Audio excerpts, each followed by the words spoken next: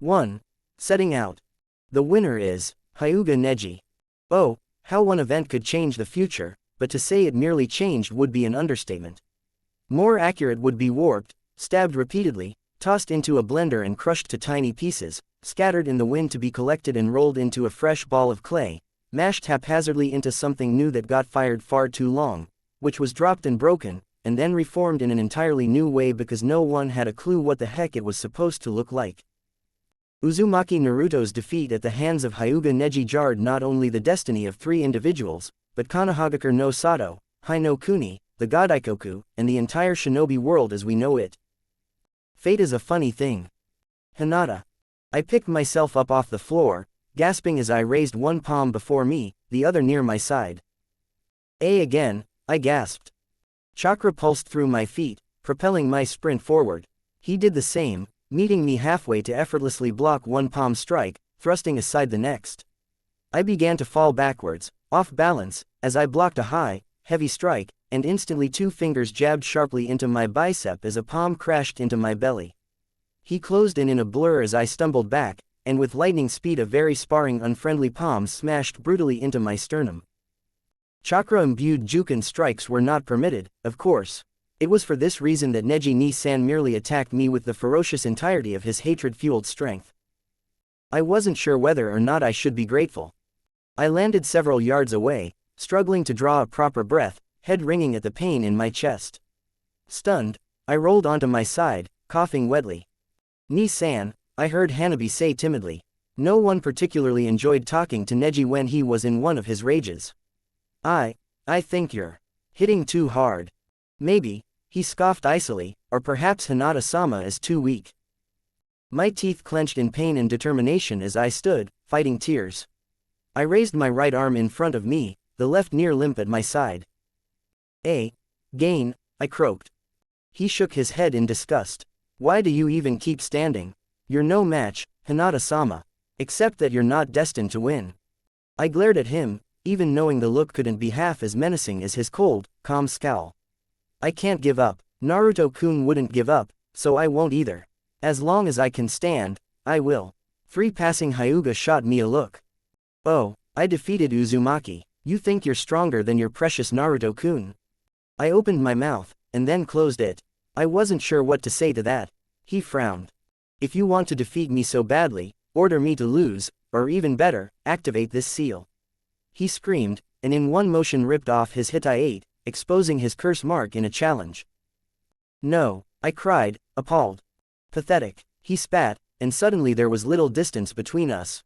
I blindly raised an arm to block, but a strong hand grabbed it, pulling me forward and down.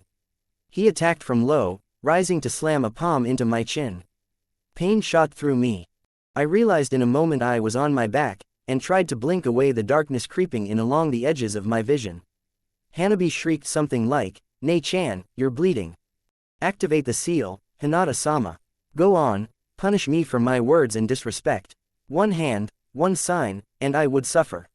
"I won't," I whispered, trembling as I got to my hands and knees. To Hanabi's rising horror, I coughed up the specks of red I'd been choking on. I'm getting father," she cried, "and he's hearing about this. Neji, don't think he won't." She ran off, leaving us alone. I rose to my feet, swaying and lightheaded. "AGG gain." He shook his head. "You can't be serious." I said, again. "I'm done with this insipid nonsense. You're not even worth my time," he spat, turning his back to walk away. Anger and despair flared up inside me. "I'm not finished yet," I cried, running at him. He stopped a short way down the walkway that ran along the manor, but still did not face me. Chakra collected in my palm when I was 8 yards away. I drew back my hand. A hard fist had buried itself in my gut, and all wind had fled me. Stunned beyond belief, I stared into my cousin's eyes, which were so suddenly inches from my own. His mouth was set in a frown, his white eyes cold and despising. Though his eyes were cold, his face calm, just beneath the surface of his pale orbs, so like mine, but at the same time so very different in too many small ways to comprehend, churned an unfathomable animosity, a barely contained and incredible fury like I'd never seen before. "Neji Ni-san." He spoke very slowly and pointedly. "Elite. Failure. This will never change. The world momentarily listed to one side as, unblinking and dazed, I slipped limply off his unmoving fist. I dropped to the ground. You're weak, Hinata-sama, and you always will be. He left me there. I hissed the only word I felt I could right now, a word I did not use lightly. Kuso. Then I cried. Naruto. After securing the mask and checking that it concealed my whiskers, I tugged the hood of the dark cloak over my head so that it covered my obvious blonde hair. With any luck, it would also shadow my eyes from view. Certain I was unrecognizable, I removed the panel of wood that had replaced my broken window.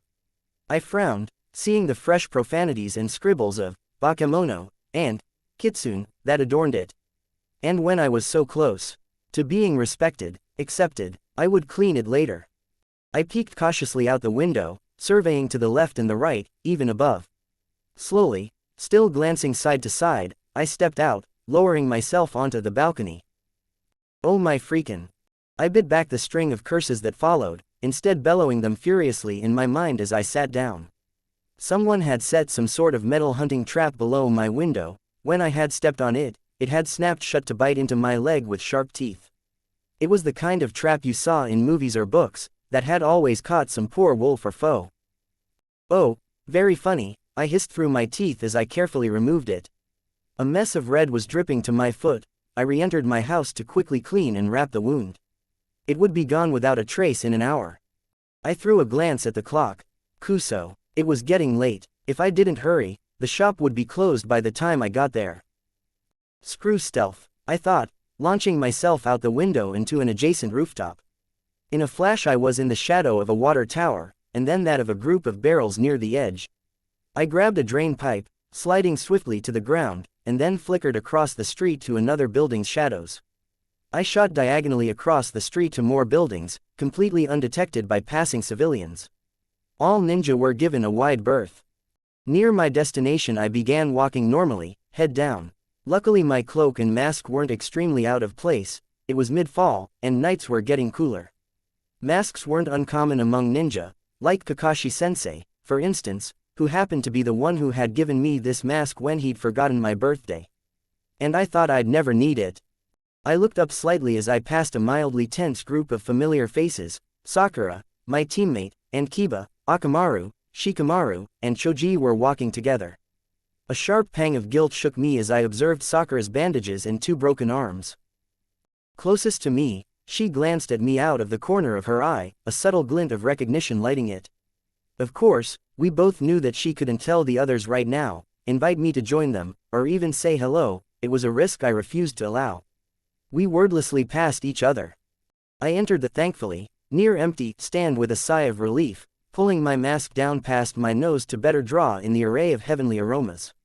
A smile spread across my hidden face as I sat down on a stool. It was good to be back here. What would you like, sir? Your mask is wet. I accepted the napkin he offered, dabbing at the drool seeping through the mask before speaking. 1 miso ramen, Tukijii-san, I whispered, glancing up to flash my eyes. Yes, coming right up, he caught himself. I almost jumped as someone sat down on the stool next to mine and became absorbed in reading the wall menu. A Konoha Hittite covered his forehead, but he was one of the few shinobi I didn't know well. What I did know is that he had once thrown shuriken at me when I was 6, and, from his drunken cries, Ninetales had killed his brother. Here you are, Ayame Ne-chan said with a warm smile, setting down a bowl. I whispered a quick, arigato, and turned so that I faced slightly away from the ninja. He was still engrossed in the menu. I sighed.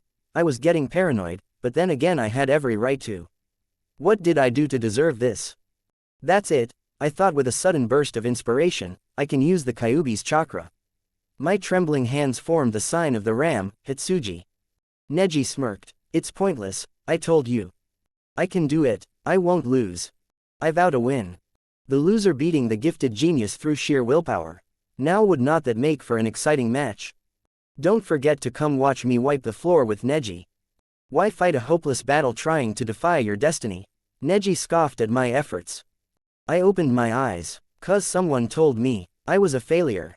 A roar tore from my throat as the fox's chakra sprang to life inside me, engulfing me in an explosion of power. The earth trembled slightly as the massive raw energy danced and spiraled around me. Neji observed with his Byakugan, a look of odd fear plastered on his face. Then he ground his teeth and raced toward me. I was caught off guard, and still getting a handle on the sudden power.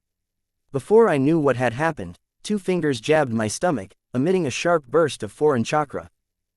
Within seconds, several things, I hadn't anticipated took place.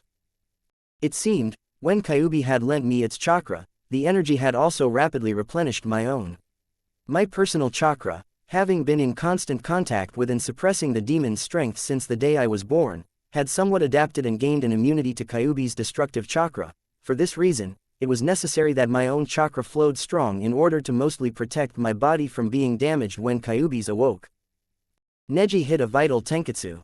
My chakra flow was cut. At the sudden imbalance, Kyuubi's power in turn exploded out of control. My body, unprotected, felt like it was fried from the inside out. The flare of chakra blasted Neji into the arena wall 30 yards away, despite a split-second attempt at a Kaiden, and a massive crater formed around me as the soil was incinerated. My body was on fire and bleeding as a fox-shaped aura suddenly wrapped around me, and as I loosed a demonic roar of agony at the sky, a giant chakra image of Kyuubi materialized above me to do the same. The chakra fled back behind the seal before it killed me. Then it was over, and in a blur the ground rushed to meet me. We close in 5 minutes. Might want to hurry. I blinked. I'd been swirling my ramen in the bowl with my chopsticks. Tsuki looked worried by this unnatural lack of appetite for ramen. I split the chopsticks, lowered my mask, and slurped up the bowl's contents in 40 seconds, a long time. As I fished the money from my pocket, a coin fell to the ground and rolled a few yards away.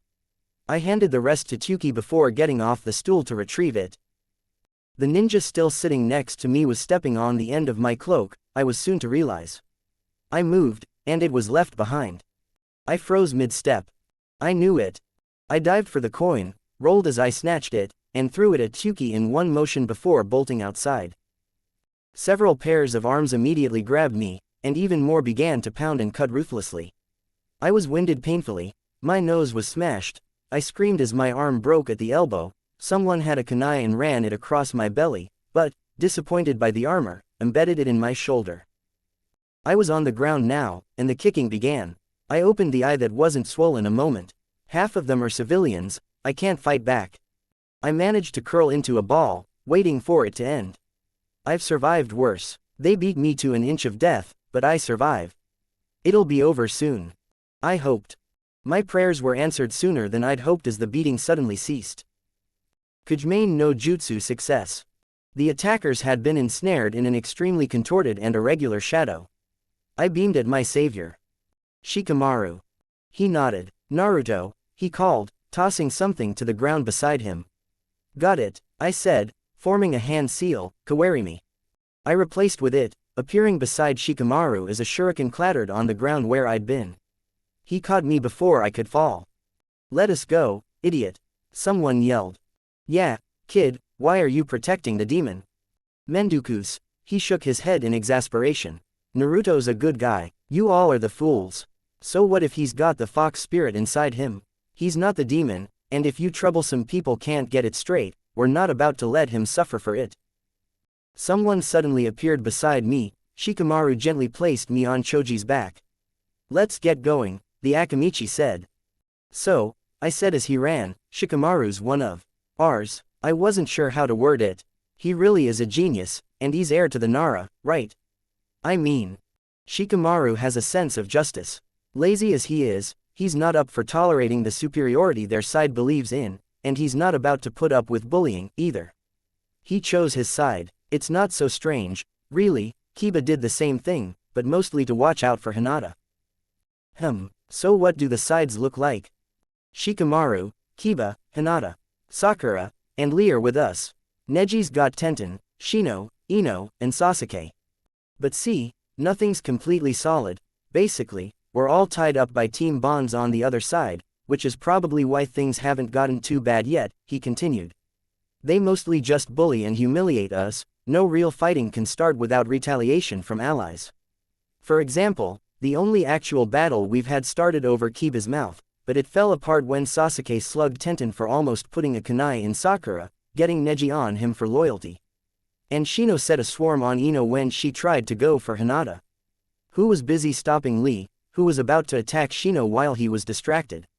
Sasuke's kind of torn, and there's rumor he sometimes shadows you, chasing off civilians who prepare to ambush you. Of course they listen to him. Then there's Shino, who agrees with them but isn't about to lay a finger on Hinata. He's been threatening Neji for being rough in sparring sessions with her. He shook his head. Man, I pity Hinata, living in the same place as their leader. Then she's the only one of us that stands up to him. I thought a moment. Neji's their leader, who's ours, and the villagers? They're not on any side, they just attack you, and sometimes Lee, on sight, and anyone who they associate with you. Of course, they're left alone. Can you imagine them picking a fight with the genius Uchiha, or the Hyuga hero who stopped the demon, or a guy filled with bugs? No, I sighed. This is all so stupid. The Chunin exams started a war between us. How can we let this drive our friendships apart? We were on an empty street when, very suddenly, Choji stopped running. I fell on my rear as he let go of me and turned to face me. Ouch, Choji, what was that for? He frowned. Sorry, Naruto. It was then I noticed Shino walking up, Ino's body, abandoned, I realized, limp in his arms. Shino, why? I asked as Shino began to tie up Choji. Shino pushed up his glasses. You'll thank us later for this, Naruto. You all need to learn when to give up, to accept that at times, you are outmatched. When this happens in the real world, the only option is to give in. I don't believe a word of that. It's never time to give. My teammate could have died, Naruto. There was a cold edge in his voice, and I could tell he was angry. Neji almost killed her that day, because she was inspired enough by your admirable comeback to refuse to stay down. Her heart may never beat as strong as it could again. I will not lie, I hold you largely responsible for this. I'm sorry, I hung my head. The gap between Hinata and Neji quickly proved far greater than that between yourself and Kiba. Anyone could see that she should have forfeited. My eyes hardened, and I glowered up at him. I'm sorry, but only if I pressured her into a decision she didn't want, because it's not my place, or yours, or anyone else's to tell someone when to give up. It's up to the individual. So, my voice softened, why don't we just leave it at that, and call all this off? I'm scared of this, of what we're doing to each other. It has to end before. It will end, when you admit defeat. We won't do that. He shook his head. I'm done, he told Ino. She nodded. Kai, her body on the ground sat up, while Choji blinked, confused. Dang it, he cried, citing the two and realizing what had happened. Whatever Neji says, I will not hurt Naruto while he's already injured. Let's go, Shino said, vanishing. Ino looked at the ground. Sorry, guys, she was gone. Wait, you can't just leave us here. Choji whimpered. I'm hungry. I crawled toward him, already beginning to heal. I'll get you out of there. No, he shook his head, I'm not really in much danger, but if you get caught. Are you sure? Yeah, any dummy could get out of here in a few minutes with the rope escape jutsu. Aha, yeah, really good thing I'm not tied up. Besides, Shikamaru would find me if I couldn't get out. You just try to walk, and cast a henge. Right, I said, standing. Henge no jutsu, I transformed into Iruka-sensei. Now go, and be careful, boss. A chill trickled down my spine, my fears confirmed. I didn't want to be a leader in this. Each step brought a collection of aches. I tried to walk normally, but any ninja would notice the slight signs of injury in my movements. I avoided the busier streets, keeping to the shadows and being inconspicuous as possible. I felt a hand on my shoulder. Kai. In a poof of smoke, I was no longer Iruka-sensei. It's him, the man behind me called, kicking me in the back. I stumbled forward as a dozen villagers jumped a nearby fence. I swore, running as fast as I could manage. I was pelted with rocks as I fled, and the mob followed. A stone glanced off my shoulder, tearing open the kunai wound from 15 minutes ago. One struck just below my neck with enough force that I stumbled forward. As my hand reached the ground, I pushed myself back up without breaking stride. The villagers were shouting. Look at him, scorched through by the demon's chakra and up walking days later. My dad was burned by the cursed beast, and he died. He's really a demon in disguise. A stone collided with my head, and I tumbled gracelessly to the ground. I looked up, gasping in pain from the run and the fall. The group looked at me like I was something disgusting. Look at his scared eyes, just one of the filthy demon child's tricks. Get ready, you monster. I raised my arm as a hail of stones flew toward me. I closed my eyes. Did a shadow just pass over me? Konoha senpu. My eyes snapped open. In a blur, each stone was deflected. Bushy brow, I whispered. He turned his head, flashing a smile. Despite the dark, light from somewhere was bright enough to reflect off his teeth and glint off in a sparkle. Or maybe his teeth actually produced their own light. My eyebrow twitched. I shook my head. Thanks, you totally saved my tail. It is nothing, Naruto-kun. A villager shouted, look, it's the friend of the demon. Move outta the way, kid, we'll deal with you later. A rock soared at him. I couldn't see from behind him, but collective gasps sounded from the group. The next moment he held his arm out to the side, and dust fell from his hand. I, Konoha's handsome green beast, Rock Lee, will not allow you to harm my youthful comrade. He proclaimed. You can't attack civilians, demon friend. I do not plan to. He declared, flinging a small, black sphere to the ground. It exploded into a smokescreen that filled the area. Someone lifted me with great ease and shot onto a rooftop. A few rooftops away, near the village's edge, we returned to ground level. I gasped, surveying the wreckage before us.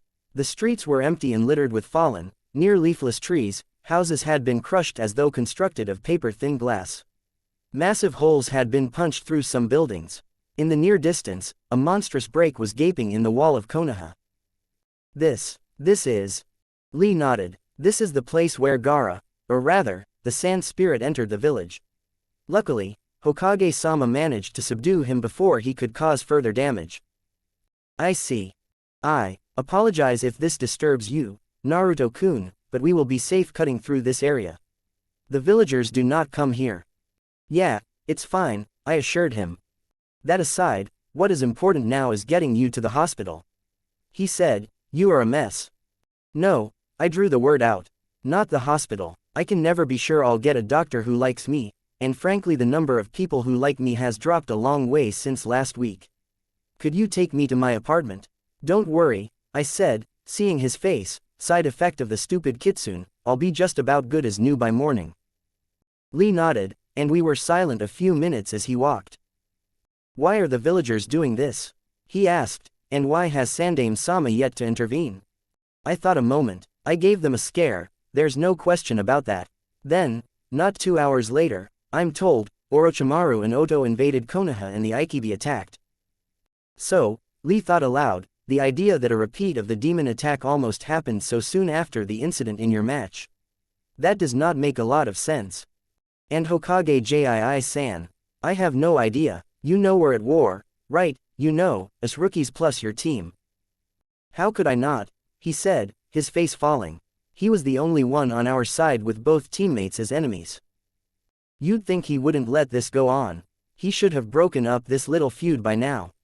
Then, our sensei would have intervened. After all, not one of our teams remains undivided, but Hokage-sama sent them all out on confidential missions. There is no telling when Guy-sensei and the other Jonin will return, he sighed. I studied his face. My eyes widened as I noticed for the first time a white square of something taped to his cheek. It clicked as I remembered something Choji had told me earlier. Lee, were you injured? It is nothing. He turned his head away. I looked harder in the moonlit darkness. You have a black eye, too. What happened? Who did this? He avoided my eyes. You see, your match went on longer than expected. I was there at the end. I did not care in the slightest that the spirit of the Kyuubi had just sprung from your body to roar at the sky. I could not believe you had lost. I shouted desperately that you would stand up again, and Hinata-san did the same. The villagers now call us the demon friends, and claim we are under the Kyuubi's spell. I ground my teeth. They attacked you. I growled, furious. It was a group of civilians, one a retired Jonin. A retired shinobi is counted as a civilian. I could only try to defend and escape. And Hinata, I whispered. I believe Hinata-san's status within Clan Hyuga protects her in the village. However, according to Kiba-kun, she is treated nearly as badly on clan grounds as you and I in the village. Kuso, I whispered through my teeth. I hate this. All my friends are in danger for having anything to do with me. Shikamaru, Choji, Kiba, they've got status to help protect them, but who's ever even heard of the Haruno? I ranted, do you know what happened to Sakura-chan 4 days ago? She was tailing me without my knowing it, and when I was attacked, she helped me escape. When they caught us, she was beaten to a bloody pulp next to me. I found myself in tears. Except you all don't heal overnight. I'm done letting you get hurt for me, and I don't want to be our side's leader. Put me down, I can make it the rest of the way. I will not leave you here, Naruto-kun. His voice was hard, there was no arguing. My voice was quiet as I calmed down. Then once I'm home, stay away from me, and tell the others to do the same. He didn't answer. We were out of the demolished area soon, and Lee began running to be safe.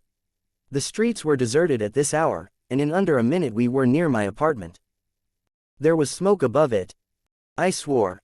Lee frowned at the building and the people gathered around it. I am sorry, Naruto.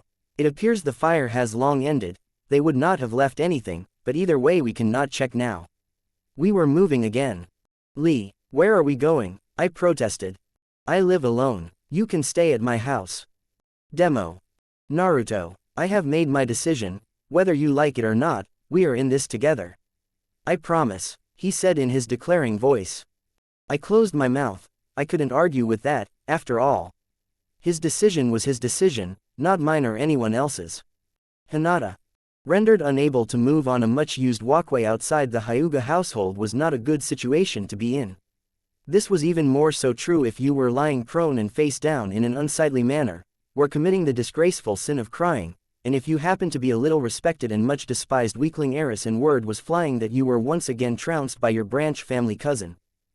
My position was definitely not a good one. The walkway was well used, but not this well used. Obviously, news was passing. Naruto would stand up, but I wasn't Naruto, I wasn't as strong as Naruto, and this time I couldn't find the strength to stand up. So, for my pathetic display, I was punished. Painfully. Demon friend, a man snarled. A foot connected with my side. Trash, someone muttered. A quick kick was thrown at my ribs. Failure. Kick. Pathetic little mouse. Kick. Stupid worm. Kick. Disgrace to our name. Oh, shoot, an elder. Kick, kick, key. Crack. I screeched a squeak whimper of pain. The woman gave another crippling blow and stormed off. The tears began to fall anew. Trembling, I bit my lip to keep from crying out again. What did I do to deserve this? I already knew the answer. I stared in unblinking horror as the effects of Neji's attack took place. The fierce red chakra, so unlike Naruto's own, went haywire and rapidly began eating away at his body. Naruto reared his head back, and the chakra around him, so intense and vivid I felt sure it was visible to the unaided eye, instantly formed into a monstrous, demonic fox. At the same time I realized that the cloak of red surrounding Naruto's body had become the shape of a fox. With 9 tails. As one, the now demonic Naruto and the life-sized kitsune spirit loosed a wild and terrible roar of anguish at the sky.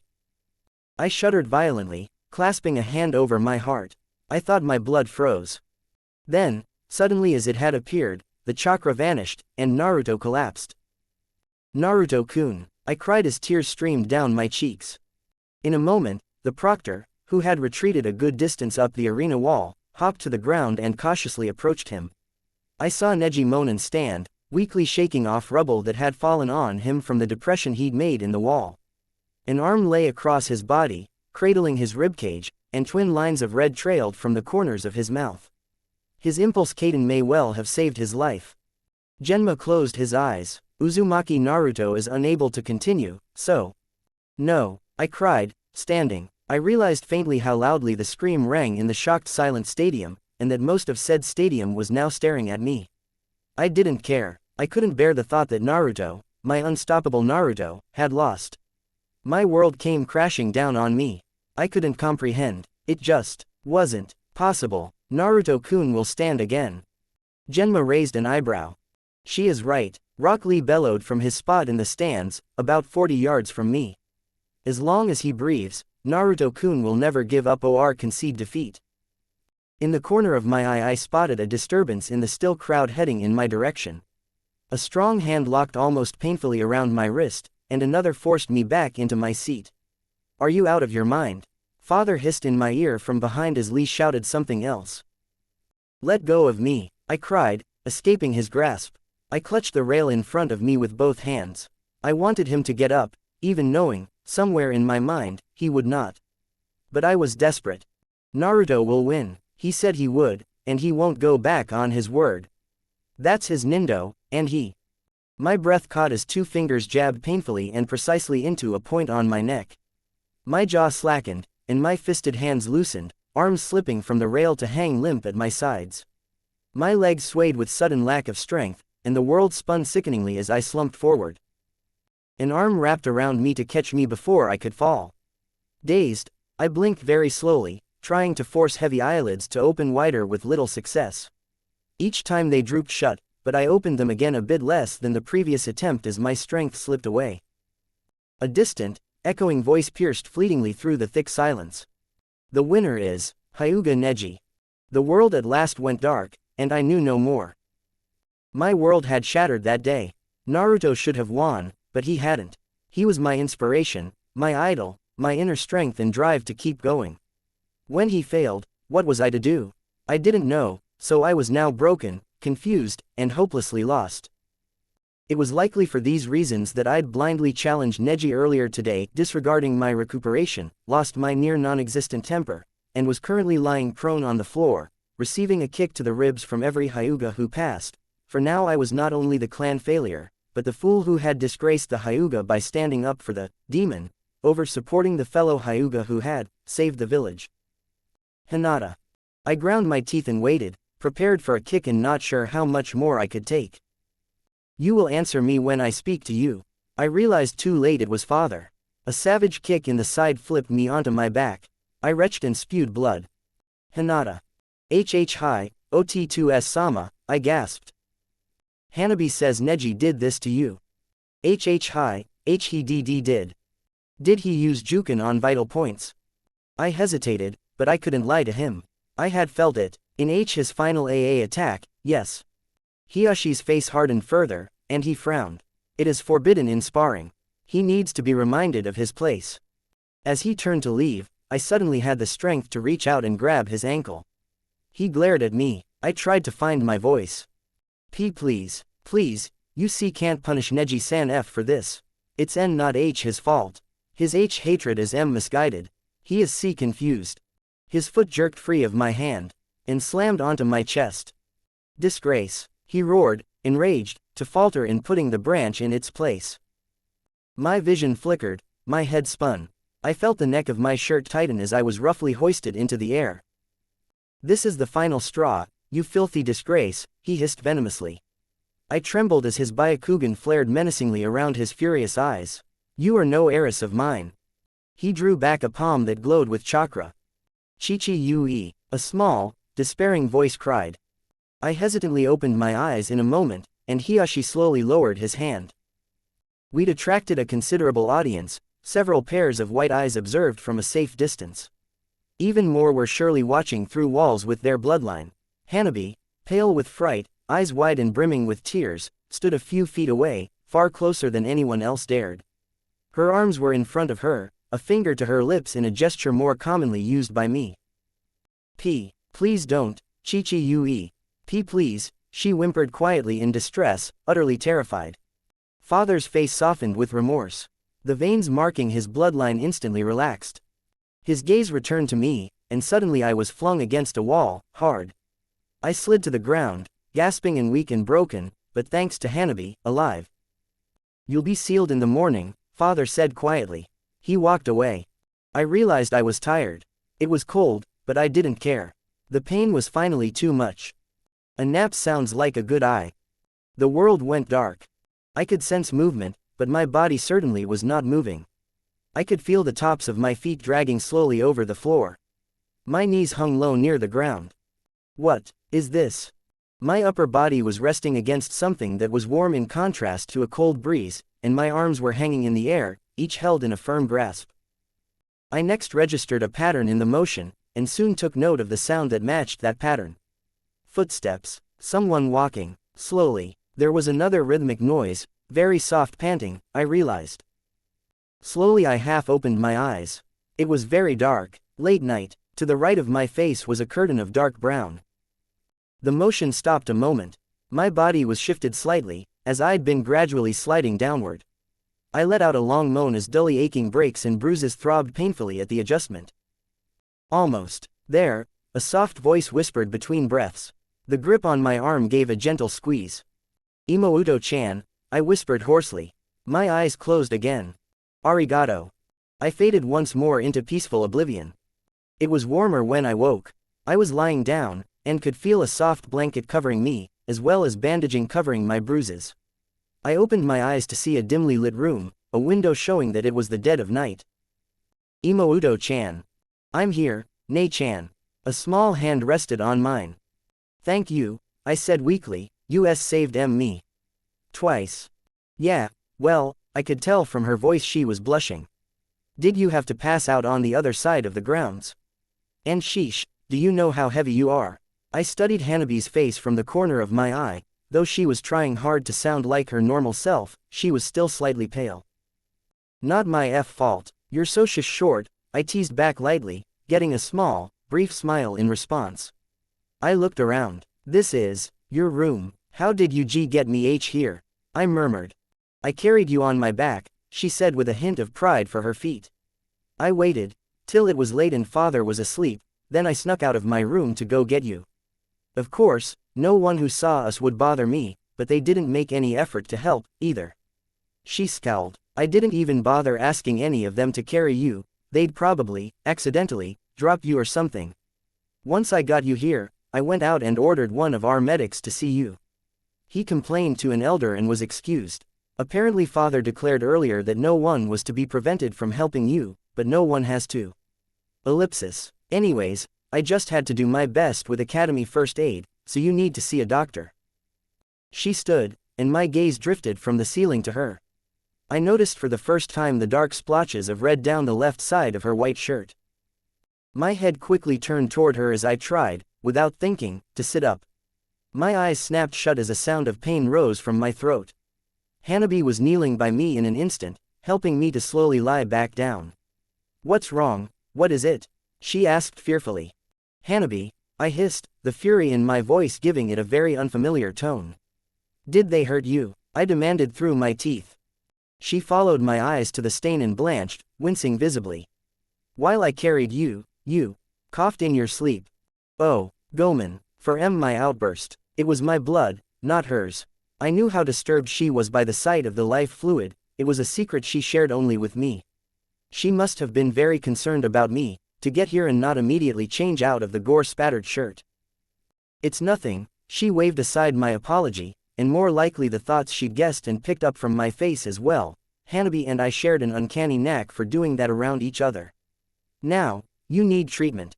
Since no Hyuga medics will help, that leaves the Konoha hospital. Can you move? Very slowly, she helped me to sit up. The multitude of bruises didn't throb so painfully, Hanabi must have applied some sort of ointment. In a minute I was situated on her back again, feet hanging to the floor with our size difference. She started toward the, thankfully, nearby estate exit. So, I was thinking, she started, your teammate, Aburame-san, he only lives about a half-mile away, right? The guards would probably refuse to let in a guest to help you.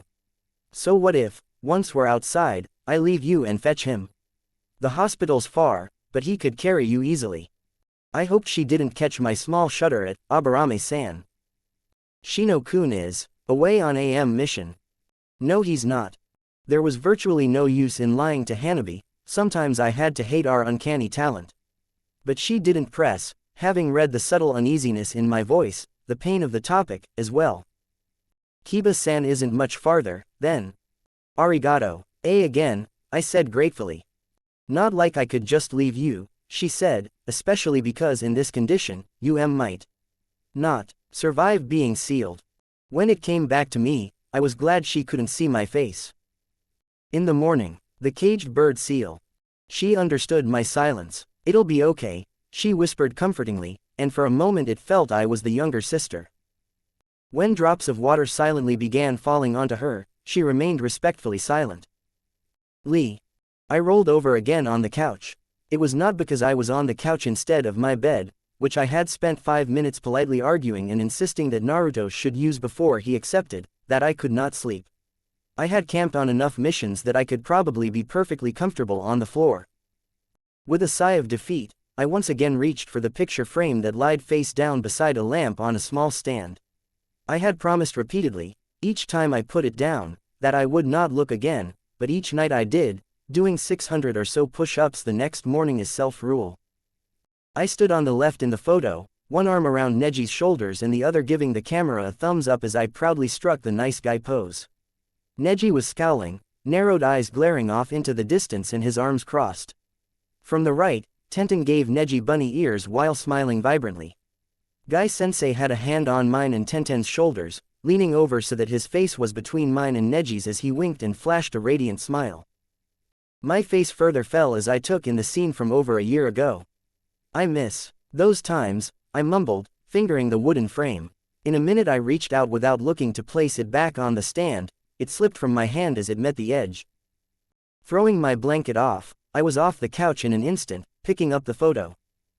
The glass had cracked. I stared a moment. Then the tears I'd been fighting all week fell. I removed the picture from its frame and began gathering the broken glass fragments with trembling hands. If I look again at this picture to promote more unyouthful moping, I will do 8 hun.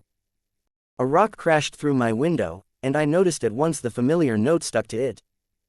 My hand unconsciously tightened on the photo as I shot through the door to my room, slamming it shut. In one move I pushed my bed onto its side. Naruto fell out with a startled noise in a tangle of blankets, vaulted over it, and braced my back against the bed. Bushy bridge. The wall behind us was blasted in as the paper bomb exploded, blowing out the room's window and sending splinters and chunks of wood flying into the opposite wall. What the heck? Naruto exclaimed, instantly awake and alert. We are under attack, I shouted as a second detonation downstairs shook the room. I grabbed a sheet, laying it on the floor. Fire was beginning to spread to the room as I hurriedly pulled a drawer out of my dresser and dumped its contents. I repeated this with the one beneath it before gathering the sheet's corners. Finally, I snagged the bag I kept stocked for short notice missions. The process took up a total of 4 seconds. Whoa. The floor lurched and shifted to an angle as the side nearest the first explosion began to collapse. Naruto and I were tossed off our feet, my nails dug into a floorboard as I began sliding toward the new edge of the floor. Bushy brow, Naruto shouted, pointing with one hand. I looked to see a collection of exploding tag kunai bury themselves in a remaining part of the side wall. Flames began to lick at the tags. Jump, Naruto cried, scrambling on all fours and leaping out the window. I rolled to dodge a falling chunk of ceiling and launched myself after him, into the cold, moonlit sky.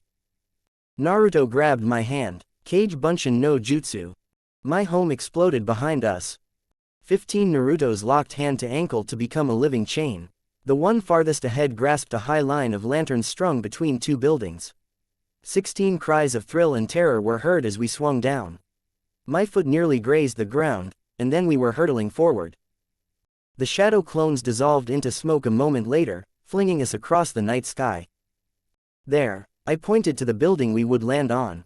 We soared in an arc over 2 others before reaching it. I landed in a roll, while Naruto crashed and skidded before springing to his feet. Then we ran like never before, shooting from rooftop to rooftop with adrenaline-fueled fury. Naruto looked me seriously in the eye. Lee. I nodded, face grim as I gave a thumbs up. We are in this together. 2 shadows raced for the wall of Konoha, one holding a sheet full of supplies in one hand, and crushing the corner of a now sweat-streaked photograph in the other. Hinata. What business do you have in the village at this hour? The gate guard asked. I'm fetching a friend to bring her to the hospital, Hanabi said, all professional. Unless you would like to, Hattori-san.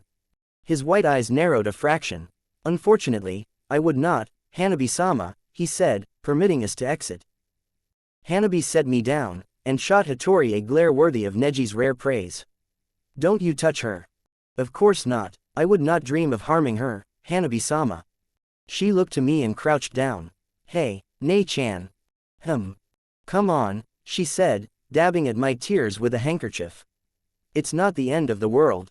I'll be right there with you tomorrow, okay? So, Nei-chan, please don't look that way.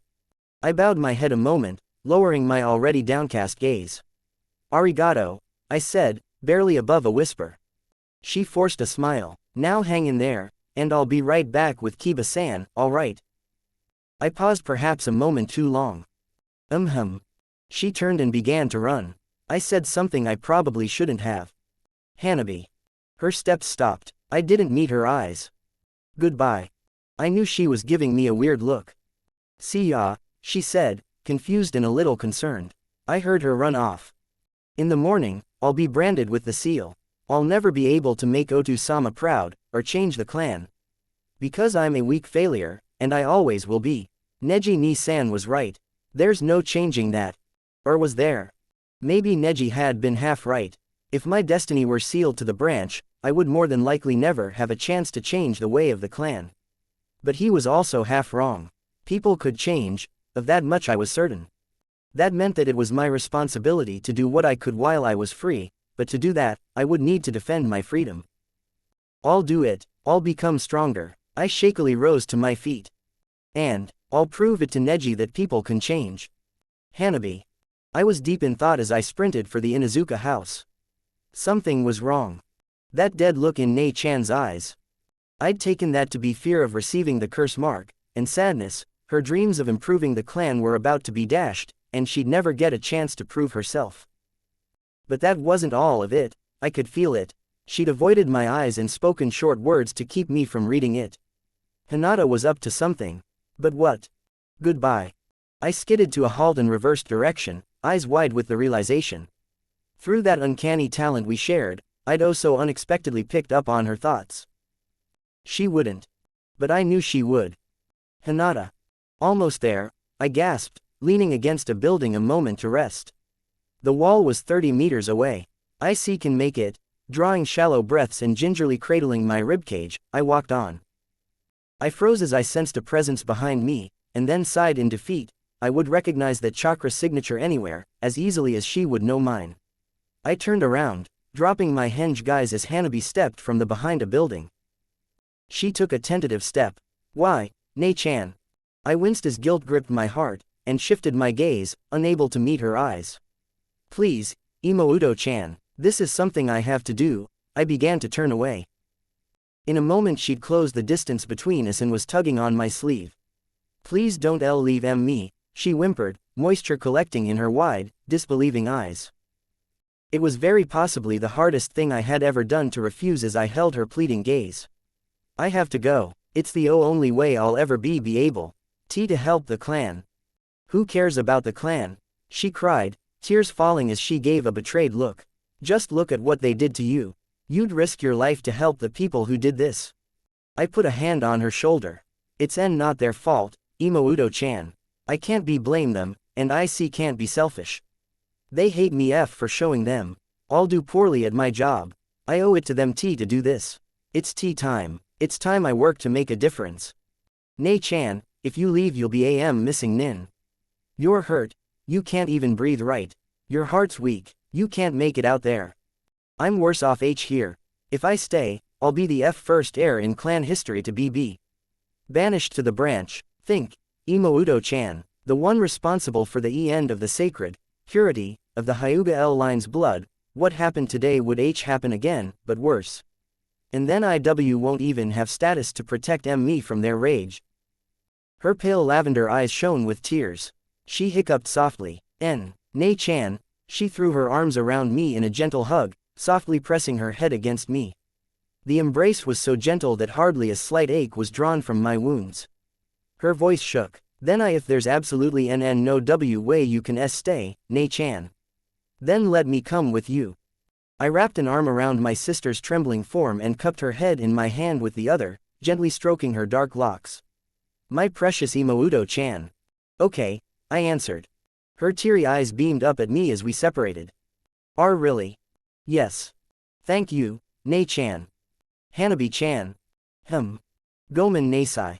I got her hard in the stomach. She crumpled like a paper sack. Shock was written all over her face as she went down. Forgive me. I turned to leave, but felt a tug on my pants leg as I tried to take a step. I turned my head. Hanabi's eyes were unfocused as she almost soundlessly spoke. Nay, Chan. It's something I have to do. In a moment, her small, quivering hand released me.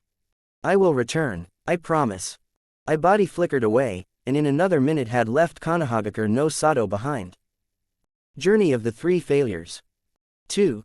Snake in the Leaf. Hanabi. I could hardly feel miffed as I should that Nei-chan had been able to incapacitate me in one blow. I could not even be angry to find she had definitely gone easy on me in sparring. What really got me was that she had deliberately deceived me, taking advantage of my desperate emotions so that I wouldn't detect her lies, and because I had blindly fallen for it, she was gone. I was alone, and somewhere out there, Hinata was, too. Enter. Someone called. I stood from the bench and grunted, a hand immediately covering the sore pressure point. I composed myself in a moment and stepped into the meeting room.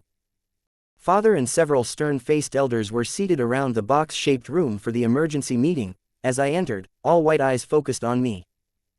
Hyuga Hanabi, one elder said in his gravelly but clear voice, what is your account of the events regarding Hyuga Hinata's disappearance? I took a deep breath, prepared to tell my story, but tale might be a bit more accurate. When I finally recovered and got to my feet, I just stood there, an arm folded across my middle, staring in a daze. She's gone.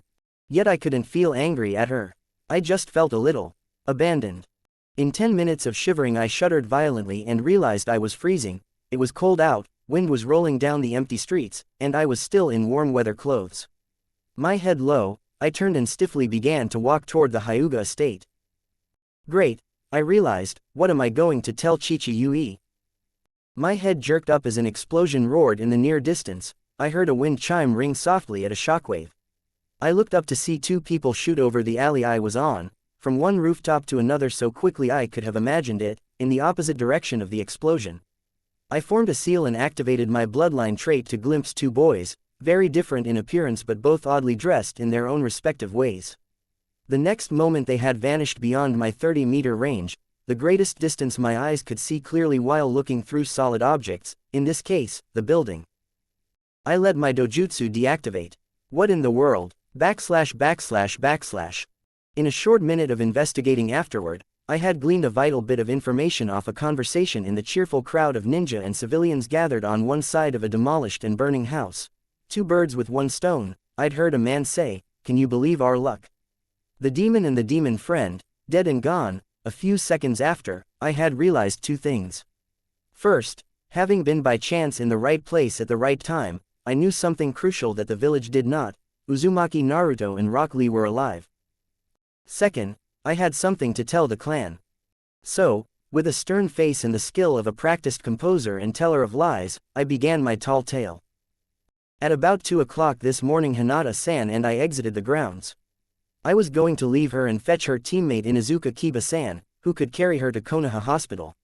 However, on the way I felt something wasn't right, and returned before reaching the Inuzuka home to find she had left. I searched, and soon found Hinata-san nearing the house of Genin Rock Lee.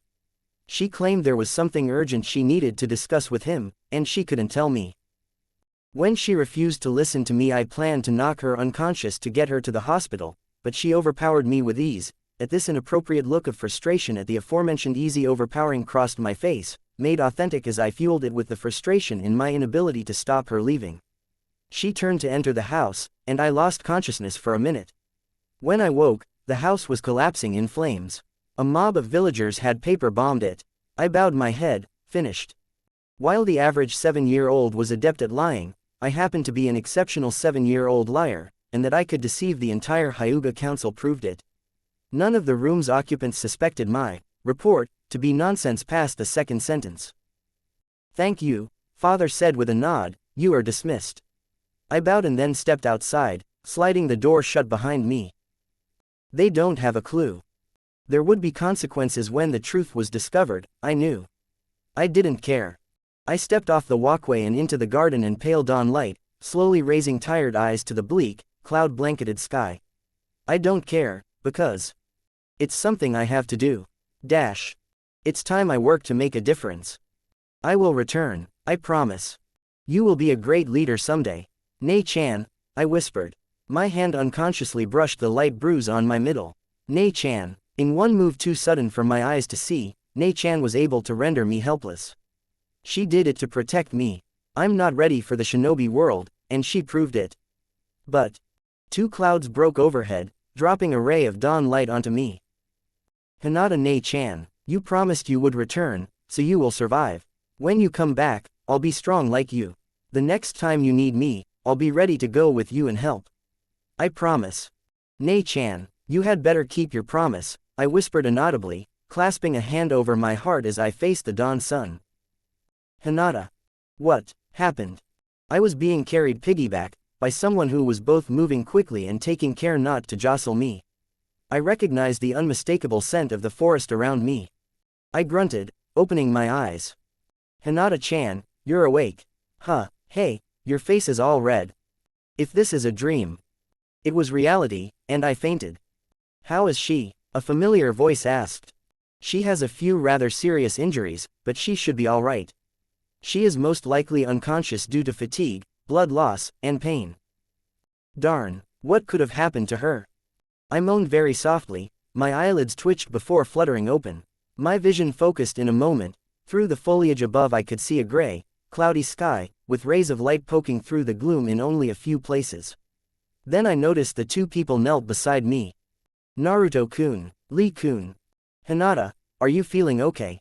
Naruto asked, concerned. My cheeks warmed slightly. Hi, I'm fine. Anyo, where are we? We found you unconscious around a mile from the village, Lee explained. We were fleeing the village after being attacked. Now we are perhaps 5 miles away. I bandaged your wounds and gave you a hierogan to help accelerate your recovery. But what happened to you, Hinata? What were you doing out there? Naruto asked with a frown. As my head cleared, I remembered. I felt terrible. It had hurt me more than Hanabi would ever know to deceive her, strike her, and leave her behind, but I refused to endanger her. She wasn't ready, I wasn't even sure I was ready, to survive the life of a missing nin. I froze. Someone was approaching. But just as I activated my bloodline, a softly chuckling man dropped from the treetops to land in front of me. He wore a standard chunin vest and a leaf headband, but something deadly about him, something that made my instincts scream danger, left a much bigger impression on me than his outfit. Lucky me, he muttered snidely, and just when I was getting bored. Something was very wrong. I didn't recognize his face. This man was not a shinobi of the village. Even with this discovery made, my eyes widened as he withdrew a kunai from his holster. He snickered malevolently, lazily tossing it between his hands. What are you doing away from home, little girl? He sneered in false kindness. Surely you know of our dear Sandame-sama's order, forbidding citizens from leaving the village, right? He took a step toward me, and I found myself shaking. We wouldn't want any sound nin to get you. I took a step back. He shot past me, and my shoulder was slashed open. I cried out, "Come on, little ninja." He laughed behind me, "You'll have to do better than that." Through my Byakugan I saw him leap toward me, kunai hand drawn back across his body and poised for a sweeping strike. A decapitating strike. No, I can't die in my first 3 minutes outside. I promised Imouto-chan I would return. Crouching, I whirled, channeling as much chakra as I could muster into my right arm. Seeing me face him, he changed targets on a whim, and in a practiced motion my palm flashed out. A sharp pain in my side blazed with agony, and my jaw locked to bite back a scream. My eyes drifted up to the chunin just as the left side of my face was spattered with blood. His speed and recklessness had been his downfall. His chest had crashed into my outstretched palm. A terrified expression crossed his face as he realized what he had just coughed up.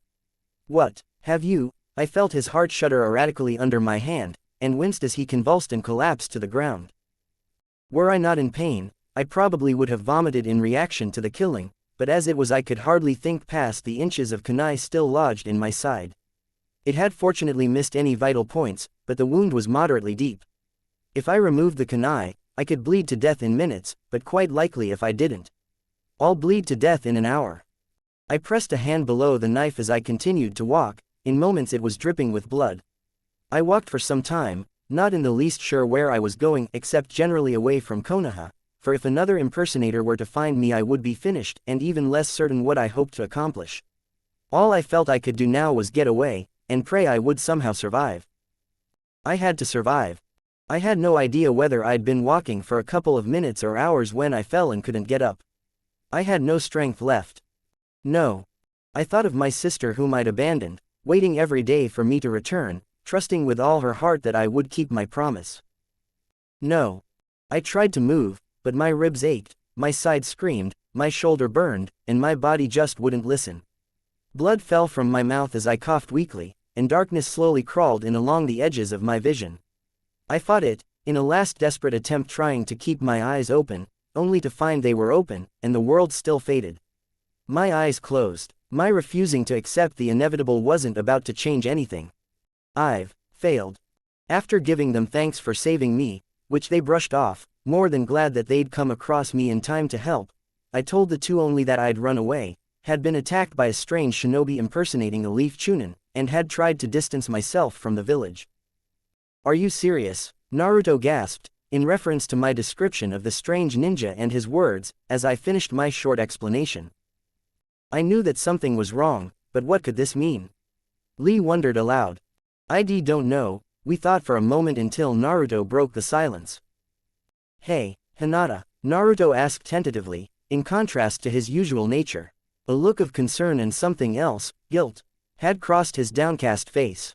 It appeared to pain him to meet my eyes. Why did you leave the village? I was considering saying I'd rather not talk about it, but at the ashamed look on his face I realized I had to. He was holding himself responsible. I sat up carefully against a tree trunk, and then very softly began to explain. You see, I have never been liked within the Hyuga clan. I'm the clan failure, the family defect. So being the heiress, the other clansmen see me as unworthy and undeserving, not fit for AL leader.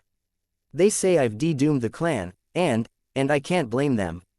And now, after the incident during the finals, they claim I've further disgraced the family name. Their hatred was rekindled and I intensified, and I paused a moment. Anyo, most of my eye injuries aren't from fighting that chunin. Naruto's face at this point was heart-wrenchingly sorrowful but fierce before, overwhelmed by shame, he tore his eyes away from my own and shut them with what could have been a grimace of pain. You mean? It was done by Neji Ni-san, and several other clansmen. Suddenly fuming, Naruto punched his hand and harshly hissed, that jerk. What the heck kind of family? Please, don't blame him, I said, looking to the ground at thought of my cousin's past. I love Neji Ni-san like a brother, I love and care very deeply for all of the Hyuga. That's why I ran away. I'm shy, and weak, and I don't have any confidence, but, I looked up at them, tears in my eyes. But more than anything, I want to help the Hyuga. I want to be able to protect them, so that no one will have to suffer the way Neji Ni-san has ever again. That's why I need to become strong, and prove myself. I closed my eyes, overcome by soft sobbing. And now, SNSN sniveling like this, must think I'm more pathetic than Veer. Two hands rested gently on my shoulders, Naruto and Lee were on either side of me. How could we possibly think you pathetic? Lee asked good-naturedly, you pursue a most courageous and noble goal indeed. Hinata, Naruto whispered, I think we do understand. You're a lot like us. You want more than anything to earn people's respect, and to protect the ones who are precious to you, right? I sniffled, wiping my tears, and nodded. A grin spread across his face. Then how about we get stronger together, the three of us? Lee's face brightened as well. Yosh, that is an excellent idea, Naruto-kun. If we let our youth explode, here emphasis was provided by a fist enthusiastically pumped into the air, we can show Neji and everyone else that we can change. I giggled as the boys' hands slapped together in a high five. So, what do you say, Hinata-chan? Are you with us? Uplifted by their high spirits, I blushed lightly and managed my own small smile as a sense of hope welled up inside me. Definitely. Naruto sprang up to jump for joy before returning to the ground in the same motion. A new resolution lit up his face. All right, sounds like a plan. I made a promise, and I failed. You guys had faith in me, but I let you down. I'm not letting that happen again, that's a promise. We'll return someday and show everyone how awesome we are. Lee held a hand out to the center of the small circle we formed. Yosh, let us all promise to work hard. Understanding, I gave a determined grin as I placed my hand on top of his, adding, to never give up. Naruto's hand covered mine as he finished off. And to never go back on our word, believe it. Thus, Naruto, Lee, and I became a team. On that day the three of us, three failures, came together for the start of the journey of a lifetime. Hanabi. I sighed, setting down the watering pail, standing up, and brushing dirt off my knees as I finished. Nei-chan's garden was really one of the clan gardens that would normally be seen to by servants. Hinata had told me Ka-san took care of it when she was alive. Now that Hinata wasn't here to tend to it, I was determined to keep the plants healthy myself until she returned. Because she would return. Head down, I dragged my feet down the walkway. The grounds had an aura of almost disturbing quiet today. Sandaime-sama, who had been ill and bedridden the last few weeks, with the result that hardly anyone had heard from him lately, had just now called the first large village council meeting since the Oto-suna invasion 2 weeks ago. Father had been notified yesterday, and as he and dozens of other Hyuga, from every elder and council member to strong voices and important figures of the branch house, were attending, I could only assume this special meeting was highly important. Whatever was going on, it left the manor grounds eerily noiseless, and me without a morning training session. This type of day, I'd normally get to hang out with Nei-chan. I bumped into someone as I turned a corner, and looked up to see Neji and 4 more genin behind him. My cousin's scowl became a smirk. Ohayo gozaimasu, Hanabi-sama, he said, but for his face a perfect picture of politeness. He threw in a quick bow that I found to seem rather the opposite of respectful. Tell me, why do you look so down this morning? I should add that I didn't like Neji very much.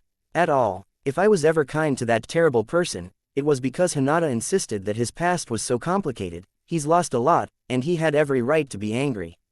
I didn't understand how she saw this to justify the dirty fiends tearing down her confidence and thrashing her in their spars, so I naturally assumed that was her overly kind and sympathetic nature talking, and I'd told her so. Still she had claimed I was mistaken, and had wrapped up the matter by asking me to please be kind toward him. So I called him, Ni-san, and played nice for her sake, and truly did make several honest attempts to understand my cousin the way Hinata did. I couldn't. Neji, a girl in purple, snapped quietly behind him, slightly disgusted by his words. He shot the blonde a look before looking back to me. What's this? Not going to answer. And you know, it's only proper manners to make eye contact when someone is speaking to you. Oh, but surely you don't miss that pathetic sister of yours. Death and loss are among the most basic and common aspects of a ninja's life, Hanabi-sama. If you ever hope to be a strong kunoichi, then... Shut up, I shouted, glowering up at him with my teeth bared. My hands curled into trembling fists. He didn't know it and I knew he didn't know it, but he was playing on my worst fear, that Nei-chan was out there dead right now. His eyes narrowed calculatingly a moment before he slipped on a mask of surprise. Sumimasen, have I said something to upset you? My right hand twitched. 2 fingers pulled out of the locked fist, itching to form the seal that his side of the family dreaded. Out of my sight. He bowed mockingly again. As you wish, Hanabi-sa. Now. He passed me, briskly heading down the walkway. Are you coming or not? He called to the group as he turned a corner. The blonde girl sighed, and I felt a hand on my shoulder. Don't listen to him, she consoled with a sympathetic smile before she followed. Shino passed me wordlessly. The Uchiha's eyes were downcast, but I could see the darkened rings forming under them. He raised his head like he'd just noticed I was there, his blank gaze lifting to hold my eyes for a moment, before he walked on. Tenten's eyes were filled with grief as she met my gaze. The older girl knelt down to my level and embraced me. I'm so sorry, Hanabi-chan. She stood and went after the others, and I was alone. I almost wanted to tell Sasuke and Tenten that their teammates were actually alive, but then I would have to reveal that Hinata was as well. I couldn't take the risk of letting anyone know.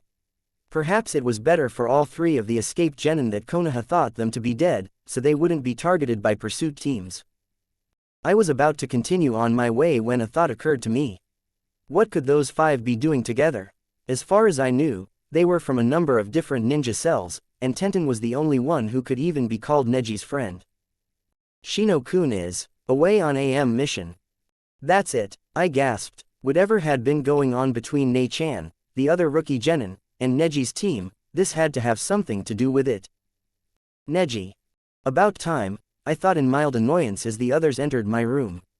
I slid the door shut, not that it would do much to stop anyone spying on us here. I leaned against the wall, arms crossed and eyes closed in thought as they took seats. A few seconds after the silence which indicated they had settled, I spoke. Surely you all know why we're here. Cut the drama, Hyuga, Sasuke said, thoroughly uninterested. Why, what's the meeting for? You mean it's not obvious? I said, my eyes opened. It's time we finished the failures. Their numbers advantage has been cut.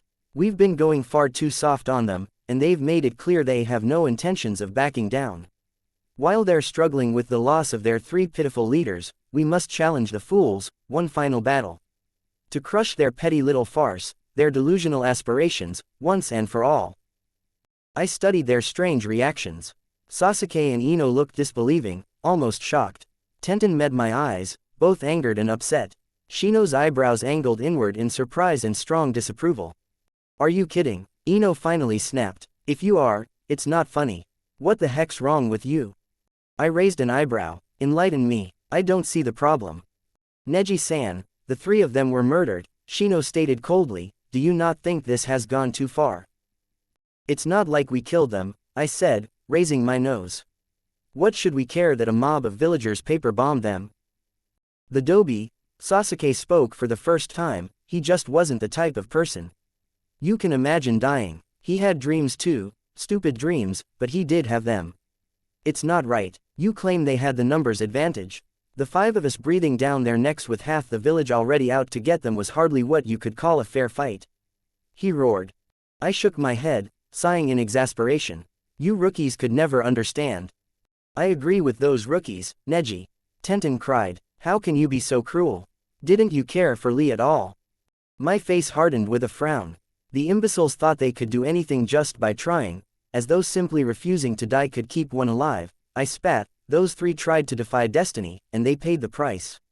More than anything, this should make especially clear how important it is that we teach them this lesson while we still can. We owe it to our teammates to do this to protect them. After all, isn't that what friends are for? I glared at them, and in a moment a few of them grudgingly nodded. Good, I said, we'll attack them in the demolished zone, where they meet. They'll likely gather today as well, while their parents are away at the council meeting. Should they arrive, we must be prepared to challenge and defeat them, swiftly and decisively. They'll learn. I paused to activate my Kekkei Genkai. My eyes found Hanabi 25 meters away, her Byakugan active as well, in time to see her start in surprise and run off. I scowled, deactivating the dojutsu. Meet me east of the demolished zone in 20 minutes, I said to the 4, pushing away from the wall to stand up straight. I'll be right behind you.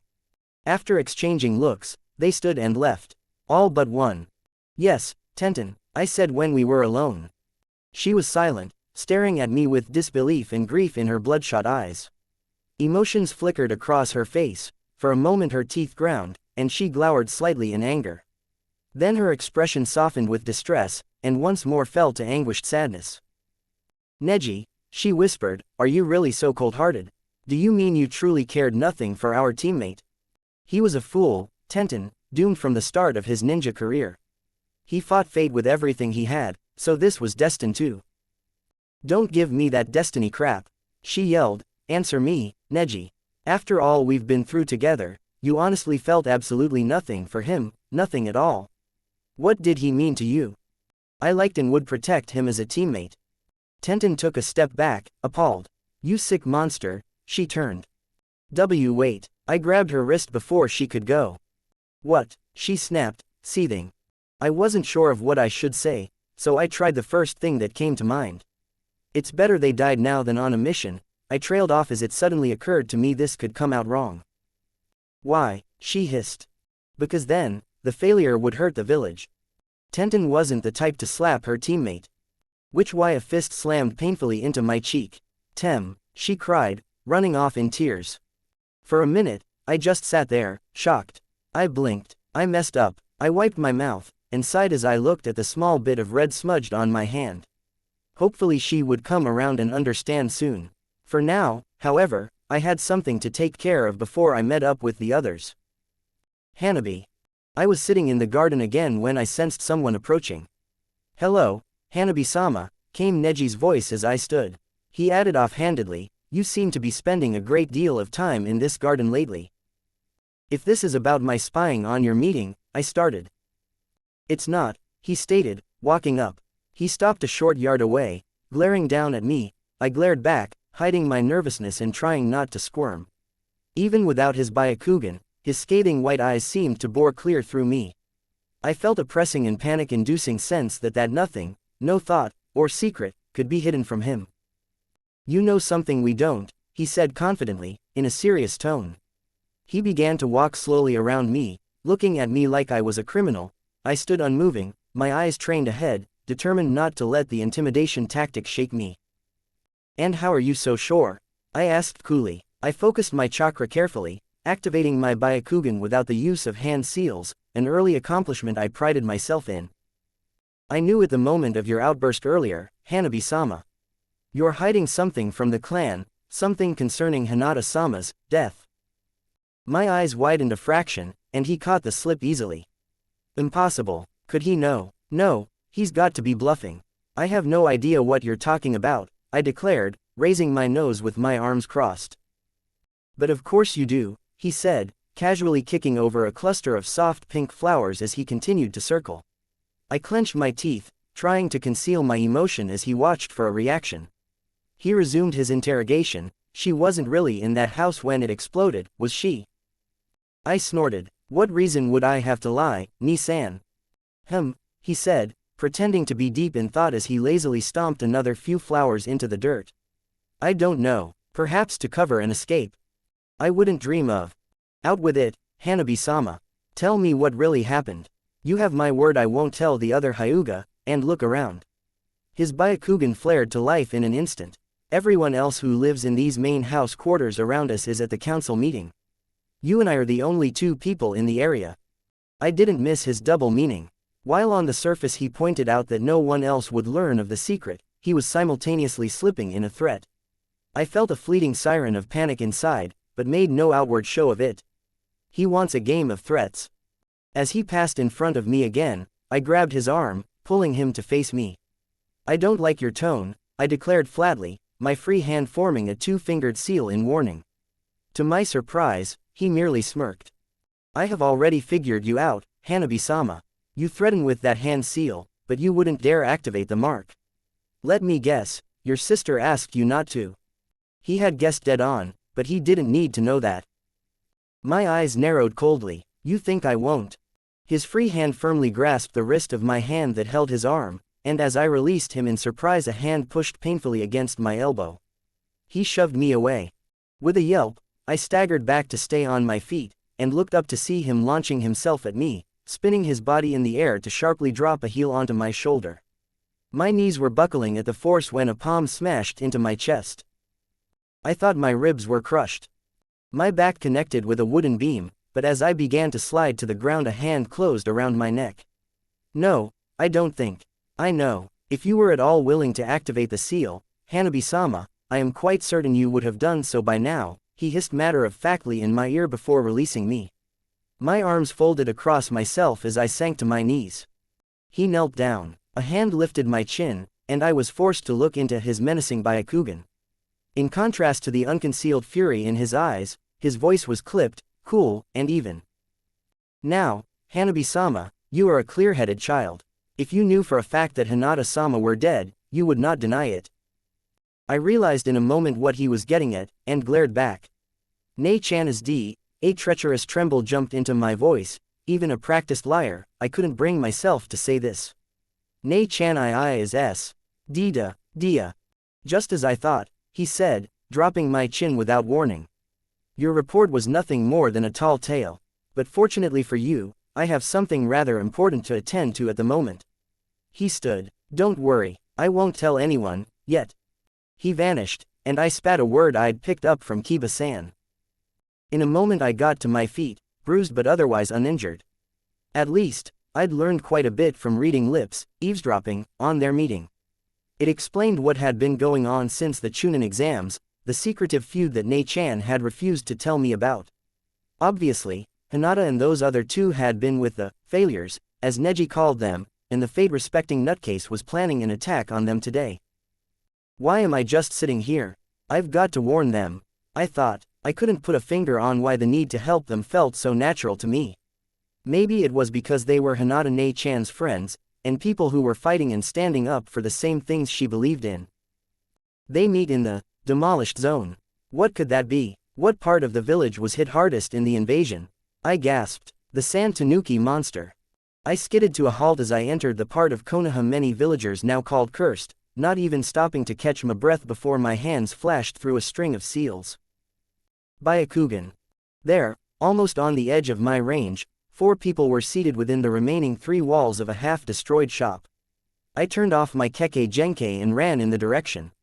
Nani. I had frozen in my tracks, but not intentionally. My body involuntarily took a few steps as a boy with black hair sticking up in a funny-looking ponytail stepped out from the shadow of the building. He was holding the rat hand seal, nay. From my right, 2 figures sprang into the air from behind a pile of wreckage. I looked to see 2 rotating gray blurs shoot toward me. Gatsuo. The blur in the lead came to a screeching halt, skidding until a wild-looking boy was crouched next to me. An identical person crashed into him with a grunt, the impact triggering a burst of smoke. As it cleared, a small puppy was hanging onto the boy's shoulder. Leaning forward, the boy blinked twice and sniffed the air in precaution. Hanabi-chan, Kiba-san asked, surprised. Hi, I said a bit breathlessly as my racing heart rate normalized. Shikamaru, let her go. He called. Guys, you can come out. False alarm. The Nara's lengthened shadow broke away, and control of my body was abruptly returned to me. I wobbled, and Kiba steadied me. 20 yards away, a pink-haired girl and a boy rather on the plump side stepped from behind a fallen tree to my left. Choji, Sakura, hold it. Shikamaru shouted, running toward us. Don't let your guard down. How can we be sure she's not with Neji? His eyes quickly swept the area. This may be a diversion. No way, man, Kiba shouted, and his puppy Akamaru yipped in agreement. We can trust her. All right then, but what if she was forced into it? Shikamaru returned. I wasn't, I cried, frustrated. I'm here to warn you because Neji's planning to attack you. The girl, Sakura, started in surprise. How do you know? The 5 of them just met at the Hyuga Manor, and I spied on them. In about 2 minutes, they'll probably be coming for you. Are you serious? The one the leader had called Choji gasped, while Shikamaru swore. Kiba clapped a hand on my shoulder. I winced slightly, but he took no notice. Great work, Hanabi-chan. You're real brave to do this. Now hurry and get out of here, before they show up. Are you kidding? I protested. I hadn't been able to help Nei-chan, and now it seemed I wouldn't be allowed to help her friends either. Why, you have a numbers disadvantage, right? I can fix that. Absolutely not, Kiba barked. No way am I letting Hinata's 7-year-old sister get involved in this. But that's final. If we dragged you into this mess. His face fell, and I noticed for the first time how much older he seemed to have become since I last saw him. His weary eyes deadened with grief as a far-off look entered them. Hinata would never forgive us. You've already helped out plenty, Hanabi, Shikamaru said, taking over. We just can't ask an academy student to fight with us. So that's it, I thought, hanging my head. I'm too weak again. The Nara continued, so hurry up and get out of here, before. Akamaru barked, Kiba sniffed, and then glowered fiercely into the distance. They're coming. I was suddenly pulled behind him as something plummeted from the sky. A kunai plunged into the ground 5 yards away from us. I followed the enraged dog Nin's gaze to 5 figures standing atop a large building just outside the wrecked area. Failures. My cousin's harsh voice reached me. The 5 silhouettes vanished a moment. They reappeared in the air, falling toward us with their backs to the morning sun. Peeking around Kiba, I could see Neji's ferocious Byakugan blazing with hatred as he continued. We challenge you to one final battle, here and now. This ends today. In front of me Kiba bared his teeth and growled menacingly, his clawed hands flexing. Choji frowned anxiously. Sakura gulped, her hands curling into fists. Shikamaru glared at the approaching five, appeared to be mentally cursing his luck or wishing it was a different time, and finally glanced at the rest of his team before looking ahead and declaring, "You're on." They landed 10 yards away, Neji in the lead, and raced toward us. "Scatter," Shikamaru barked. Someone caught me around the waist and shot 30 yards in the blink of an eye.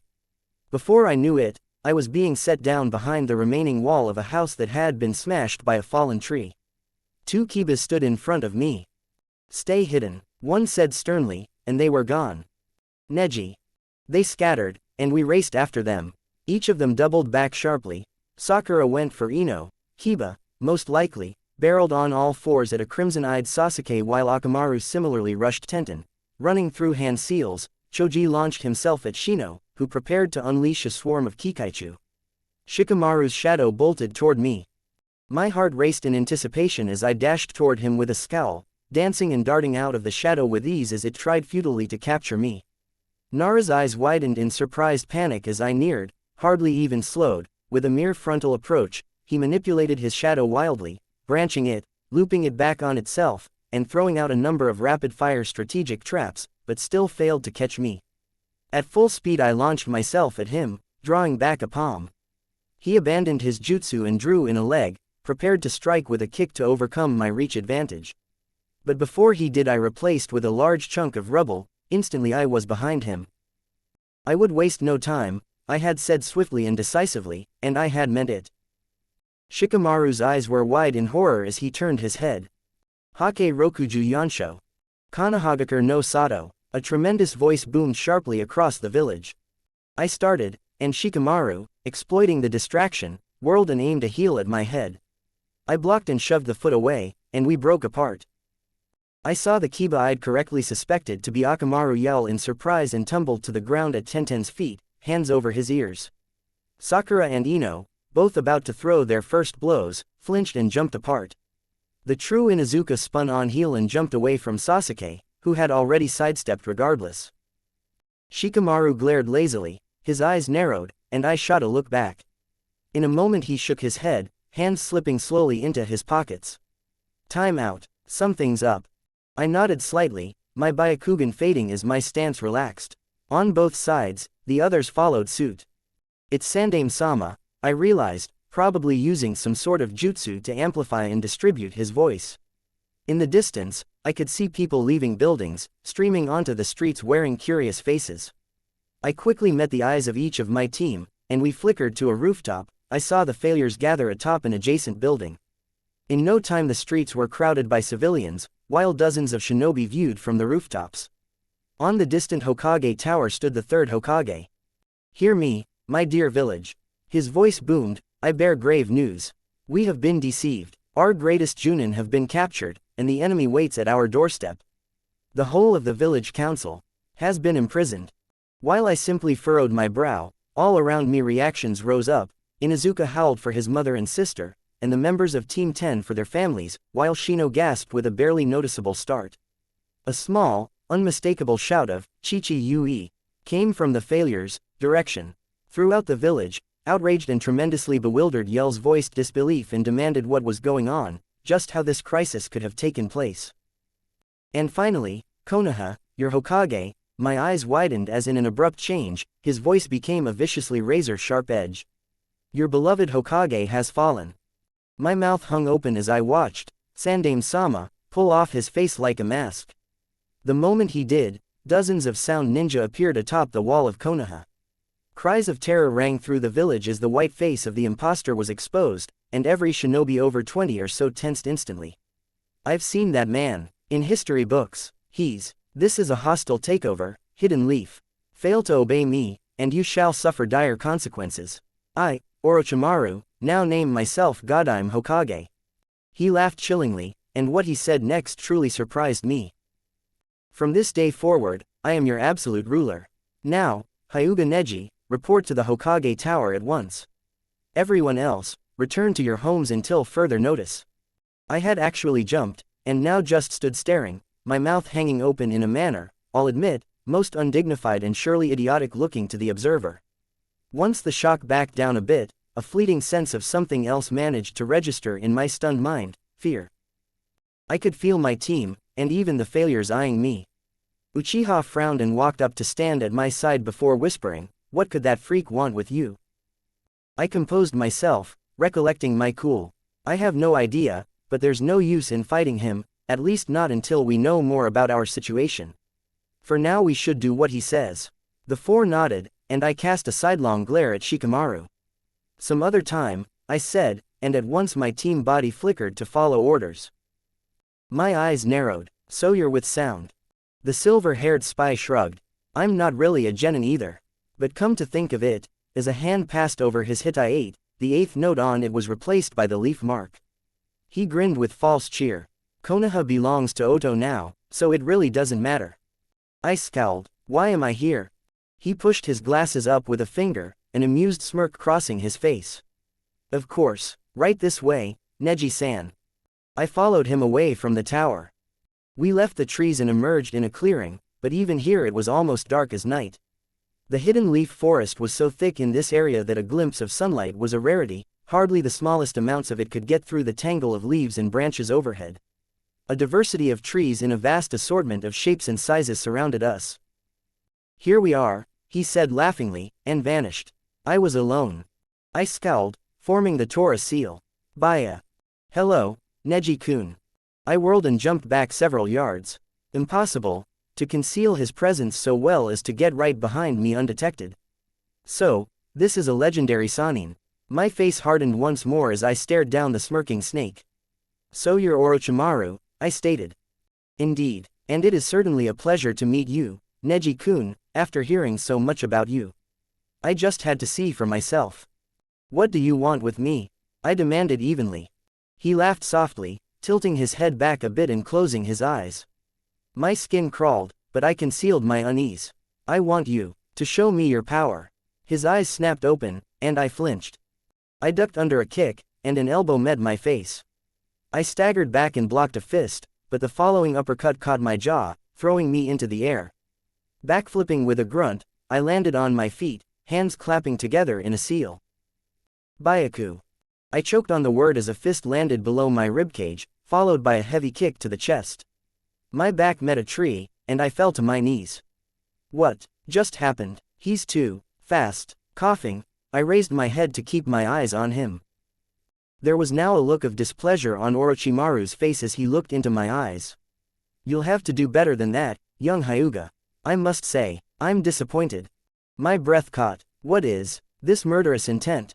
The man laughed, madness shining bright in his yellow eyes. "Now, let's begin." The world around me went crimson as hundreds of nameless weapons rapidly blasted through me. For the longest 5 seconds of my life, I screamed in pure agony. Then the barrage ended, and I bent over to heave my breakfast onto the ground. Jutsu, and not real. I held one trembling hand in another in an attempt to steady it. My Byakugan activated weakly. All the blood, gouges and slashes, the dozens of punctures, and a kunai still lodged through the forearm vanished as my eyes showed me reality. "And not real," I gasped out, assuring myself once more. The snake Sannin snickered. "What does it matter if you don't see it? You have other senses. Real or illusion, pain is pain." On cue, something invisible plunged through my heart and shot out my back. The suffocating smell of blood filled my nose, its iron taste my mouth, and I felt a warm, sticky liquid dripping over my skin. Screams tore through the air, rang in my ears, and mine was one of them. My bloodline failed at the shock, and the instant it did, I saw a kunai graze my cheek from behind, shooting forward to bury itself deep in the hitai of a tall, white-eyed man standing before me. "Neji," he breathed, and keeled over, dead. "No, father." The anguished cry was cut short as something slashed through my neck. I was thrust back into reality with overwhelming abruptness. Unblinking and sweaty, gasping hungrily for air, I slumped limp to the ground. I was scared. That was too easy, rather boring. I didn't truly expect one so clear-headed and realistic as yourself to fall so easily to my illusionary arts. But it would seem I've gotten my hopes up for nothing. I reached slowly for the shuriken holster strapped to my leg, my violently quivering hand fumbled clumsily at the clasp as twitching fingers refused to work together. With much effort I finally palmed a throwing star. In short, jerky motions my arm moved forward, and a delayed moment after stopping in front of me released the weapon. It dropped straight to the ground, and my hand fell on top of it. Pitiful child, did you honestly plan to throw that at me? I heard a sigh. I suppose I should have known better than to expect one from a mere side branch of his clan to wield any real power. I squeezed the shuriken hard. At once my palm bled. At the pain, real pain, I was snapped out of my fear-induced trance. Blood boiling, I sprang to my feet, yelling out as my palm impacted his chest with a solid thud and an intense burst of chakra. Ah, he cried in surprise, but still managed to get away before my follow-up attack. Byakugan, I snarled and pursued, striking quick and sharp, precise despite my rage as I flowed through an uninterrupted stream of attacks that he dodged with equal grace. He smacked aside a palm and flickered to the tree line. My penetrating eyes tracked him as he dashed through treetops, hidden from normal view as he cut to the left around the clearing with unreal speed. I calculated rapidly. There, a break in the tree line. Turning a little over 90 degrees, I focused a great amount of chakra to my feet and shot into the trees. Orochimaru's eyes widened visibly as I flew to intercept him mid-leap, drawing back an arm.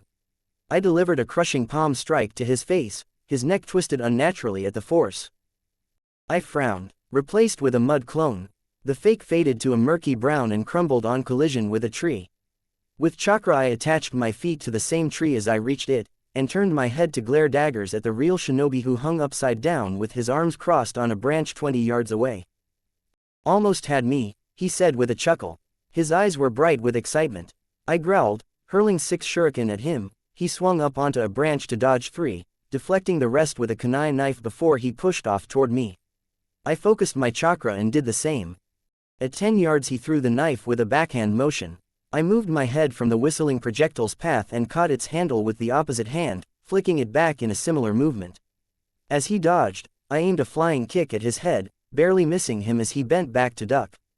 As we flew past each other, my left arm shot out to the side, the hand chakra adhering to a nearby tree. The force swung me in a near circle around the trunk, filling the bandaging with splinters of wood as my hand slid quickly over the bark, before I released my hold. Momentum hardly expended, I shot toward Orochimaru in a flying kick, landing a heel in the man's gut. He sailed at an angle toward the ground, crashing through several branches before colliding with the earth to stir a cloud of dust. I landed lightly in a crouch 10 yards away, and in a moment slowly stood. Again, he laughed. It would appear I've largely underestimated you. He hissed as he sank into the ground, and seemingly vanished. Moments later I saw the ground behind my right foot glow with chakra before it slowly rose and morphed into a white hand. I jumped, flinging a kunai. It met the earth with a dull thud as the hand vanished. Scanning my surroundings with the Byakugan, I landed on a tree's sharply angled trunk. Orochimaru sprang silently into existence from higher on the slanted trunk, behind me, with a kunai poised to stab. He soared over me as I let myself fall forward, attaching my hands to the trunk.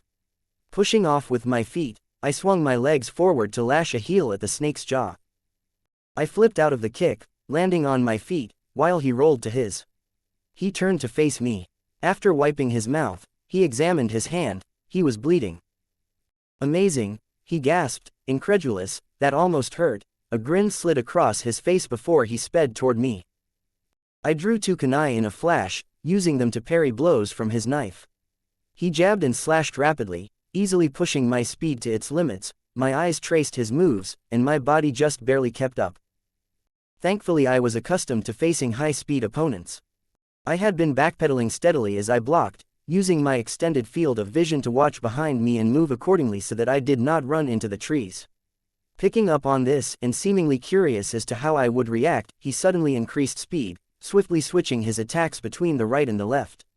My eyes could only just follow as I parried and dodged, but I realized I was being herded toward a tree, and I couldn't exactly do anything about it. My back met the trunk. In the very instant my 2 kunai flew together to cross just above my head, his one crashed down onto them from a high, 2-handed strike. The 3 knives clashed with a sharp metallic clang, and screeched as they ground together. I clenched my teeth in effort as my enemy's superior strength began to force me downward. I focused chakra to every tenketsu in my body. If I didn't do this quickly, the instant I released the knife lock would be enough time for his kunai to reach me. Kate. I wasn't allowed to begin the just you as a foot connected painfully with my unguarded chest, sending me smashing through the tree. I skidded across the ground a good distance, gasping as I sprang to my feet.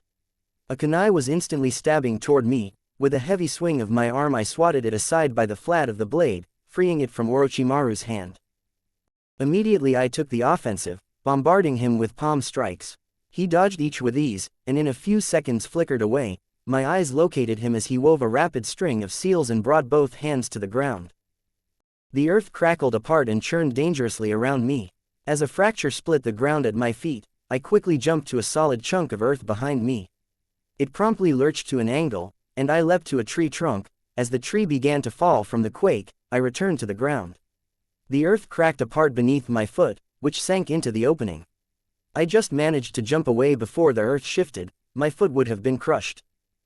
I stuck to a tree and ran up its trunk even as it fell, and then jumped across to another before it met the ground. Darting between trees, I stayed away from the earth until the jutsu ceased. I sprang to a standing tree just in time to avoid a speeding mass of flames. The fireball chased after me, and I sprinted upward.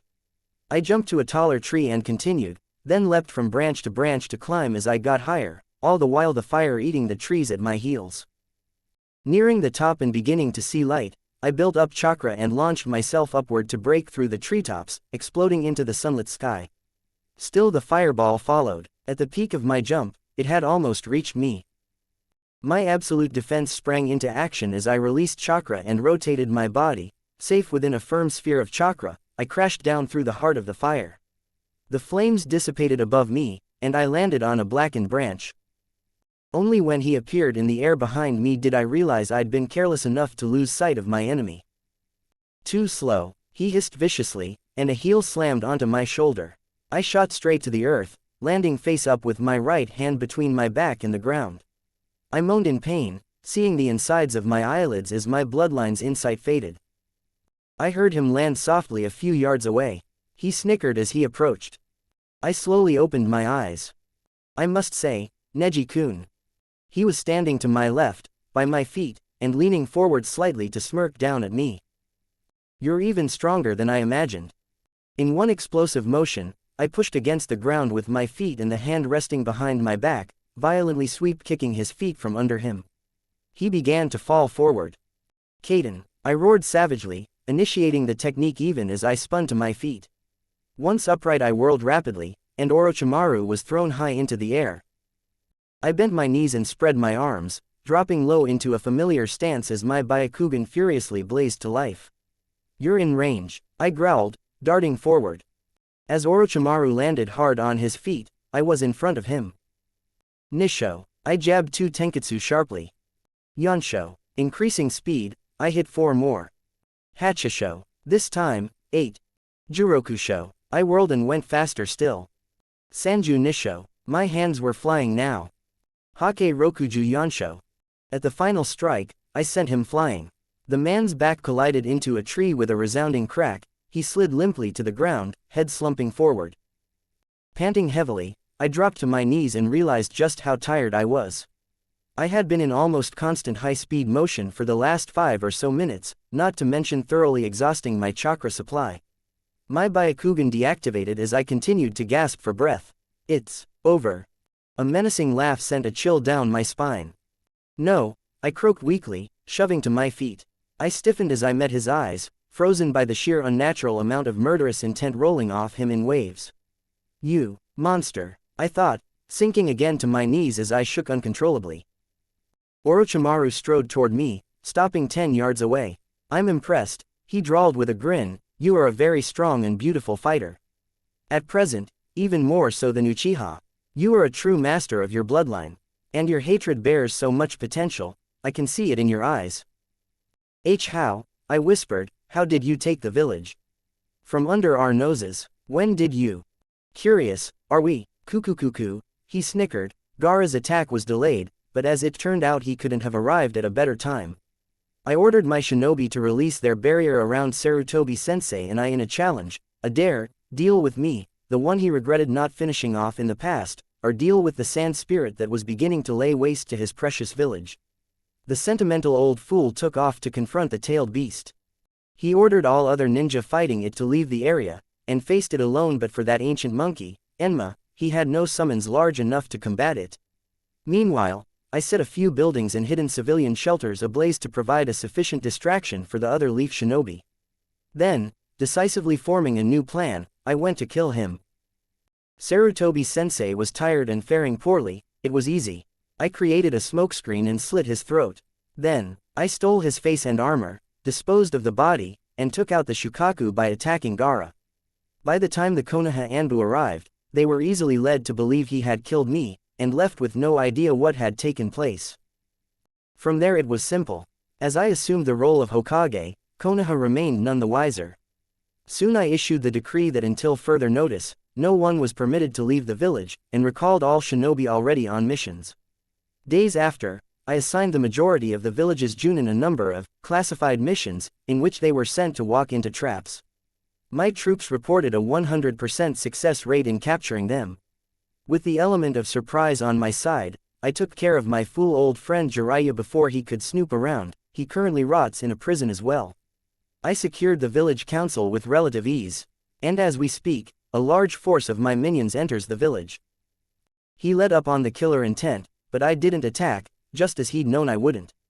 I see, your victory was absolute, destined from the moment you killed Sandaime-sama, I pondered aloud. We haven't the powerful shinobi or influential figures to stage a revolt, nor is the village vulnerable due to addition of your Oto ninja. Clever. The man smirked. I'm curious. A rhetorical question, Neji-kun. Say I offered to face you seriously, with the vow that should you manage to land a single blow, I would relinquish control over this village. What would you do? You are one of the legendary Sannin of ultimate renown. As a mere genin, I would never stand a chance against your experience, I wouldn't try. Then tell me, why did you even bother fighting me just now? If you had said your intention was to kill me, I wouldn't have bothered. I opted to leave out the fact that I'd also allowed anger to overcome my sense of logic. He shook his head cheerfully, closing his eyes. Tisk, tisk, tisk. You realistic child, I like you. You don't fight a hopeless battle, and your intellect is superb, making you all the more desirable. And what exactly do you want of me? I inquired. His smile grew to just slightly bare his teeth. I need someone to help enforce my rule, impose my will. You, and perhaps even your adorable little gang of friends, are perfect for this role. In return for your assistance, I could grant you power. His eyes gleamed as he hissed the word, more power, Neji-kun, than you could even imagine. Why, if you wished it, you could rule the Hyuga. I frowned slightly, resisting a small impulse to lay a hand over the hidden seal on my brow. Destiny forbids it. Dear child, if anyone can change destiny, would not you agree I can, He snickered softly. I'll find a way to remove that pesky seal of yours, if that's where your concerns lie. But the seal was created to be permanent. Does he really think he could? I see the doubt in your eyes. Kukuku. I am here to bring about change, to set things in motion, and I'll do it. A new age is soon to commence in Konohagakure. And if you wish it, in Clan Hyuga as well. But first, I need you to help me bring my dream to light. What is your dream? You're sure to find out in time. He paused, running a long tongue across his lips. What do you say, Neji-kun? Will you serve under my command, and assist me in realizing my vision? I hesitated, lowering my gaze in thought. It was not that I didn't love and care for the village. Indeed, I believed this takeover was an unfortunate turn for the worst, but even a fool could have seen the futility of resisting him now, and in doing so quite possibly make things far worse than they could be. Not to mention, the deadly man was clever and powerful. I could not ignore this odd sense of. What was it? Reverence, respect. Yes, the sensible choice was obvious. I raised my head to meet his gaze, steel determination in my eyes. He smirked. A new age. A new age. Excellent, he hissed hungrily, triumph glowing in his face and stance, practically dripping from his voice. But first, I have a gift for you. My eyes narrowed. A gift? I gave a quite similar one to Uchiha a few months ago. But yours will be special. I've only recently developed this, you'll be the first to receive it. He formed the hand seal Hitsuji. Oh, and Neji-kun. Yes, Orochimaru-sama. Do try not to die. His neck stretched impossibly, and in the next moment 2 fangs sank into my neck. My mouth fell open with a sharp intake of breath, and my eyes widened considerably. His head withdrew as his neck returned to normal length. A strange sensation came over me, and my stunned eyes drifted questioningly to Orochimaru. Wah! Ah! The genjutsu from before was a paper cut in comparison to the very real pain now blazing through my body. Hands grasping at a point on my lower neck, I dropped to the ground as if struck on the back of the head. Teeth bared in a grimace, I forced an eye to open just enough to look up at him. What? IST, my neck throbbed. I cried out again, rolling onto my side as I writhed and shook in agony. I pulled myself into a ball, gasping through my teeth, hands tearing at my hair. My bulging eyes vaguely noticed a silver-haired man in glasses now standing beside Orochimaru. You used that seal after all? A distant-sounding voice asked, amused even as I continued to suffer. Kukuku, it can never hurt to have a backup. Before I could begin to wonder what these words meant, a stabbing pain pulsed through me. My body uncurled sharply as I rolled onto my back, eyes snapping shut and mouth flying open as I howled once more. Another wave of pain hit me. When the scream faded, I found a horrible laugh echoing in my ears as the world turned dark. 3. Winds of Change. Hinata. Neji ni san. I froze, and a moment later found myself flat on my back. Someone gasped, Hinata-san, are you alright? I am so sorry. 2 people helped me to sit up. Hinata, are you okay? Wah, hey, Hinata. Huh, I shook my head, staring forward blankly. Sorry, I sort of zoned out, I murmured, somehow actually forgetting to stutter. My mind was focused somewhere else. The ominous feeling that had hit me was not unlike the gut-wrenching jolt I'd felt when Hanabi had broken a leg tree climbing 2 years ago. At the same time, this was something greater, stronger, far worse. And I was certain it did not concern my sister. Zoned out in the middle of a spar, Naruto asked, Hey, hello, anybody home? No, seriously, snap out of it.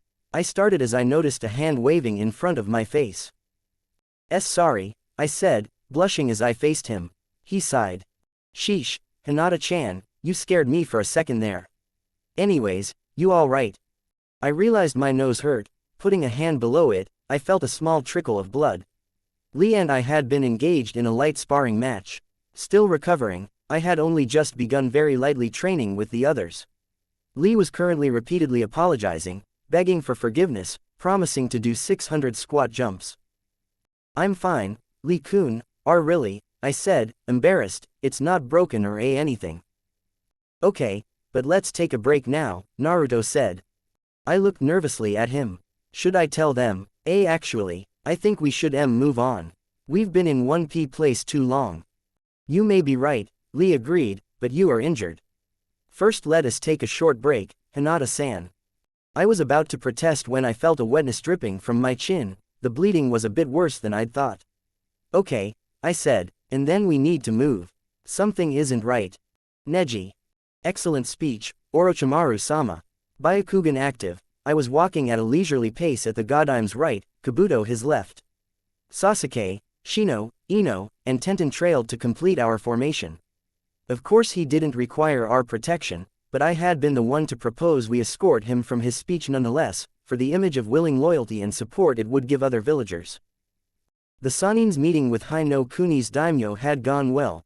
Though his takeover hostile, the feudal lord knew he could not afford losing the power and protection Konoha provided, and even admitted that the village had been growing alarmingly soft. He was also aware of how dangerous the snake Sanin could be, and how readily he might do something drastic to the villagers for the sake of power. Thus, when all was said and done, Orochimaru had been officially accepted as Hokage. As we passed villagers who were returning to their homes, several stopped their conversations to cast wary looks our way. I paid them no mind. I couldn't care less about how I looked in the eyes of those too foolish to accept the reality of Orochimaru-sama's rule. Thank you, Neji-kun, he said with a grin. Turning his head to glance over his shoulder, he added, and what did you think of my inauguration address, Sasuke-kun? The Uchiha responded, not meeting his gaze. Eyes narrowing, I slowed to fall into step beside him. Is there a problem, Uchiha? He frowned, looking at me from the corner of his eye. If it weren't for him, he whispered, Naruto would still be here. Sandame-sama would have protected him. Maybe so, but the Sandame is dead. So is Uzumaki. There is nothing we can do to change that now. Your unruly conduct will solve no problems. He turned his head to glare, and I shot a look back. In a moment he broke his gaze away with a scowl, training sad and angered eyes on the ground. My gaze remained on him as I raised my nose in displeasure. Pathetic. I gasped and raced forward. 10 yards ahead of the Hokage, I turned to face him, grabbed a kunai, drew the arm back behind me, and swatted an incoming kunai into the sky. 3 exploding tags went off harmlessly above. I put a hand on Kabuto's shoulder as he tried to rush past. Please allow me, my lord, I said to Orochimaru, scowling as I watched the culprits flee. The man smirked. Friends of yours? I met his eyes. No. Kukuku. Deal with them as you please. I nodded. Shino. Tenten. I barked, and took off in pursuit. This way, I thought, keeping watch on them with the Byakugan as the 3 of us raced over rooftops. Idiots. They think they can escape. We were gaining rapidly. Once we were close, I directed the others in hand signals. Tenten left our formation, while Shino released a swarm of Kikaichu. The 4 were in view, running down an alley. Now. The assailants halted as a dozen shuriken thudded into the ground ahead of them. At the same moment I dropped from the roof to the street directly between Inuzuka and Akamichi, driving palms into their chests as they turned to face me. Kiba hit one wall, and Choji the other. Haruno was throwing a punch. Her anger changed to fear as I swatted her forearm aside with a palm full of chakra, and I swiftly sealed 4 tenketsu on her body. Then, as the 3 fell, I froze. Hard to keep an eye on shadows in a dark alley, isn't it? Nara remarked with a small smirk. It is, I admitted nonchalantly as Tenten held a kunai to his neck. His eyes widened a fraction. Mendukus, he groaned, releasing me. A hand chop to the back of the neck promptly sent him to his hands and knees. The other failures were getting up. Stand down, I growled as Shino and Tenten appeared beside me. You're completely surrounded by Kikaichu. They gasped, shuddered, grumbled, and swore respectively upon noticing the parasitic insects that now blanketed the walls around them. I crossed my arms as I deactivated my Kekkei Genkai. Hands on your heads, now. They complied hesitantly to the stern order, all displaying their idiocy through looks of defiance. When will you learn? I hissed. Did you truly believe you could attempt to assassinate the Hokage and get away with it? Whether you like him or not, he is Hokage now. I ought to arrest you. Well, if it isn't the geniuses turned traitors, Inuzuka spat through bared, sharp teeth, turn against the village for a little extra power and freedom, and suddenly you're top of the world, huh? And why are you wearing those Hittite? I said, ignoring him. You should have received your new headbands yesterday morning. That makes 2 offenses, failures. Ignoring me, are you? He shot back, Orochimaru's little personal guard is too good for us, that what you're saying, traitors? Kiba, Shikamaru warned in an undertone. I looked down at the dog Nin. Traitors, get with the program. In case you haven't noticed yet, a new age in Konoha has begun. As far as I'm concerned, we are government officers, and you happen to be a rebel gang of traitors. Like heck, he barked, spitting at my feet. Insolent little. I drew back a foot, but Tenten and Shino were on me in a flash, shoving me back. Neji, Tenten whispered, while the Aburame looked away and shook his head. I sighed. Impudent fools. We're trying to help you. Had Yakushi-san come after you, he would have killed you without a second thought. I had hoped to let you off with a warning, but clearly such a merciful punishment could well spell the deaths of you. So instead I'm placing you under AR. Where? Shino whispered. Neji. He gasped. Your Byaku. A gray blur shot out of the window beside us with a wild yell. It slammed into Tenten, driving her into me into Shino, and Shino, smack into the wall. Good boy. A smoke grenade was flung to the ground, bursting into a thick, dark mist. Coughing, I picked myself up from the ground. The smoke cleared, and the bunch of losers was nowhere to be seen. They got away. Shino helped Tenten to her feet before examining one of his Kikai. Not dead, asleep, clever, potent enough to affect insects, but not humans, thus permitting them to escape. He waved an arm and they stirred, woken by his chakra. He recalled the beetles into his jacket sleeves. Do we head after them? He asked simply. I shook my head. Godime-sama told me to deal with them however I wished. We gave them a beating and a warning. For now, that will suffice. I took to the rooftops, and they followed. Neji, Tenten said, do you think Kiba could be right? I mean, Orochimaru's strong, I know. But still, to practically jump to loyally serve him. Is it right to just give up on Konoha? I sighed wearily. Tenten, we are still protecting our village. It just so happens that the only way we can protect it is to back down. Fighting back would only mean suffering and death, which is why it is essential we do not fight back. No other option is available to us. Someday they'll thank us for protecting them from themselves. Just not today. Naruto. So, are we getting close? I asked, grabbing a tree branch and swinging off it to another. We'd been traveling around the land of fire the last few weeks, but had never left the country. Hi, according to the map we should reach the town in at most 5 minutes. Lee was studying a map in his hands, and, bafflingly, tree jumping at the same time. He used only his feet, didn't appear to be looking, and still managed to maintain his balance and a pace I was barely keeping up with. Hinata-san, you should put on your sunglasses now. Huh. I looked to see Hinata beginning to fall behind, her face was flushed, and her breathing appeared labored with effort.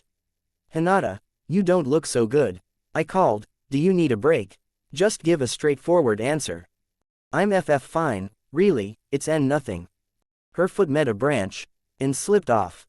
Hinata, the branch I next reached was demolished by the chakra I released to launch myself back to the one she'd fallen from. My feet adhered to it and I swung upside down. I reached out, grazing her fingers, and despair clenched my heart as my outstretched hand just missed her own. No, I cried, changing plans and racing down a tree trunk. I'm not going to make it. But I had to make it. She was meters from the earth when a green blur scooped her out of the air. I jumped to the ground beside Lee. Hinata was in his arms, eyes shut and face drawn tight with pain.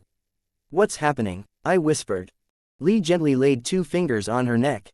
She has fainted. Her pulse is weak and rapid, he said, frowning with concern. That's right, I remembered, collapsing to a sitting position as though knocked down by the crushing wave of guilt that attacked me.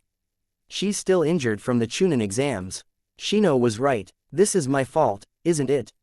Naruto-kun, Lee said firmly, do not think that way. That day, Hinata-san fought with everything she had to stand up for her Nindo, just as we would. But what is important now is that we get to the town. It must have a healer. He lied her down to remove his leg weights. Please take these, he said, handing them to me. The instant he released them in my arms, I was pulled to the ground. Wait, what the heck? Lee picked up Hinata and vanished with speed. I gawked. You've got to be kidding me, I grunted, face red as I lifted the weights.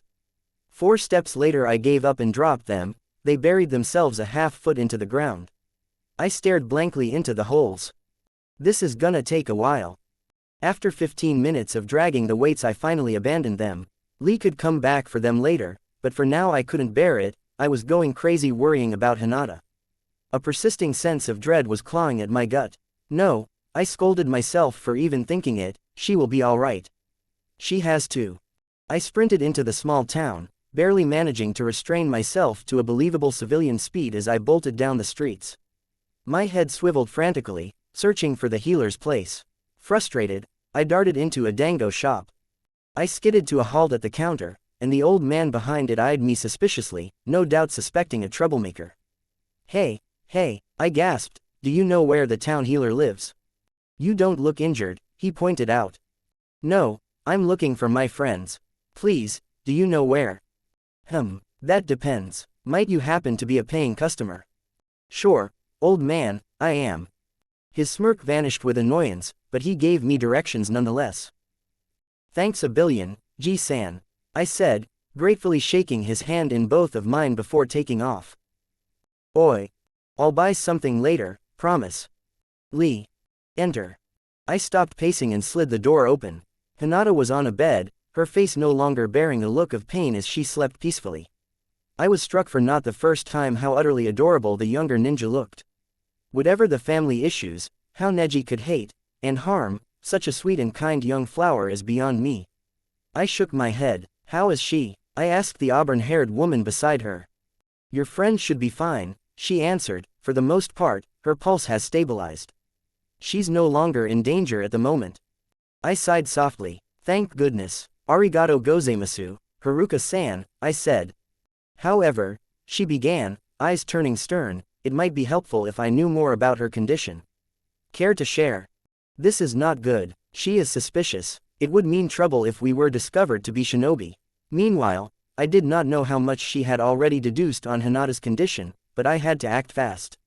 Well, heart problems run in Hikari-chan's family. I see, Haruka said, and inside I did a victory dance, all too soon. I also find your friend's eye color interesting. She is blind, I said automatically. She murmured, nodding. Her hard eyes never once left me. Oh, no, she does not believe me. Haruka was just opening her mouth when Naruto burst into the room. Tai-kun, Hikari-chan, you in here. I forced myself not to grimace, at least he'd remembered to use the right names, but with Naruto here I couldn't help but feel the situation was soon to stoop from bad to worse. Of course, I showed no outward sign of my apprehension as I smiled and happily greeted him. Ah, Kujimaru-kun, this is Haruka-san, she may have saved Hikari-chan's life.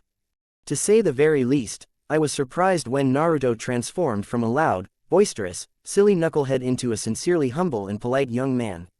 Power seemed to roll off him in waves, he exuded an aura so great that I felt I would see it should I look hard enough.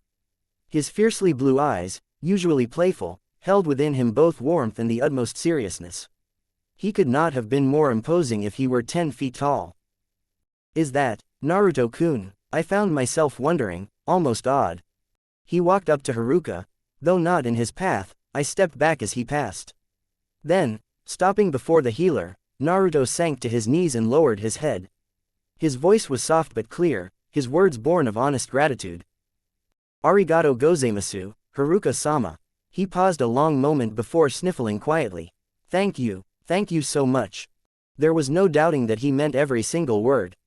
The healer was dumbstruck, as if she'd been bowed to by a cage. Indeed, maybe she felt as though she had, and couldn't understand quite why she felt so. It was nothing, really, she said slowly. I observed the exchange silently. Naruto-kun, you continue to surprise me. In several moments a small murmur broke the silence. Hikari-chan is awake, I said. Naruto lifted his head and rose to his feet. A sleeve immediately went to his face. I glimpsed for only the shortest moment the sparkling droplets of water trailing down his cheeks before they were hurriedly wiped away. He turned toward the bed. Hikari-chan, how do you feel? He asked softly. Her eyes fluttered open slowly. Kujimaru-kun, she whispered. I noticed Haruka walking quietly to the door. I'll just step out a minute, she said, exiting and sliding the door shut. I was wondering why when before my eyes, Naruto transformed once again, showing yet another side of himself entirely new to me. As his gentle hand tenderly grasped her own, her cheeks were tinted a light pink. Their eyes locked meaningfully for a long moment. This Naruto's eyes contained boundless sorrow, but also compassion, care, and something else. Naruto, I thought, blushing slightly myself as a theory crossed my mind. Just watching the two, touching hands, looking at each other like this. Could it be? Hinata, I thought I'd lost you. I think it is. How beautiful, I thought, fighting the urge to get emotional. You must hate me, he said, his gaze drifting to the floor. Why would I hate you, Naruto-kun? I know this is my fault. You don't have to pretend it's not.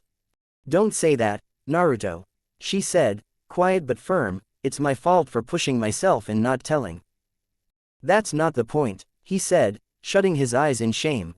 You're precious, very precious to me, Hinata. But I did this to you.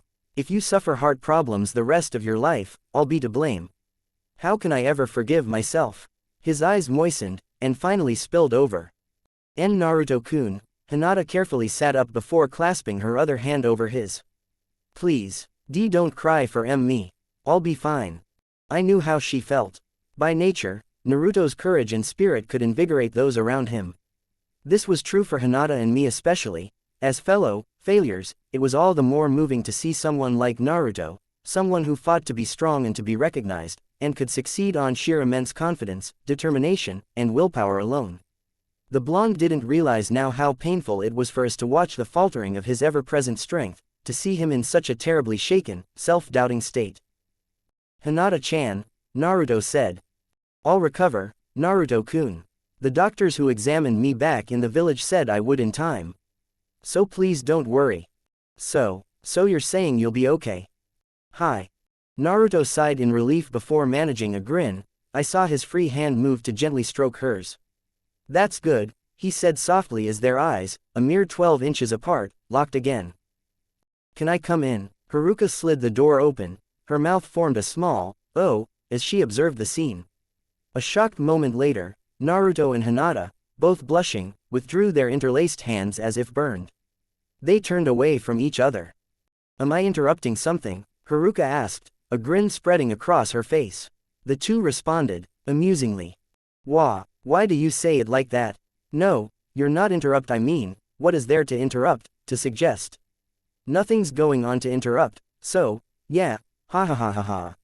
No, I mean, and no, of course and not, and nothing. Between Naruto's waving arms, Hinata's beet red face, and the unintelligible mess their sputtered denials tumbled out in, the scene was almost stupidly comical. Relax, Haruka said once she got her laughter under control. I was kidding. Oh, said the two embarrassed teens in unison. They sweat dropped. The healer giggled. I can understand two good friends having an emotional reunion. Anyhow, back to the matter at hand. Kujmaru-san, would you mind telling me how Hikari-chan was injured? My eyes widened as I realized I had not filled them in on the story. Naruto hesitated briefly and replied, we had a run-in with this rogue ninja a while back, and... He trailed off as Haruka smirked, a playful glint showing in her eyes. Really? Her face hardened.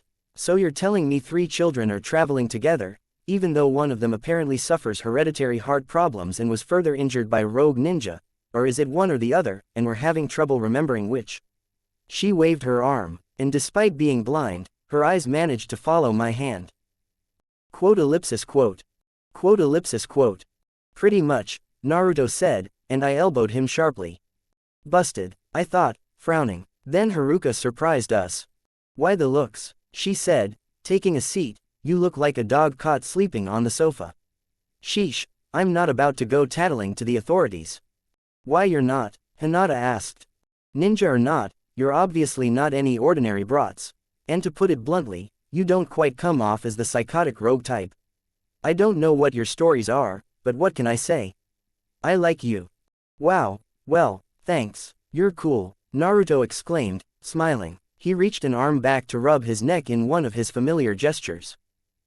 Don't mention it, but what are you doing traveling around with that crazy crisis going on in the leaf?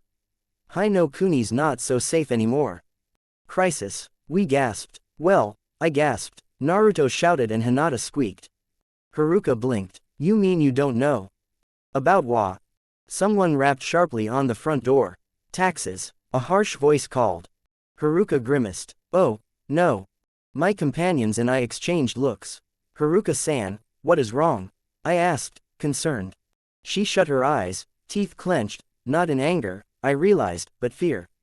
It's them. Whoever was outside continued pounding on the door, quickly growing impatient. Open up already. Haruka stood wordlessly and walked into the front room, sliding the door shut behind her. I looked to Naruto. Something is not right, I whispered. He nodded. Hikari, you stay here. That he used the fake name indicated he was uneasy as well, as though he feared someone would hear the hushed whisper. I slid the door open a crack and peeked through cautiously. Paid a few days ago. Haruka was saying to someone outside. I shifted a bit so I could see him, and stifled a gasp. His headband was adorned by an 8th note. Sound ninja. The tax went up again, he responded gruffly. Haruka stubbornly crossed her arms in a huff. Well, would you mind telling me where all my tax money is going? She asked with well-concealed anger. The Oto Nin frowned. Actually, I would. Look, just pay up, lady. Well, I can't. All these taxes have sucked me dry. How about that necklace, then? Her hand flew to cradle the trinket protectively. It belonged to my mother. And I'm very sorry to hear that. Hand it over. No. He scowled. You know what, I've just about had it with dealing with all you stupid civilians. His hand flashed out to grab her shoulder, and I saw her recoil in pain. The shinobi drew back a fist. Not on my watch, I thought, shooting from my hiding place to drive a fist into his chest. He crashed into the wall of a house across the street. Tai, Haruka gasped behind me, shocked. The shinobi looked at me, bewildered and dazed. Who in the... Do you not know better than to strike civilians, and women, at that? I paused, and with great agony left out my introduction, will not allow such conduct. Oi, Captain. As the man slumped forward, unconscious, a second ninja came running down the street from another house. You little runt, he growled, charging with a kunai drawn. I dashed toward him. Senpuu, I yelled, solidly sweeping a kick at his shins. As he went flying past me, his momentum brought his face straight into Naruto's striking fist. He flew past me once more. Hope he's got a good dentist, Naruto muttered, rubbing his knuckles as he looked ponderingly at the foreign shinobi. Hey, are you okay? He asked Haruka. The woman was ghostly pale. Oh dear, you shouldn't have done that. She sprang to her feet and ripped off a necklace. Hurry, steal something from them, she said as she rushed inside to toss it under a loose floorboard. What? Why? So that you weren't helping me, you were looting them. I understood and raced to snatch the leader's shuriken holster and kunai pouch. Naruto did the same and then rifled through a bag the younger Oto ninja had, taking some supplies. His eyes widened a fraction, and then with a grin he held out a pair of scrolls. Score. ... What? He asked as I shot him a look. They're sound, might as well, he said, and I sighed. As I re-entered Haruka's house and went into the side room, a small paper bag was thrust into my arms. Medicine for Hikari-chan, the healer clarified. I nodded. Thank you, I said, and we quickly loaded the additional supplies into my backpack. Especially because anyone else may have turned us in for a reward straight away. Hey, Naruto asked, what are you doing? I zipped the bag shut and turned to see Haruka stir half a spoonful of powder into a glass of water. It'll put me to sleep for 10 minutes, she explained. You guys broke in through the back window, knocked us all unconscious, and then stole their supplies and my necklace. She winked. Smart, Naruto said as he helped Hinata up. She put an arm around his shoulders for support. Thank you again for everything, I said. Taking a few Ryo notes from my pocket, I placed them on the counter. For your taxes, it is the least we can do. Haruka smiled. Safe travels, she said, tipping her glass as if in a toast before downing the water. She set the glass down on the counter, and promptly collapsed. I caught her, carrying her to the front room and gently lying her down by the door. Returning to the side room, I hurriedly put on my backpack. Ready? I asked the others. Hinata nodded. Let's go, Naruto said.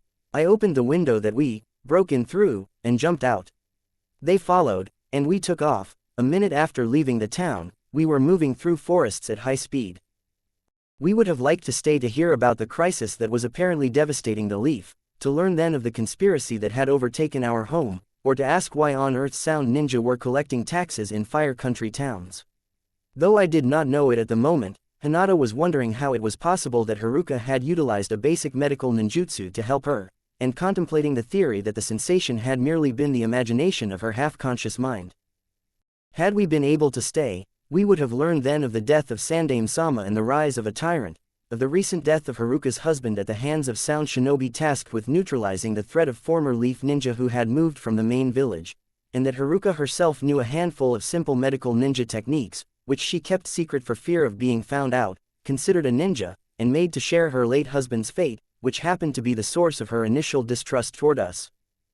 But for now, all of this was to remain, tormentingly, up to our imaginations. What we did know with all certainty was that we had to get away from there, and we had to do it fast. Neji. I am possible, the young, black-haired Chunin croaked. He looked up at me with an odd fear in his eyes. How are you so street strong? You haven't even begun to see the full extent of the power Orochimaru-sama has granted me. Even so, my strength pales infinitely in comparison to his own, a mere insignificant pebble at the foot of a great mountain. Do you not understand? At any moment, he could kill us all as he originally desired, but he has mercifully decided to rule us instead. I assure you, if you do not join, you will die. He cringed, the remaining defiance in his eyes faltered, beginning to be overcome by fear. But, he began hesitantly, but Konoha is dead. I am sorry to say that this is simple reality. Ever simple, cold, and unforgiving. So, what is your choice? He looked away. I don't understand. Why? You were rookie of your year. The best new genin, a perfect ninja, the prodigy everyone was talking about. I thought you, of all people, were one of us. I still am serving the village. As a shinobi of the village, I'm trying to protect you. So, will you serve your comrades as well, or keep fighting to get yourself and possibly others killed? He sighed in defeat and slowly got to his knees. I give in. I smirked. Wise man, now take off that emblem of treason and run your kunai through it. He reluctantly removed his hinata. He gazed at it a long moment before, grimacing with self-resentment, he slashed through the leaf mark. Multiple times, I added, and he gave a look of such great disbelief that you would think I were requesting he stab himself. I raised an eyebrow. After all, what did a mere insignia matter? Do it with pride, I spat, quickly growing impatient. He trembled with tortured dismay. Then, grinding his teeth, he ran his knife in a furious blur across the symbol 5 times more. IP pledge. Louder, the order came out in a furious growl. He's sounding like Hinata. I pledge undying loyalty and allegiance to Godime-sama, he said firmly, pale with fear. Judging from his reaction, my eyes must have changed again. I really had to work on that. He handed over the ruined headband, and I stowed it away in the bag I'd been carrying all day. It clattered against other defaced hinata. And your friends? I asked, eyeing the 2 unconscious chunin he'd ambushed me with. He calmed a bit, and I knew my eyes had returned to normal. I'm the one who talked them into it in the first place. They'll report to the tower to take the oath in the morning. Very good, I said with a slight nod of approval. Wear your new headband with pride. I activated my Byakugan and flickered away. My penetrating gaze scanned buildings as I raced through the streets. There, I thought as I sighted 6 nervous-looking older genin, all wearing Konoha headbands, huddled around a table. They were probably another few of the unsure ones, holding onto their headbands and wavering on the decision of whether or not to turn them in, as had been requested by the Hokage a week ago. Unsurprisingly, only a small fraction of the village's ninja had complied since that request, so here I was now, tasked with gathering more support for the Sannin. Masking my presence, I halted before the door. A good scare may be helpful. However, I had just drawn in a leg to kick the door in when a hawk's cry pierced the silence of the village. I looked up. A summons. I guess it is getting late. I'll take care of them tomorrow. I headed for the Hokage Tower. Kabuto sat beside Orochimaru at the desk, in a spot not long ago frequently occupied by Yumi no Iruka. When I entered, the silver-haired man was examining the back of a slashed headband's metal plate. For a shinobi identification number, I knew. He rifled through a stack of papers, moved his finger down a page until he found the match, and checked off the ninja with a pen before discarding the forehead protector into a small pile on the floor. Orochimaru-sama, I greeted the Godime with a nod as I approached. Turning to Kabuto, I dumped the contents of the bag I'd been carrying over my shoulder. Dozens of mutilated leaf headbands clattered onto the desk. The former spy gaped, muttering more in surprise than complaint, just when I thought I was almost done. Excellent work, Orochimaru mused with a grin, and here you are, completely unscathed. I bowed, and was about to turn to leave when Kabuto's hand rested on my shoulder. He lowered his head in sympathy, gazing at me over the rims of his glasses. Hard day, he asked with the slightest smirk. Not in the least, Yukushi-san. Why do you ask? Amazing. Staying out the longest and collecting more than twice what the 4 others did combined. You sure take the overthrowing of your home village well, and killing what's left of it, too. Orochimaru chuckled. You fear for his psychological health. I told you, Kabuto, our dear Neji-kun is a very special child. I'm not surprised to find he possesses natural talents for this. I am happy to be of service to you, my lord. My tone was controlled and respectful, but not at all greatly humble. They all gave in willingly, I presume. Of course, Godime-sama. And the ones you couldn't break, did you kill them? I shook my head. I did not, I answered bitterly, recalling fierce encounter with unsuccessful ambush by the failures a few hours ago. It wasn't a reproach, he said with a grin. You may deal with them in whatever way you wish. Yes, sir. Very well, then, you are dismissed. Hanabi. I kicked a pebble lazily as I continued to walk. It danced and skittered further down the walkway that ran along the buildings lining the courtyard. With Chichi Yui and Nei-chan gone, and everything that was going on in the village, I hardly left my room anymore, except for meals and other necessities. It didn't feel safe anymore. The rest of the Hyuga had taken to glowering at me as I passed, and though I refused to show it, I couldn't help the unnerved sense of danger that pounded inside whenever I was out on the grounds.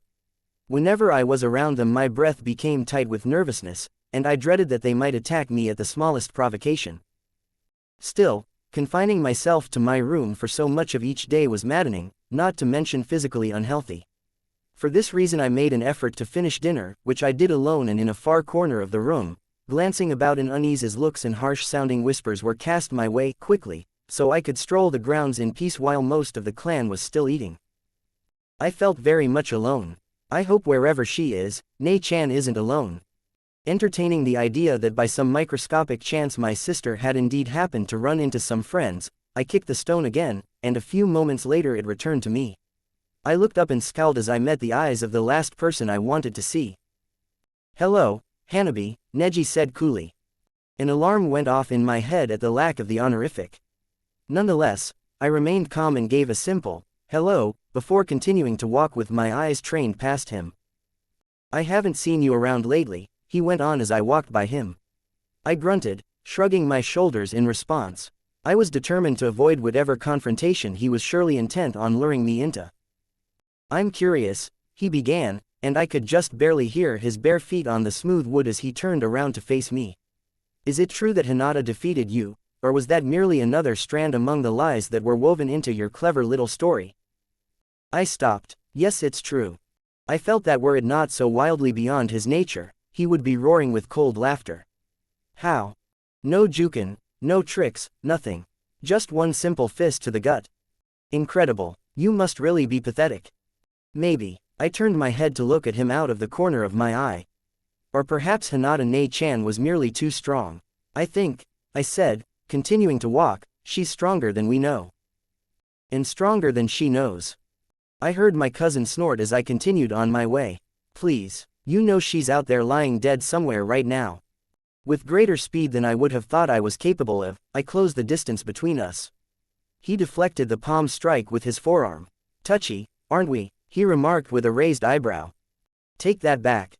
"No," he said with a smirk. I said take it back. My forehead was flicked sharply, and I jumped back with a yelp. Neji expressionlessly held my glare of pure, unadulterated rage for a moment, and then tucked an arm behind his back.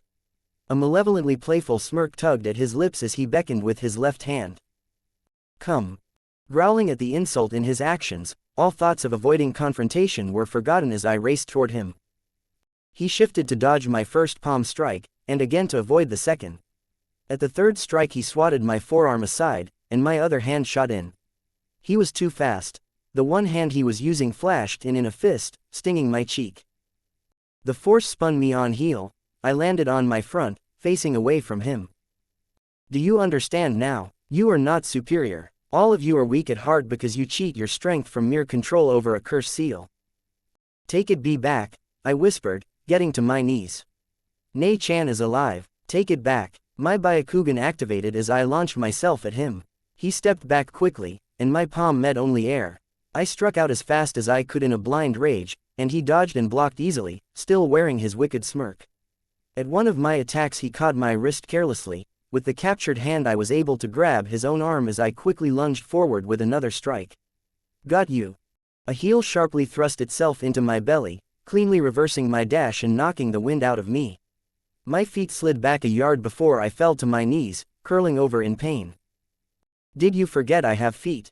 he taunted as I coughed weakly. Shut up," I hissed, shakily forcing myself to my feet. "Nei-chan is alive, you'll see. She'll return someday, and when she does she'll be stronger than you. Why can't you simply face reality? There's no way she will survive, and she was simply never destined to surpass me. If Hinata by some chance is not dead already, she is still ultimately doomed to fail."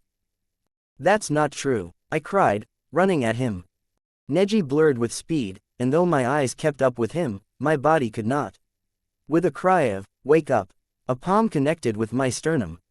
The fact that should have been obvious struck twice as hard as the blow. He had been toying with me before. My mouth fell open as I was sent flying to land several yards away. It was at that point, I think, that we both realized the remarkable likeness the moment bore to a scene from weeks ago.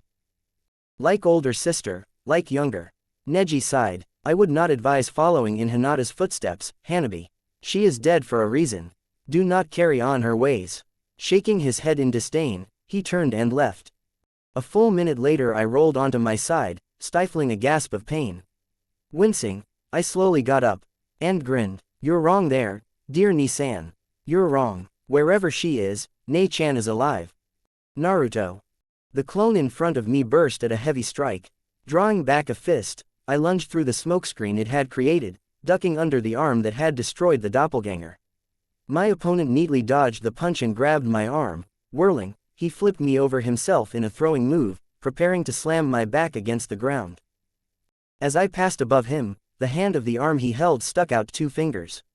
My other arm reached to it, swiftly completing a cross-hand seal with 2 more fingers. Kage Bunshin no Jutsu. The shadow clone appeared facing away, and in position to catch my ankles in the air to halt the throw. As I grabbed the opponent's arm with my free hand, the clone pulled me forward, and the enemy was pulled off his feet. Arcing my back backward as the clone crouched down and pulled me, I bent my knees, then, still in the clone's hold, I snapped my body forward with all my strength. I released my foe to hurl him at a tree. He flipped expertly so that his feet met the trunk, and backflipped gracefully to the ground. The moment his feet met the snow-powdered earth, he whirled to face me, a kunai knife locking with my own with a sharp metallic clang. A new clone, created in the split second before the knives had met, held his replicated blade to the opponent's neck from behind. How was that? I panted with a determined grin. Not bad, he said with a smirk of his own, barely winded. You are getting faster. I dispelled the clones, and Lee and I broke out of the knife lock. I slipped the blunted kunai back into my sleeve. You almost had me beat plenty of times too, bushy brow. True, but each time you managed to improvise a timely and effective counterattack. Your taijutsu's improvement has truly been spectacular. Saying my taijutsu had improved, I admit, wasn't saying much. I had never utilized any particular style, but in our 3 or so weeks together I had honed my usage of shadow clones so that they could effectively assist in my wild, freestyle approach. Congratulations, Naruto-kun, Hinata said with a small smile as she approached, as this marked my first victory over Lee in a spar. Do you need a break? Lee asked me, since our 4-minute match had been particularly intense. No way, I exclaimed, patting my chest with a fist. I could keep at this pace for hours, believe it. Let's go on while I'm warmed up. The older genin smiled blindingly.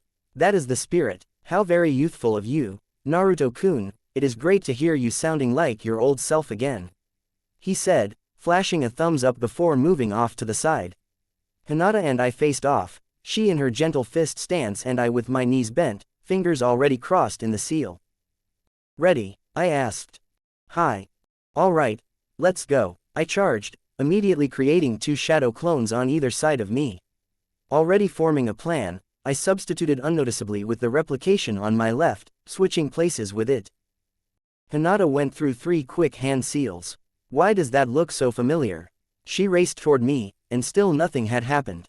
Then, when we were astride each apart, more than a dozen copies sprang from her. I jumped back with a startled cry, creating 10 more clones on instinct. Bunshin, I realized as the clones stormed my shadow clones, launching pretend attacks to throw us off. Find the real one, I ordered. This one's fake. She's an illusion, too. This one, too. I know, which one is leaving footprints in the snow? Good idea. What the? Hold up. None of them are real. Then where is she? Amid the chaos, a Kage Bunshin running past me a few yards away suddenly swept out its arm, without even looking. The blunt tip of a kunai bounced off my chest. My jaw dropped. What the? Why? The traitor shadow clone was enveloped in a puff of smoke, and Hinata was left standing in its place. Her bloodline faded.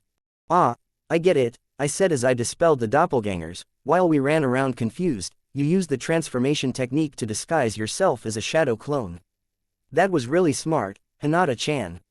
Her cheeks reddened slightly, and she poked her fingers together. Thank you, Naruto-kun, she mumbled with a smile. Lee chuckled as he walked up. It looks like you still cannot outsmart Hinata-san, huh Naruto?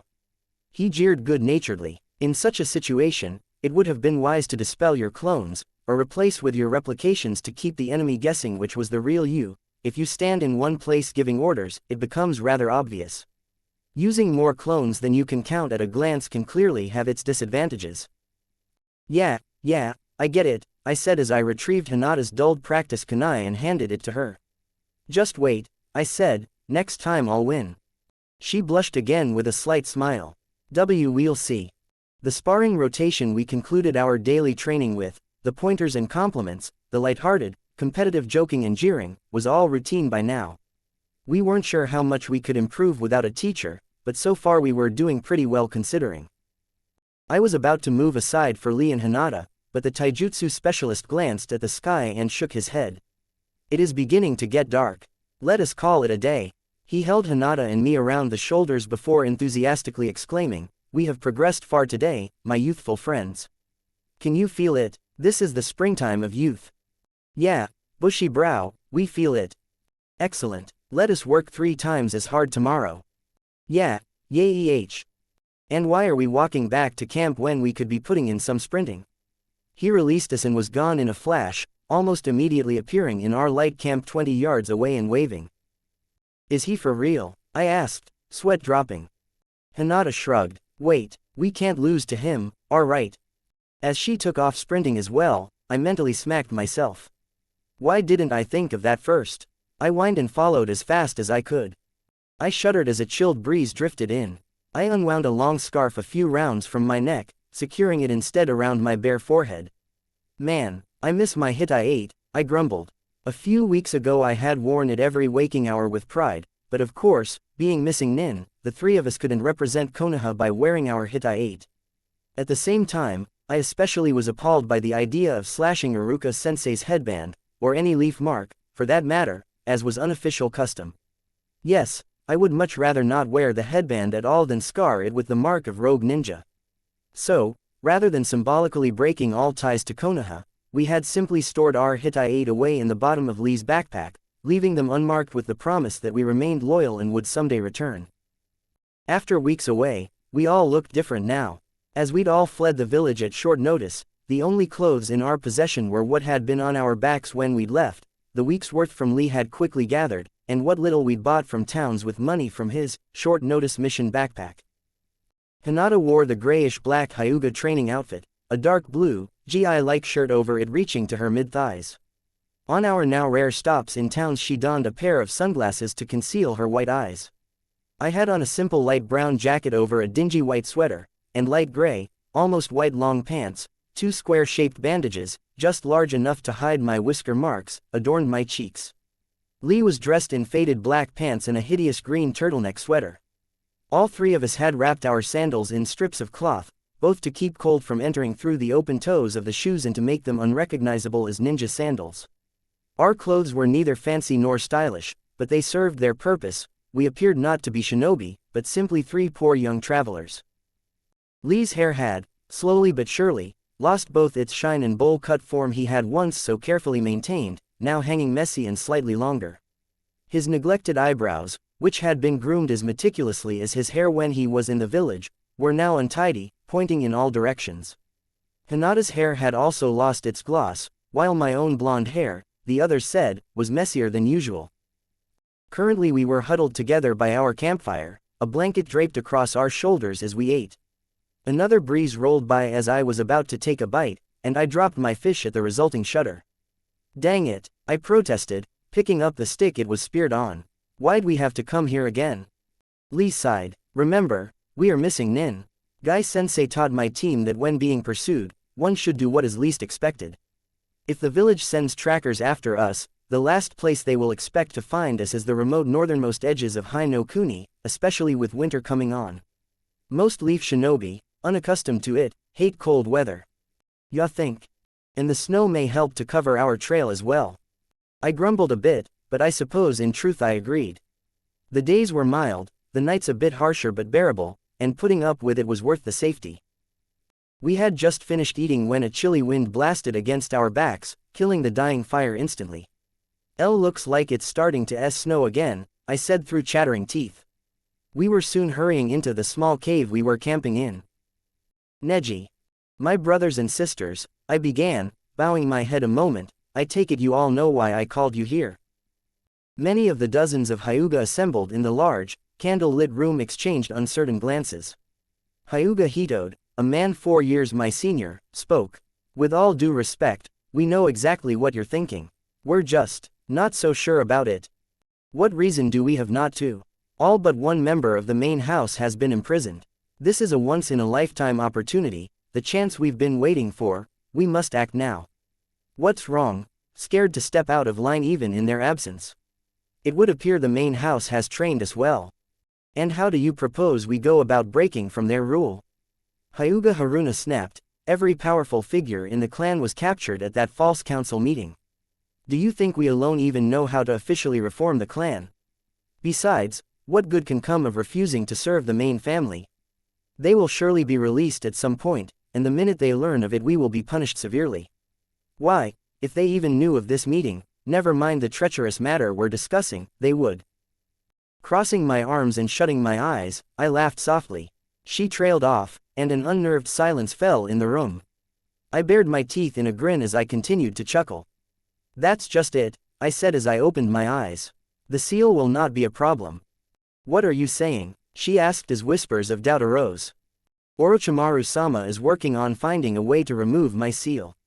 Once he perfects it, he will remove all of your seals as well, so long as you swear loyalty to him as your Hokage. Then we can overpower the cowards with ease. Neji, the elderly hero barked, you dare suggest that we betray Konoha? I met his eyes squarely. Yes. His calloused fist thudded onto the floor in outrage. That isn't an option. Have you no Hyuga pride? We are the village's oldest and most honorable family. For generations our valor and strength has defended this place, through peacetime and crises. Nothing good can come of fighting now, I said firmly. You would prefer to die fighting, correct? Only a fool would wish for such.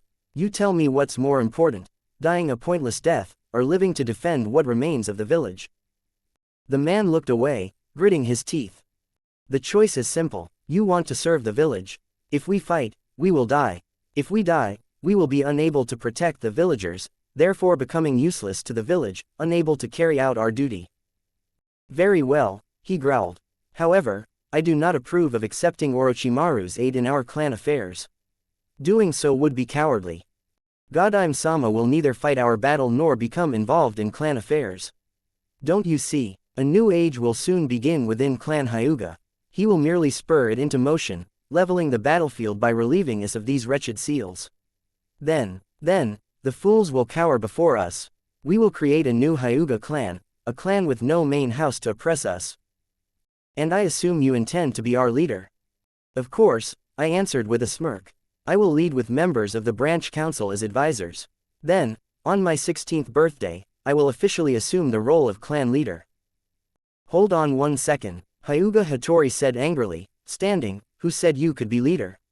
You think becoming the tyrant's loyal little puppy dog makes you king of the world?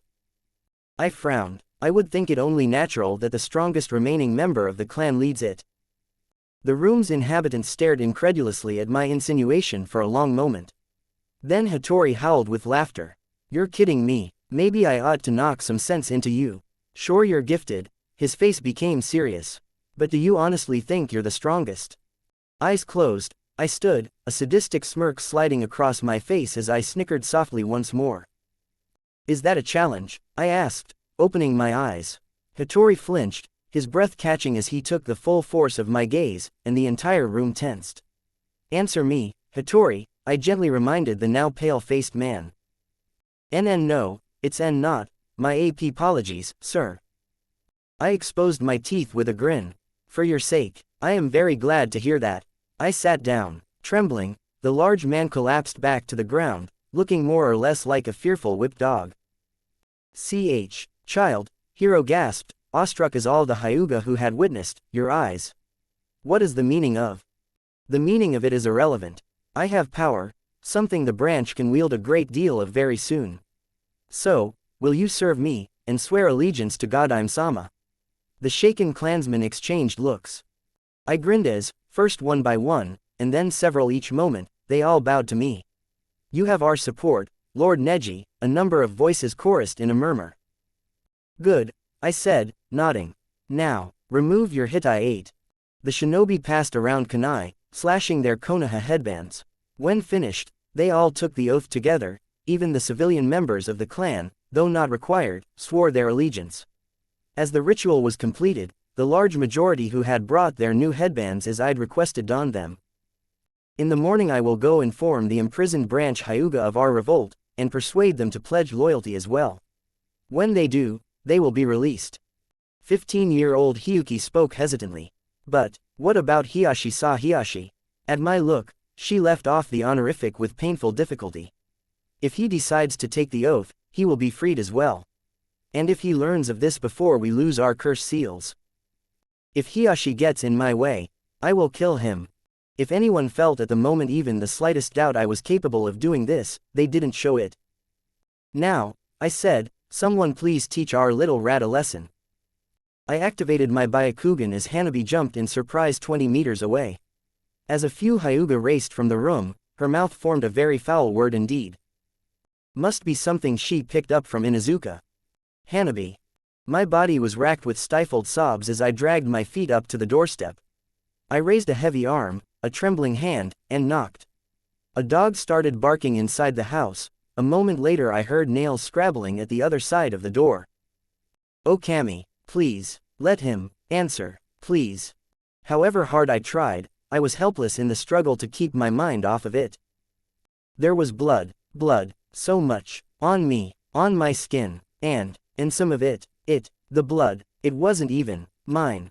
My stomach lurched sickeningly, but it had already been emptied. The dog had stopped scratching at the door. My legs gave, and I leaned into the door for support. Sniffling, I choked back a wail of distress and pain as I pounded the wood feebly, whimpering with a sob at every knock. I struck weaker and weaker, until eventually my shaking hand rested against the door. My fragile form shuddered as I bawled quietly in despair. Okay, I'm up already, Akama. I fell as the door opened, and the boy caught me against himself. Hanabi-chan, he gasped, shocked. Kiba-san, I whispered, and fainted. Hinata. 96. I forced my arms to straighten. 97. I bent and straightened them again, pushing myself up. 98. 99. I was bending my arms when it struck like a sledgehammer. Needless to say, I collapsed. Imouto-chan. Hanabi, I whispered, getting up. Something had happened to Hanabi. Could I be imagining it? I wasn't sure. I found myself staring at nothing in particular as I gazed at the starlit night sky to the south. I could feel it, there was something dark, ominous, that I could sense just by looking in the direction of the village. I wondered for far from the first time just what was happening to my former home. I shook my head. Whatever it might be, whether I was imagining things or not, I was much too far away to do anything about it now. Still trying to shake a sense of dread, I continued training. I had been sneaking away from camp almost every night for a while now. This evening, I had left when the wind and snow let up. First I would spend an hour doing various exercises and practicing juken forms, after which I would spend an hour meditating. Chakra is formed through a combination of the physical energy of the body and the spiritual energy from the mind. If I can work hard enough and focus on strengthening both, I should be able to build my chakra supply faster. Though I could often outmaneuver Naruto, and sometimes even Lee in spars, I knew for a fact that I was the weakest of the three of us. My lack of stamina in comparison to the two of them was at the point of embarrassing. I didn't want to disappoint them or go back on any of our promises, which was why I was glad to do the extra work to try to improve my weak points. I sat down in front of a tall pine tree, locked my gloved hands in a seal, closed my eyes, and focused. I did not once open my eyes until my internal clock told me an hour had passed. I stood and stretched for a minute before moving on to the third and shortest part of my nightly training. I formed a cross with 2 fingers of each hand and closed my eyes to brace myself. Kage Bunshin no Jutsu. The sensation of being ripped in two still hit me hard. I wobbled as exactly 1/2 of my chakra was unpleasantly wrenched away, and the doppelganger that popped into existence steadied me. Even with practice, how Naruto could form dozens of shadow clones with ease and do it in the heat of battle was beyond me. When I caught my breath, I faced off with the shadow clone. When I use the J-jutsu, do all you seek and to defend, I said, activating my Byakugan. One might find it strange that I stuttered while addressing my own shadow clone, but even if it was a copy of myself, and perhaps for that very reason, I felt strange giving it orders. The clone nodded, settling into a stance, and I attacked first. As my opponent's speed and skill were virtually equivalent to my own, it took a while to find an opening. Even so, after a minute I hooked her ankle with my own as we were exchanging strikes. I pulled her off balance, and she stumbled back. There, I swiftly dropped into a new stance, my feet spaced apart and arms spread wide, left hand near the ground at my lead foot and right in the air behind me. Hake Sanju Nisho, I declared, dashing forward. 2 palms, I cried, jabbing 2 points. I can see it. 4 palms, just a bit, I can see the tenketsu. 8 palms, I continued the barrage. 16 palms, I moved in a blur, forcing the clone back. 32 palms, I gasped, moving faster. Can I do it? I had to try. 60 the clone ground her teeth and swatted my arm aside before sending the heel of her palm into my chest. I reeled 2 steps and saw the Kage Bunshin stagger back and begin to fall, coughing while vanishing in smoke. The Kage Bunshin's memories rushed to me, and I sat down to think. I see, there was no change in speed between 32 and 64. The speed increase with each level of the move was crucial to keep the opponent at bay. If a steady attack rhythm was dragged out long enough, any foe could escape with enough effort. From what the clone had felt, I had, if anything, gotten slower after completing 32 strikes. To be unable to complete Hake Rokuju Yansho, is my stamina really so poor? I wondered, unconsciously placing a hand over my still pounding heart. No, I realized, it's hardly a stamina problem alone. Even at top condition I probably couldn't have done it. The main issue is that I simply haven't attained the level of speed required for the technique. But how long would it take to overcome that? I sighed. It looks like I still have a long way to go. Neji. The 2 Oto Chunin stepped aside wordlessly as I approached, nodding in greeting. I opened the large door. Good morning, Orochimaru-sama.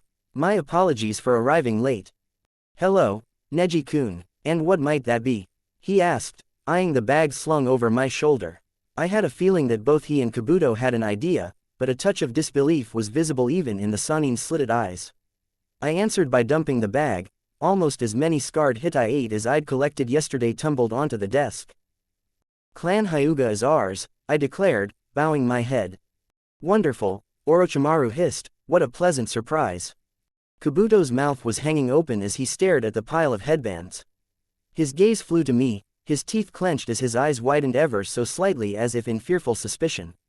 A sense of highly unnerved awe radiated from his face as he scrutinized my own. His eyes bored into mine, almost desperately hoping to find some well-hidden trace of remorse, pain, self-loathing that quite simply wasn't there. It took him only a moment to realize he wasn't about to find anything. Slightly shaken, he took a deep breath and collected himself. You're not like the others. I bowed slightly at the waist. If you are just now learning this, Yukushi-san, I'm afraid you have sorely underestimated me. He shook his head with a smirk. You're so different from them it's almost disturbing. Just what kind of a leaf ninja were you? I grinned. The kind that other leaf ninja didn't like very much.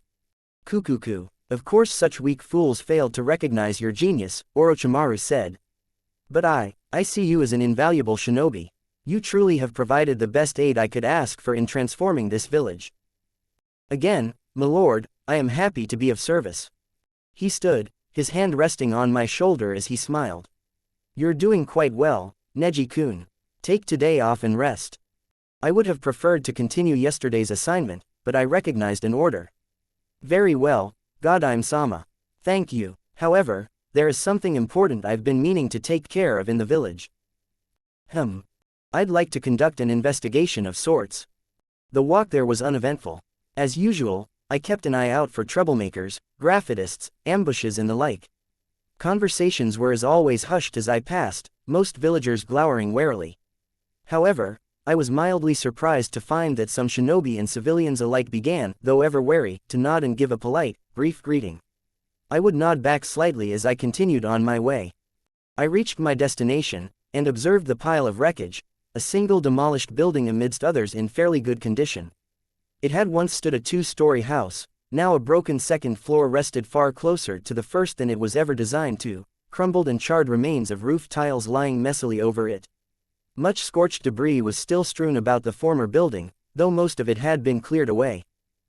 I scanned the area, and quickly a wire of 9 ornate lanterns nearby caught my eye. I flickered up to one of the buildings it was strung between for a closer look. The line drooped downward more than was normal, as though much weight had pulled down on it. A large gap between lanterns showed that one was curiously missing near the middle. On closer inspection I found the wire was of high quality, strong and durable, yet it had been stretched and very nearly snapped. This was more than the work of wind. I looked around, and in a moment my eyes landed on the security camera of a shop further down the street. Smirking at my luck, I jumped to land lightly on the ground. My knuckles rapped above the closed sign adorning the door. I crossed my arms as I waited. The door opened. "Sorry, we don't open for 15, he gasped, his eyes widening in surprise. "Oh, Officer Hyuga-san, sir, gee good morning, is there a problem?" I raised an eyebrow. "In fact, no, should there be a problem?" "What? No, and not from me," he said, forcing a smile. "I'm completely loyal to New. Save it, whatever you're up to doesn't concern me now. I would like to see your security tapes from exactly 29 days ago." "Oh of course, sir," the middle-aged man stammered, "please, come in." I entered, and waited as he went through another door. Promptly he returned to the room, carrying 3 tapes. Any specific time frame?" "Between 2 and 3 a.m., when that house was paper-bombed." I pointed at it through the glass windows. He selected one of the videotapes and popped it into the VCR of a little used old television set on a stand in one corner. I walked up to him. "Tell me," I asked as he fiddled with the buttons on the ancient-looking device, "do you ever look over these tapes?" "Not unless something's been stolen." I nodded as a black and white picture lit up the screen. He stood and stepped back, smearing dusty fingers on his apron. The time, 12 a.m., was displayed in one corner of the screen. I quickly found in the image the back of a 2-story house not far away. Closer, and near the top of the screen, hung a barely sloped wire of 10 lanterns. "Would you like a cup of tea, Hyuga-san?" the shop owner asked hesitantly as my focused gaze examined the scene. "Please," I answered, kneeling to push the fast-forward button. Several minutes passed as I waited, watching the video speed through the night. Few villagers crossed the screen, and occasionally a dog or bird passed by. Knowing better than to really drink it, I pretended to sip my tea patiently, eyes not leaving the television. Then, when the corner read 2:16 a.m., Lee's house exploded. My finger punched the play button. I saw 2 figures in the air, suddenly joined by 14 more to form a chain, the head of which grasped a line of wire, knocking a lantern off of it in the process. The human chain swung forward, dragging the wire down with weight, and the people came rapidly into focus. Then they shot upward to vanish into the top edge of the screen, leaving the camera's range before undoubtedly soaring over the shop. The shadow clones still on screen vanished. I rewound the tape a moment, played it, and then paused the instant the ones at the end of the chain were nearest. And there they were, eyes big and mouths frozen open in screams of terrified thrill, were my former teammate and the blonde idiot. As I'd suspected, Hanabi had lied, Hinata wasn't with them. The shopkeeper, standing beside me, leaned in while squinting his eyes. "Well I'll be," he gasped, "that's the filthy demon child and his friend." I nodded, a wickedly grim smile spreading across my face at my discovery as I ejected the tape. "Yes, it is," the man paled as he found a kunai's steel edge resting at his throat. "And you saw nothing, correct?" "Why yes sir," he whimpered, unblinking. In the next moment I had crushed the tape in my hand and left the shop. I raced for the Hokage Tower. So, they survived, and escaped. "Hinata. I've got you," bushy brow. "No, you do not." Smack, thud. Ah. Poof. "What? Over here." Whoosh. Konoha senpuu. Thwack. Wa. Kage bunshin no jutsu. My head snapped up, eyes wide, in time to see Naruto's collision with a tree broken by a shadow clone. I sprang to my feet and ran up to them. Naruto-kun, Lee-kun, we need to get out of here. They halted as they were about to attack again, their fierce faces becoming questioning. What? Why? Naruto asked, surprised. I placed a hand on either of their shoulders as my voice rose, shrill with urgency. Something's wrong, just help me pack up camp. Hurry. My heart was racing as I ran to kick snow over the ashes of our campfire. I frantically stuffed supplies into Lee's bag as the other two collapsed the tent.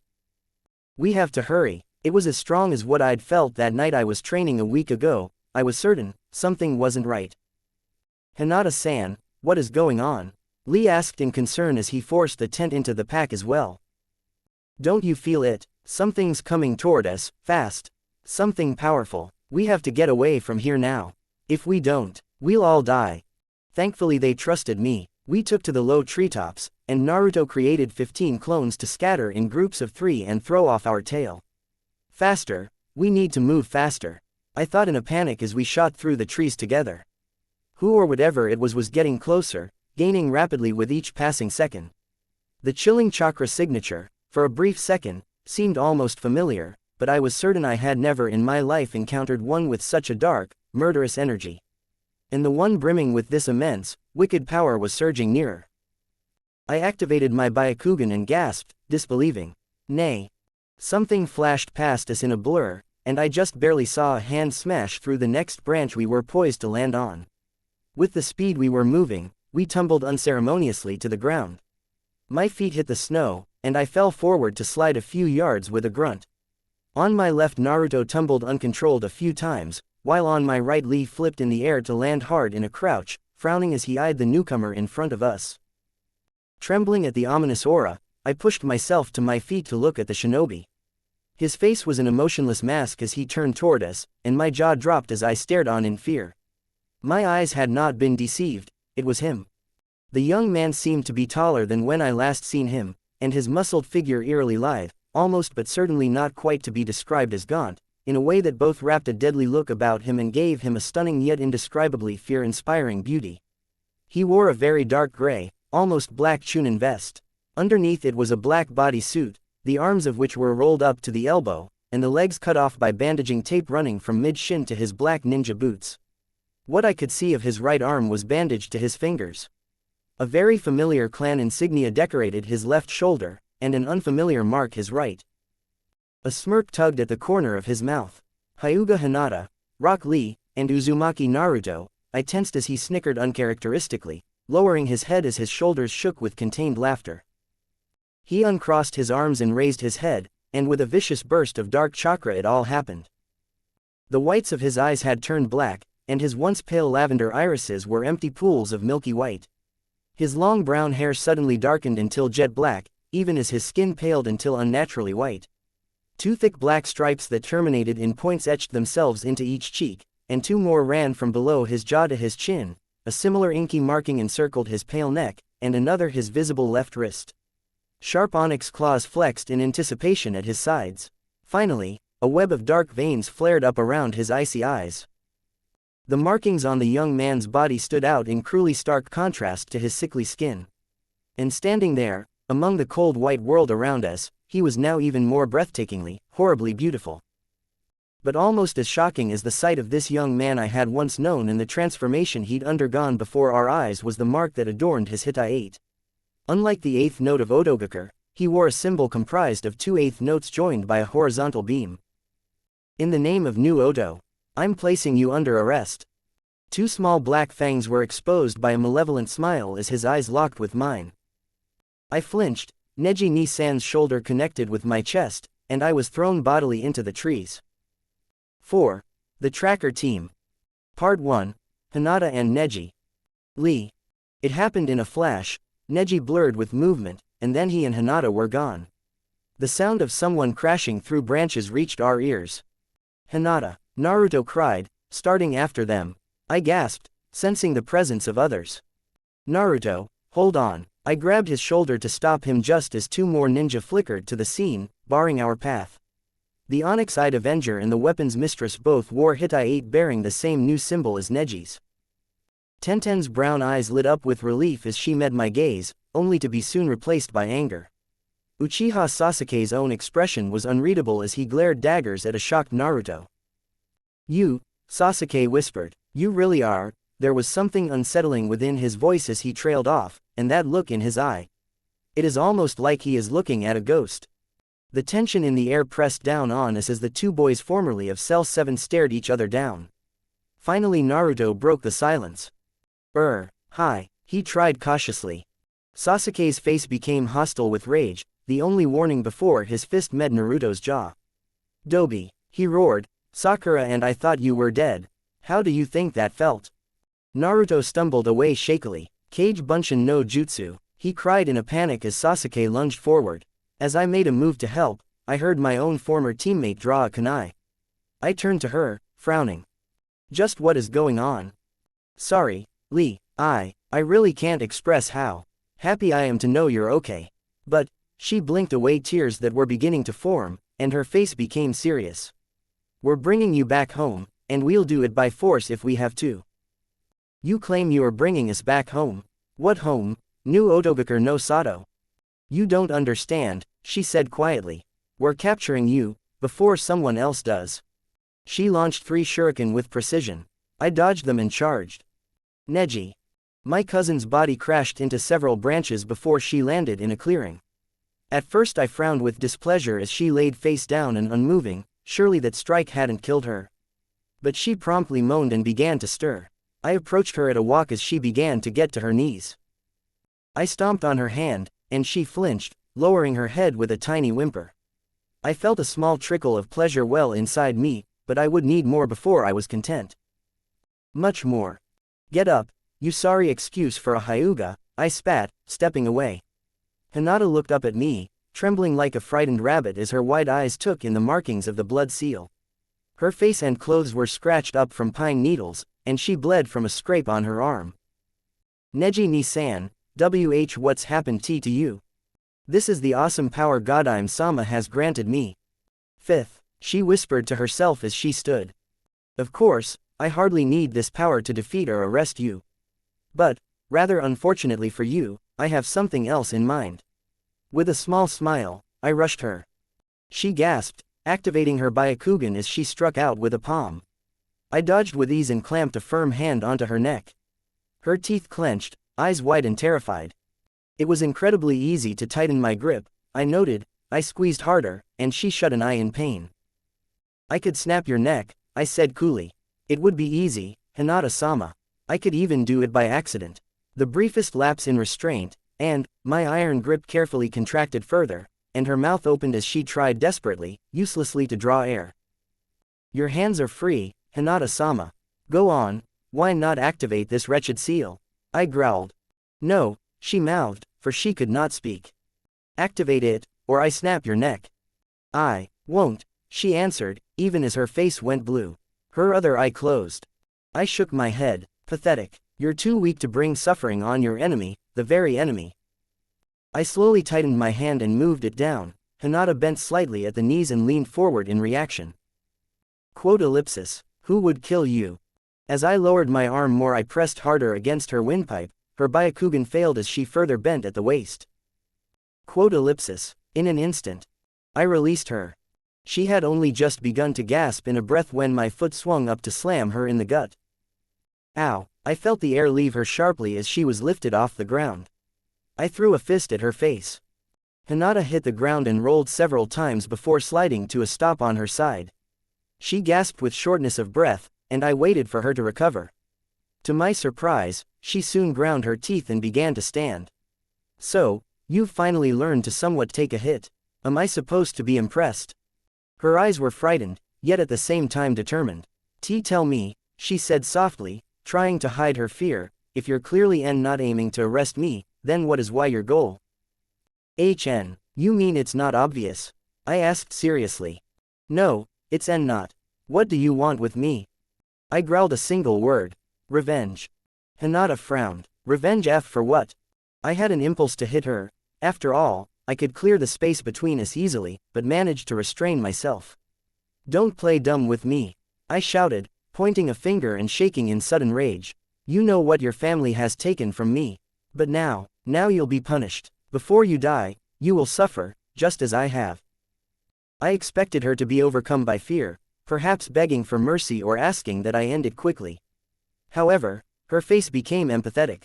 Ni-san, she whispered sadly, please rethink this. I can understand your rage, and I truly am sorry about your father. I know you're hurt and confused inside, but I don't want your pity. I screamed with a violent shudder, once again fighting to control myself. And don't talk to me like you know everything about me. At least you have a father.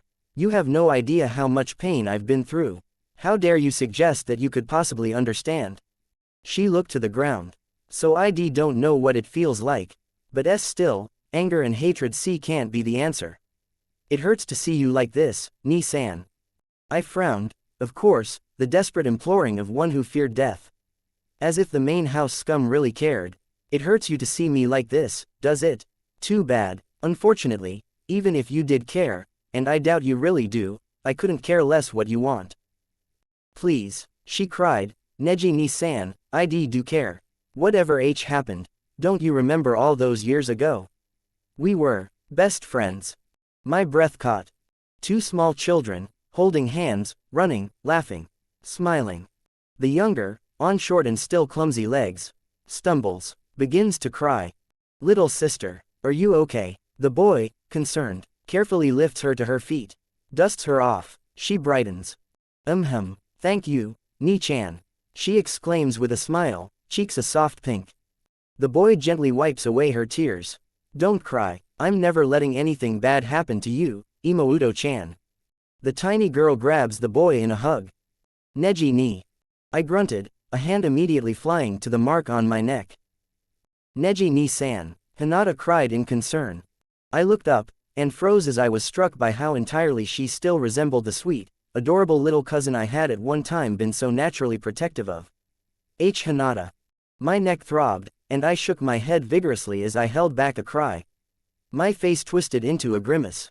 Enough, I hissed. I've waited years for this day, for a chance to exact revenge. You're not about to convince me not to. She nodded, slowly, sorrowfully. Then if there's no discouraging you, and if it will at all help ease the agony of your broken, restless soul, abandoning her stance to stand up straight, she spread her arms. Please beat me until you are satisfied. My eyes widened a fraction. Trying to throw me with reverse psychology, are you? I'm not deceiving you, Ni-san. I won't fight back. All I ask is that you leave me alive. If you must kill me to be at peace, at least take me back to the village first. I need to see Hanabi-chan. Hanabi, I said with a smirk. Come to think of it, the last I saw of her, I was setting some branch hyuga on her after she spied on our meeting. In an instant her face turned abruptly fierce, and it looked as though she might actually be refraining from an impulse to attack me. Neji, she's a child, barely an academy student. An academy student who needed to be put in her place. My cousin's eyes narrowed into dangerous slits, a perfect hyuga death glare. Anyone else would likely have cowered under her gaze. This isn't like you, brother. Does this mean you're angry enough to fight back? Not that it matters. You're dying today, Hinata-sama, at my hands, hands that I once thought were bound to protect you and your life, even at the cost of my own. Ironic, is it not? Yet at the same time, truly befitting of your demise. You, the great heiress, will be destroyed by your own lowly servant, like the pitiful failure you are. I rushed toward her and swung a fist. She activated her dojutsu and dodged neatly, ducking back so that the strike passed in front of her face. I followed up with a chakra-less palm strike. She ducked under it and sent a sweeping kick at my shins. I leaned forward, hands meeting the powdery earth and feet momentarily leaving it to avoid the strike. As she spun to full height I pushed off with my hands and right foot, launching a kick for her gut with my left. She simultaneously leaned away and grabbed my ankle in both hands. As her shoulders hit the earth, she used my momentum to flip me over herself and try to slam me into the ground. I caught myself on my hands, and flipped to my feet a few yards away as she released me. Hinata sprang up as I turned to face her. You don't get it, I refused to die here. I promised Imouto-chan I would return. You mean that's why she was so convinced you were alive? How touching, and all the more pleasing to finish you. I will not fail my sister. The choice isn't yours. What is it with you failures? Do you think by promising it, you can win by pure stubbornness alone, because you have no real strength to depend on? I think you're the one who doesn't understand. I will deal retribution for myself and my father, by making you suffer for me, and die for him. And what better way to make you suffer in death, than for you to know you've left your little sister all alone, just as father was forced to leave me. She attacked with a sudden palm strike in response. I dodged easily and landed a sharp jab in her gut, amused by her attempts. There we go, I said as she soon continued to throw strike after strike. It could be much more fun if you fight back. How long will it be before the futility sinks in, and you realize your own utter helplessness? I spotted an opening and struck savagely through it. A simple palm to the chest sent her crashing into a tree trunk 10 yards away. She slid to the ground. When her feet met it, I was sure her knees would give, but instead she stumbled forward, narrowly catching herself before charging again. I grabbed her wrist as she struck out. She was preparing to try with her other hand when I forced the captured wrist backward. Her teeth locked, stifling a scream as I slowly bent it to an unnatural angle. Eyes watering, she was brought to her knees, her free hand pounded the ground, but she refused to cry out, would not give me the pleasure. Aren't we the stubborn one? I sneered, mind still not broken. We'll have to do something about that. I drew back a foot. A stabbing pain pulsed through my body. I didn't realize I'd released her until her head rammed hard into my stomach. I stepped back, and the next moment a palm connected solidly with my chest. I was thrown off my feet by the surprisingly forceful blow, and landed on my back. I held my neck with a grimace as I looked at my forearm, observing as a second black ring burned its way into it, an inch from the first. The second stage, huh? I thought with fascinated curiosity as I felt similar rings being etched around the other arm, my ankles and my neck. When I had used the seal in the village, I had never pushed it this far. I shuddered at another flash of pain. "Ni-san," Hinata gasped out. I sat up, glaring venomous daggers at her worried face. "Stop calling me that," I spat. And just what type of juken blow was that, Hinata-sama? I had felt only a feeble drizzle of chakra. I knew that even she was capable of releasing an intense, damaging burst of energy in her strikes. I got to my feet, twitching as the seal pulsed again. "What are you, afraid you'll injure me? Are you truly that weak, and gentle, and hesitant? You can hardly afford to pull your punches, filth. I'll make you scream in pain, howl for mercy." She was cradling her wrist close to her body. Though her eyes had watered, her expression was clearly one of concern, not fear. "Neji Ni-san, you're not yourself. It's that mark on your neck. That seal is what's getting to you, isn't it?" I loosed a hacking cough before I could retaliate. "You're wrong. I am stronger than the blood seal, it doesn't control me. I could deactivate it at any time." The bursts of pain and wild energy subsided, and I got a grip on the new power. "Could you really, Ni-san?" she demanded gently. "I thought I told you to stop calling me that," I shouted, enraged. I sprinted at her, she struck out blindly, and I raked my black claws from her elbow up, slashing open an almost healed kunai wound in her shoulder. As I skidded to a halt behind her, she threw back her head and screamed, clutching her shoulder with the opposite hand. The agonized scream, the smell of the blood on my hand, the blood of the one I loathed with such passion, sent my heart racing in the thrill of it all. I bared my teeth in a smile, and in a moment found myself planting a foot between her shoulder blades. She crashed to the ground with a crunch of snow, her bleeding arm stained the white powder crimson. As I walked up to her trembling form, I made no effort to conceal my smile. I could hardly contain the exhilaration rushing through me. I felt powerful, invincible, and most important of all, I was finally exacting my revenge. She had to be breaking inside. "What's wrong, Hinata-sama?" Giving up, I stomped on her back, and a small whimper escaped her. "But I thought you don't quit, and you never go back on your word." A nudge of my foot rolled her onto her side. After a moment of contemplation, I kicked her. As her mouth fell open, eyes wide in shock, my smile only widened. Her back met a tree trunk with a sharp thud. "Do you understand now? I don't quit, I don't run, I won't lose. They're all just words, stupid, pointless words that don't mean anything." A man smiles warmly, places a hand on a young boy's shoulder. White eyes that can be stern and cold, now fond and loving, tears streaming freely from them. "2-san," says the boy who will soon be made a caged bird. "Remember this, Neji, no matter how hard things may seem, I will be here to protect you." She tried to stand. I kicked her again.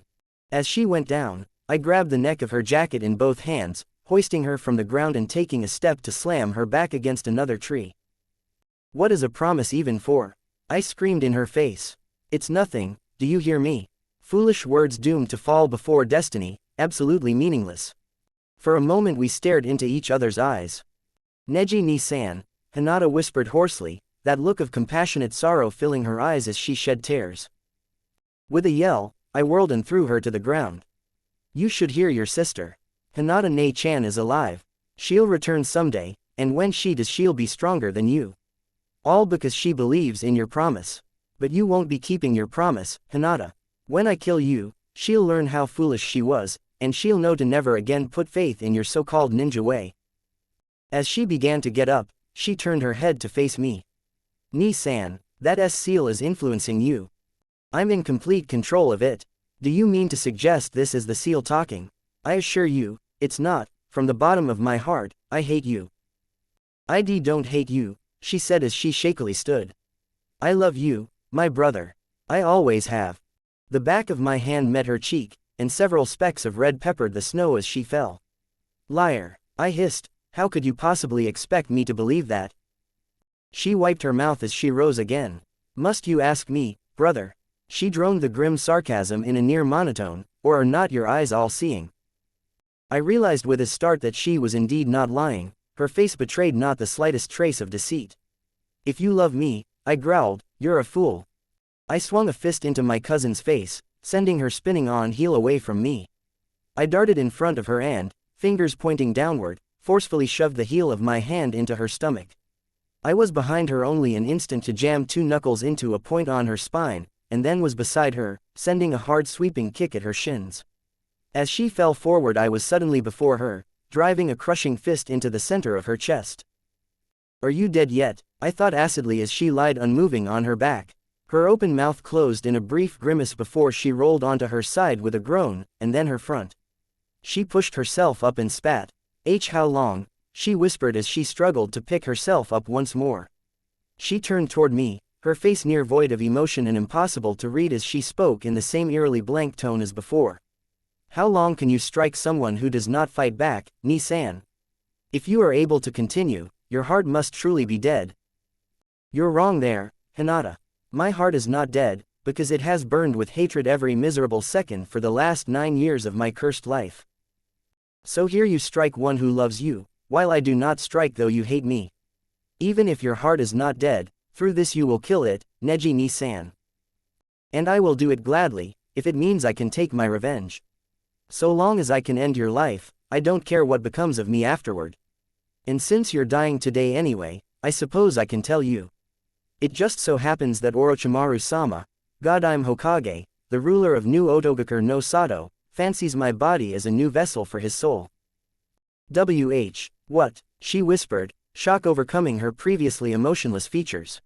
"Meaning that," I continued, "in 14 months, when he will need to transfer his soul, my own spirit and mind will be destroyed as my body is made his container. To sustain his immortality, my life will be cut short to in turn extend his own. And frankly, I couldn't care less.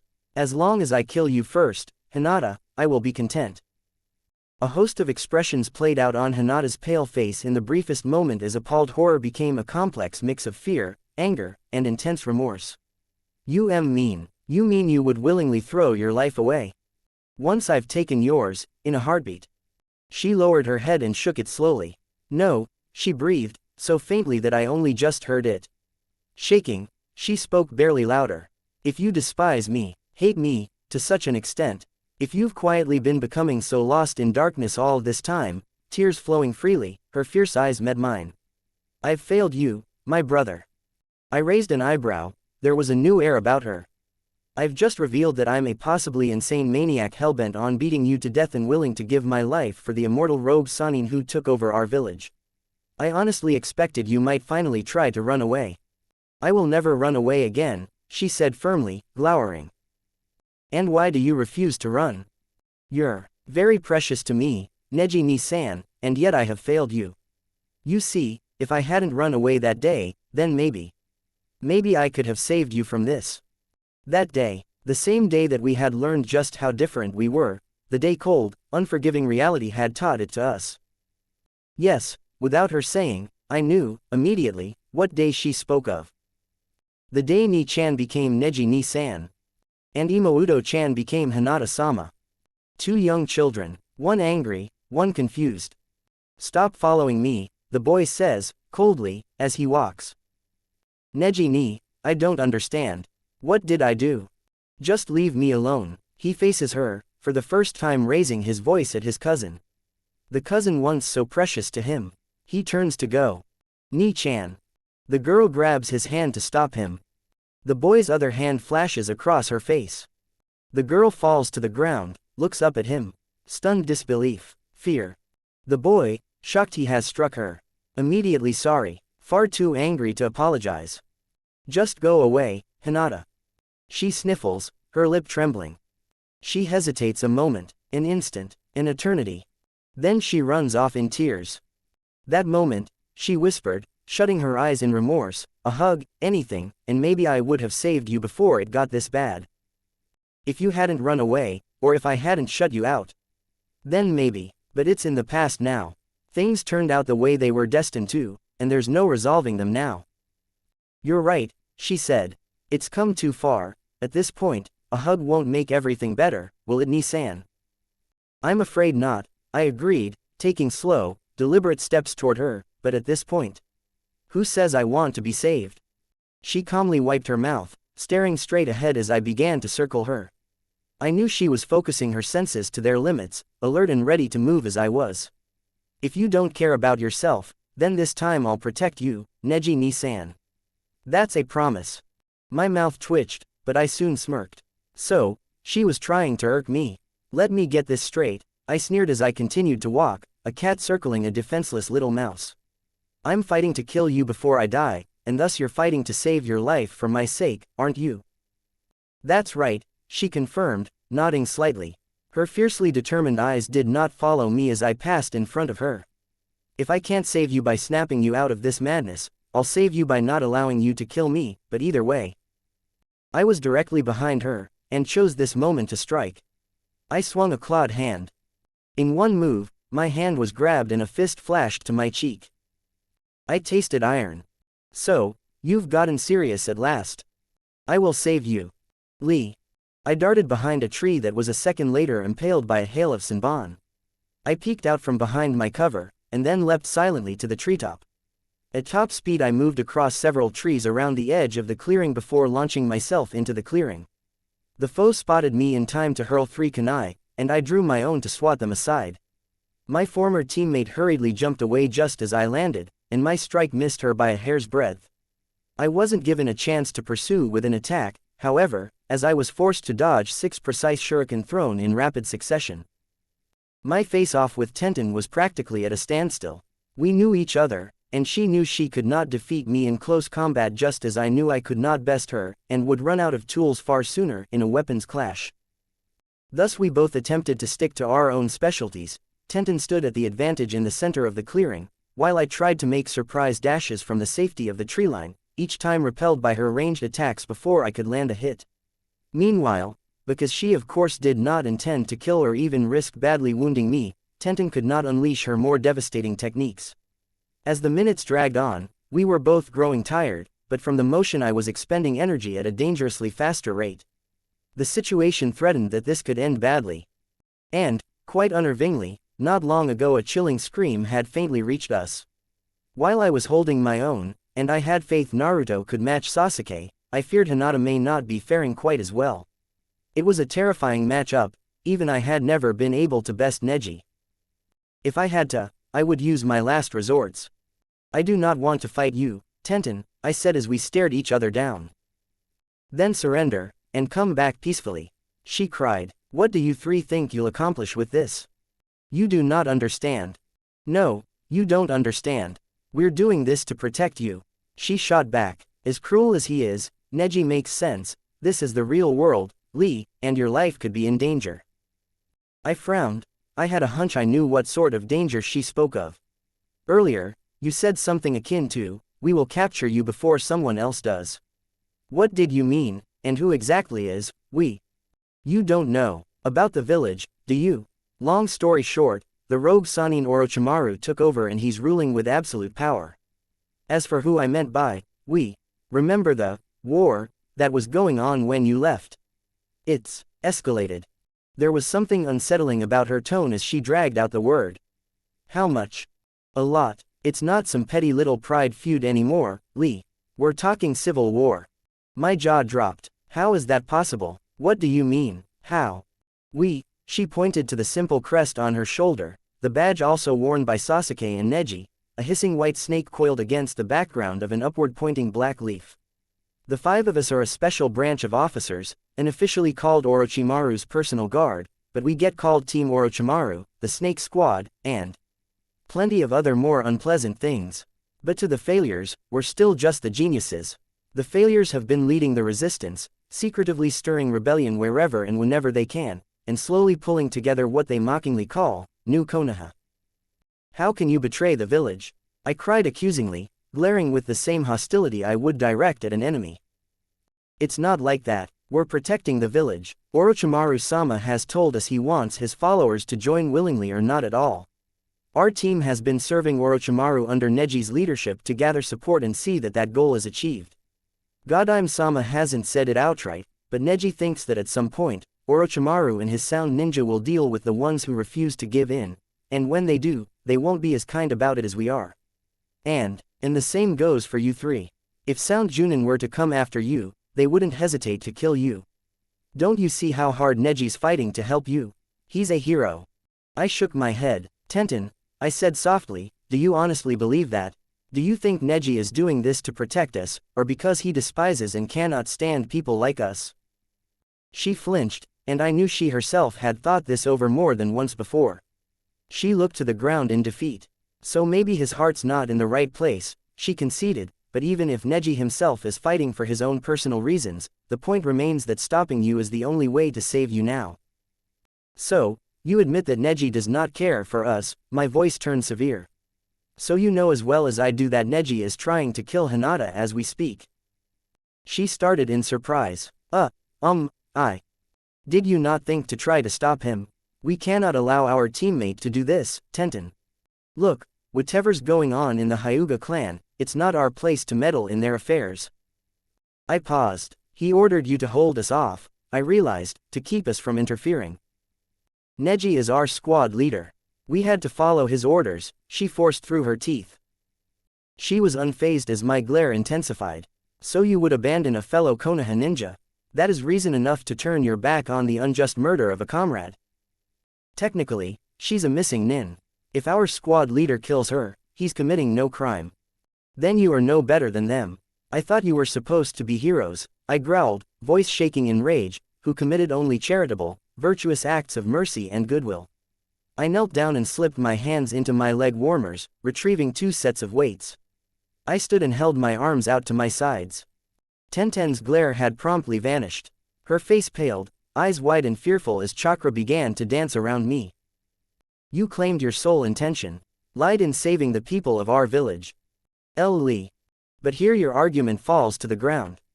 The weights crashed to the ground, and my heel crashed into Tenten's jaw. She was thrown into the air, and I was behind her in a flash. Shadow of the dancing leaf, I whispered, and she gasped. I hardly needed the Sharingan to take a leaf out of Sasuke's book, in more ways than one. Ultimate high-speed Shishirendan. Naruto. I'm sorry, I cried as I caught a fist with a palm. We didn't know the village thought we were dead. Baka, Sasuke bellowed, throwing another wild punch. Can you imagine how much suffering Sakura and I endured? Do you have any idea what it felt like to lose someone again? I just barely used the Kawarimi in time. The cage bunshin that had recently been on my left flew 15 yards at a kick to the chest before disappearing midair. I grimaced. I grudgingly admit that it was kind of touching to learn that my cold teammate cared so much, but this was countered a bit by his apparent outrage in finding I was alive, and seemingly even more apparent intentions to change that. The remaining shadow clone grabbed Sasuke's ankle before his foot returned to the ground, and I threw a punch at his face. He swiftly caught my wrist in one hand and slapped the other onto my shoulder for support as his other foot left the earth to smash into the doppelganger's face, destroying it instantly. What if that had been the real me? His hand left my shoulder and his feet met the ground. As his grip on my wrist jerked me toward him, his free hand curled into a fist. Shima. Pow. I flipped head over heels before hitting the ground and rolling several times through the snow. I turned my head to spit before working my aching jaw carefully. Then, with a grunt, I opened my eyes to see one enraged Uchiha dropping toward me from above. I rolled far back on my shoulders, curling inward to raise my body from the ground. Sasuke's feet crashed down where my midsection would have been, and I sprang upward on my hands as I straightened my body. His downward momentum was shattered as my heel forcibly introduced itself to his jaw. "Snap out of it already, you jerk," I shouted as he staggered back. "What the heck's your problem?" "What's my problem, you moron? What's yours?" He launched himself at me, hurling 6 shuriken. I created 3 shadow clones, 1 in front of me and 2 to the sides. The one in the lead deflected the throwing stars with a kunai before it was run through by Sasuke's own knife. I threw shuriken through the resulting cloud of smoke, and the shadow clones joined in. He ducked to dodge and was suddenly before me. Recognizing the position in a split second, I crossed my arms to shield my face, but his foot instead jammed itself into my stomach. I was thrown into the air, and a moment later felt 2 fingers on my back. Not good. Shishiren. Kawarimi no Jutsu. Before the first attack landed, I had secretly exchanged myself with one of the shadow clones on the ground. I quickly flickered behind a tree. Kuso, I thought, peeking out to see the clone collide with the ground and dissipate under Sasuke's final blow. I don't have time for this. Hinata could be in trouble. Still, while Sasuke was interested in beating me senseless, he definitely wasn't fighting the way he usually did. His anger was getting the best of him, making him sloppy and slower. Maybe if I could rile him up and take advantage of it, I could wrap this up quickly. I formed the hand seal and firmly thought through a precise plan before whispering, "Kage Bunshin no Jutsu." 10 copies appeared, each carefully coming into existence behind a tree, hidden from Sasuke's view. "Let's do this." A clone jumped out from its cover to throw a shuriken before darting back out of view. Sasuke dodged with ease. He was preparing to pursue when a different clone moved to do the same as the first. Again he dodged, and as it hit another clone revealed itself for a quick attack, and then another, and another, all carefully coordinating movements so that more than one couldn't be seen at any one time. If we pulled this off well enough, it would create the illusion that there were no shadow clones. And then, now, all at once, the 10 replications charged toward Sasuke. Sweeping a look over them, his eyes narrowed. "Fire release. Phoenix Flower Jutsu," he shouted, hands blurring through seals before 10 furious fireballs were shot into each clone with deadly precision and explosive force. I swore silently. "Come out, Naruto." An 11th clone raced into the open, creating 2 more Kage Bunshin itself. Sasuke threw 6 shuriken, 3 from his right hand, and then 3 from his left, and the 2 flanking clones stacked in front of the original. The first 3 throwing stars embedded themselves in the lead clone, the last 3 sliced through a puff of smoke and into the second clone, and Sasuke's fist shot into the face of the last clone. "Think you've got the real me?" I thought, grinning mischievously as I body flickered from my hiding spot in a treetop while he was distracted. I was behind Sasuke just before the final doppelganger vanished, and as the final doppelganger vanished, I was attacking. He whirled just in time to catch my forearm on his, thrusting it upward as he threw a punch. As my other arm shunted the attack aside, a newly created shadow clone between us sent a shoulder into his unguarded stomach. Cringing, Sasuke stepped back before dropping a fisted hand toward the clone, but his attack threw him off balance as it dispelled itself first. As it vanished in smoke, a new clone, coming into existence in the air before me, pushed a foot off my ready forearm to strike a knee into Sasuke's now unprotected face. It promptly dispelled itself as well as he was knocked back, but still another, appearing low to the ground, sent a foot into his back to kick him into the air before he fell. As it vanished, a new Kage Bunshin above dropped a heel onto his shoulder, throwing him to the ground. With a grunt, he opened his eyes. "What the?" 2 clones appeared seemingly spontaneously beside me, and all 3 of us dropped into a stance. Surprised, I can use the shadow clone jutsu without hand seals now, and in just this month I've put together my own taijutsu style. He snorted as he got up. Style? You mean that art of wild attacks and wide, clumsy motions? Look who's talking, Tem, I growled, and he sprinted toward me. I have to focus, remember the training. And no, I blocked an incoming fist. That's not what I'm talking about. Then what's your little style called? He asked as I continued to avoid his attacks without the clone's aid. I smirked. The shadow fist. Suddenly I went on the offensive with a flying kick. Sasuke blocked with crossed arms, but as I had moved, the shadow clone to my right had already begun lunging for the opening that would be created. The Uchiha grabbed my ankle and moved his arm to catch the Kage Bunshin's kick to his side, and then prepared to shove us away. Just before he did, I formed a new clone low to the ground, already poised to attack, beside him. It swept back its leg to hack Sasuke's feet from under him. As he fell and it disappeared, the clone that had been on my left the whole time drove in with a kick to send him flying. He slid a good distance through the snow before stopping, and he gave a pained cough. Sitting up, he swore. Lucky, he growled. So, you make your shadow clones to strike through the openings you create.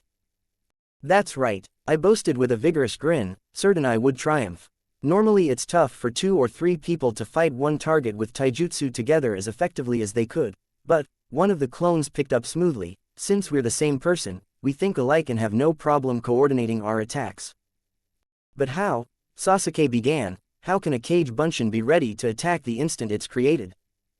I chuckled. Blown away by my progress, Sasuke Tem, all I have to do is visualize the place the clone will appear in the attack I want it to execute, and once it's formed it knows exactly where it is and what to do.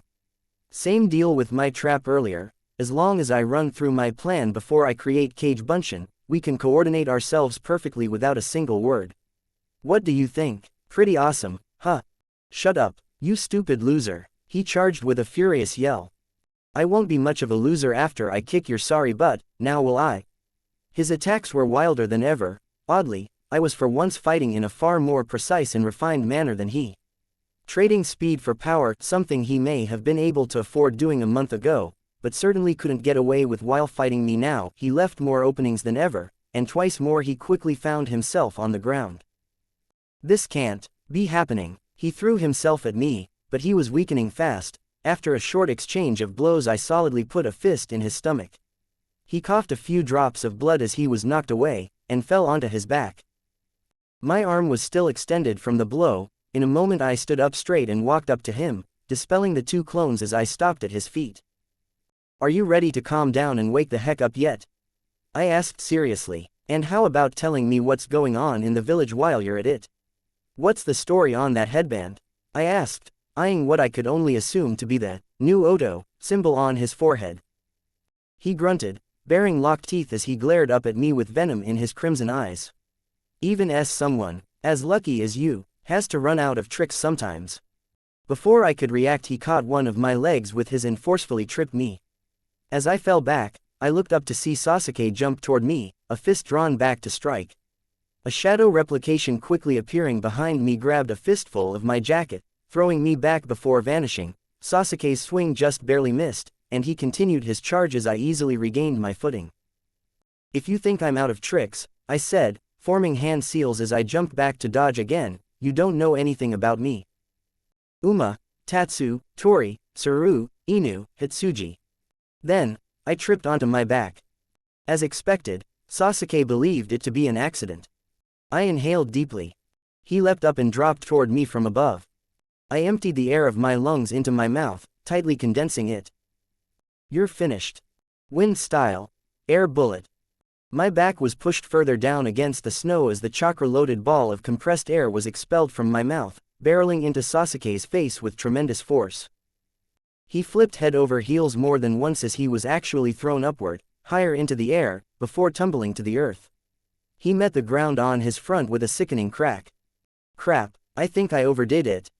I approached him cautiously. Sasuke, you all right? I asked nervously. I reached a hand toward him, but paused with a gasp. Weird little black markings were sliding down his arms. What is that? He began to move, and got to his knees.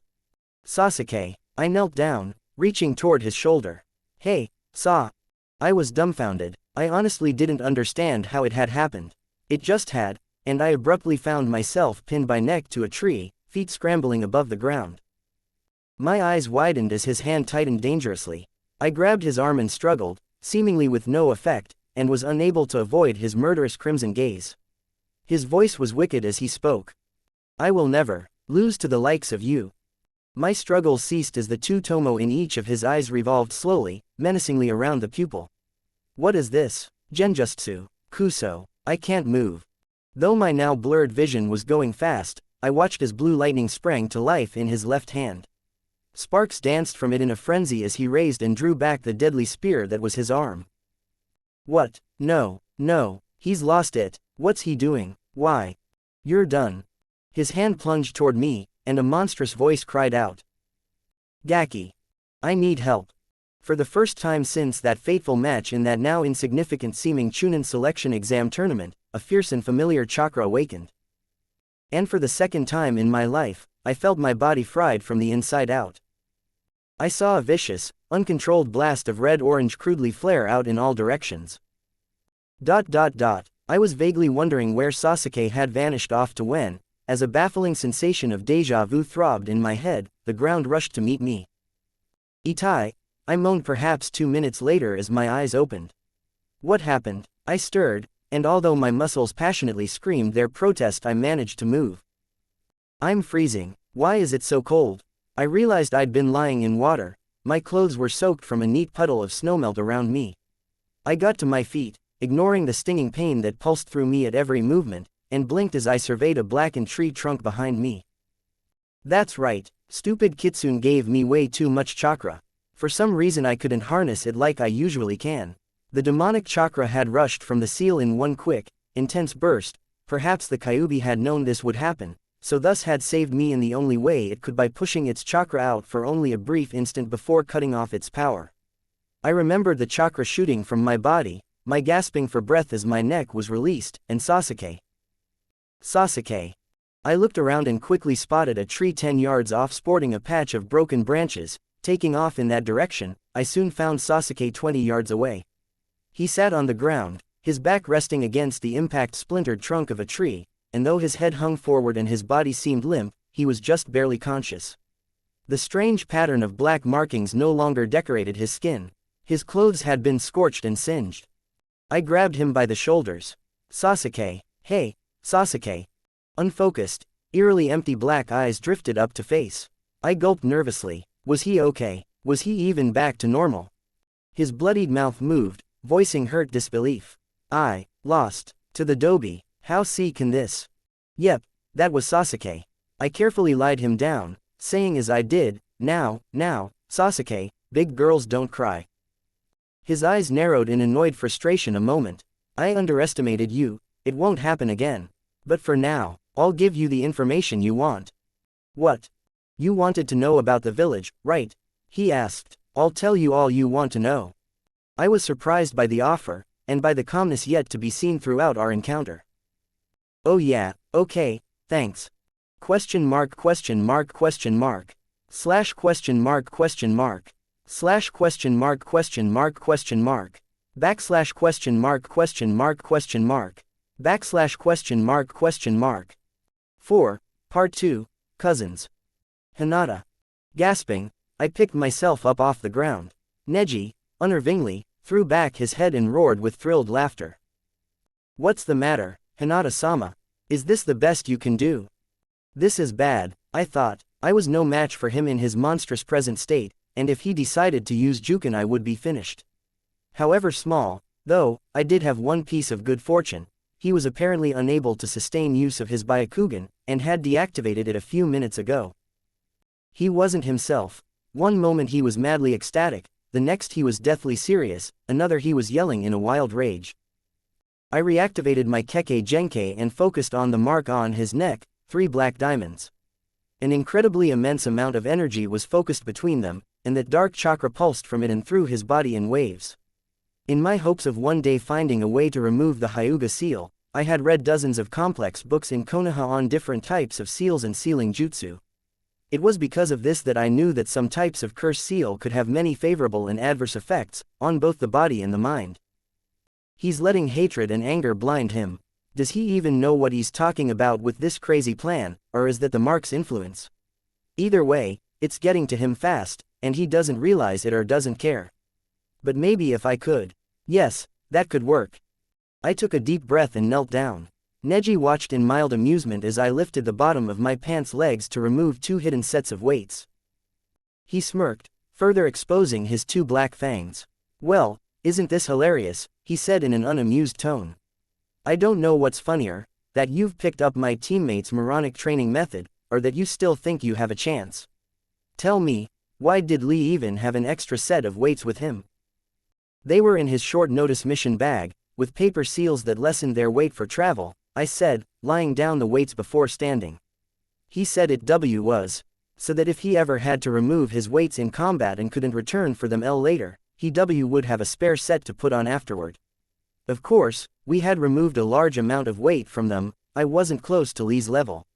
After explaining it was of utmost importance, Lee had coached me each day in my transition, from with the weights to without, until I had honed it to perfection. "You think that will really make a difference?" Neji barked. Then he was before me. I caught a punch and dodged another before jumping away. "Not quite," he declared behind me. I ducked his attack and planted an elbow in his belly. With greater speed than I would have been capable of before, I spun to the side and lowered myself in a sharp motion as I launched a familiar move. "Konoha senpu," I declared as my leg caught Neji across the shins, just as he was lunging forward to strike where I'd recently been standing. He toppled to the ground, caught himself on his hands, and rolled forward onto his feet. Now, I focused my chakra to move faster still as I raced for him, drawing back a palm. When he turned toward me, I was near immediately on the opposite side of him in a crouch, again facing his back. I felt lighter than air as I sprang forward, lashing out with 2 fingers. I was inches away when Neji turned his head, gasping as he realized my target. The mark. His face turned fierce. Something crashed painfully across my attacking hand's forearm. The next thing I knew, something I saw made me instinctively shift to the left. My eyes widened as a hand shot past in a ferocious blur, opening 3 slashes on my right cheek. A second blur followed, tearing open my side. Stunned with pain, I was beginning to curl forward when my back was slashed across diagonally. As I dropped to my knees, my cousin appeared 5 yards away, standing up straight and casually lapping at the blood on his claws as he looked down at me. The sight and the pain made my stomach lurch, but I ground my teeth and shoved off the ground, crossing 2 fingers of each hand in a seal. I flinched at the sensation of being ripped in 2, and before I could recover found a fist in my middle. I gagged and bent double, dropping again to the ground. Despite my pain, however, I turned my head and opened an eye to look up at Neji. With the same type of grin Naruto wore when he deceived an opponent, I laughed weakly. "What's so funny?" he said, walking up to me. A foot pushed me onto my side. Success, I thought, still smirking. Without his Byakugan, he didn't detect the drop in chakra. He drew back a foot, and in an instant I was 30 yards away, after replacing with my hidden shadow clone. My own Byakugan failed with pain as I cringed, pressing a hand to my side. Shakily sitting down, I hurriedly stripped of my jacket and cut a bit off with a kunai to serve as padding. I withdrew a roll of bandage from my kunai pouch and swiftly wrapped it a few times around my waist to secure the pad to the wound. I got to my feet and began running. I needed to get to a clearing. With his superior speed and agility, if Neji found me here I would be at a disadvantage. The cage bunchen's been destroyed. I could see an opening in the trees 20 yards away. 15, 8, 5. He materialized before me in an instant, his pale face inches from my own, and shot a ferociously animalistic growl through his sharp, bared teeth as gray-black veins flared menacingly around his eyes. With a shriek, I clutched my heart and keeled over. He sidestepped to let me fall. I grimaced, clamping my eyes shut and trembling as my heart pounded rapidly, fitfully. I cracked an eye open and raised my head an inch to look up at my cousin. "Oops," he said in false concern as he smiled laughingly, his dojutsu fading. "That's right, you're supposed to be refraining from any heavy exercise, training, or other strenuous activity as well as avoiding situations that may induce shock, surprise, intense thrill, stress, or fear until you're all better. Guess I forgot, Hinata-sama. One hand still on my chest, I pushed myself up with the other, though my back remained hunched in pain. That was almost word for word from the medical report from my last checkup in the village. The thought was cut short along with my labored breathing as my eyes widened. I lurched forward again as a warm substance sprayed past my lips.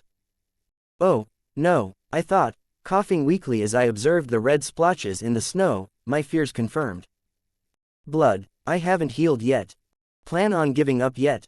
A snide voice asked, suggesting all certainty I would be giving up sooner or later.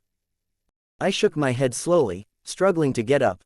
He waited patiently as I stood over several seconds with much effort.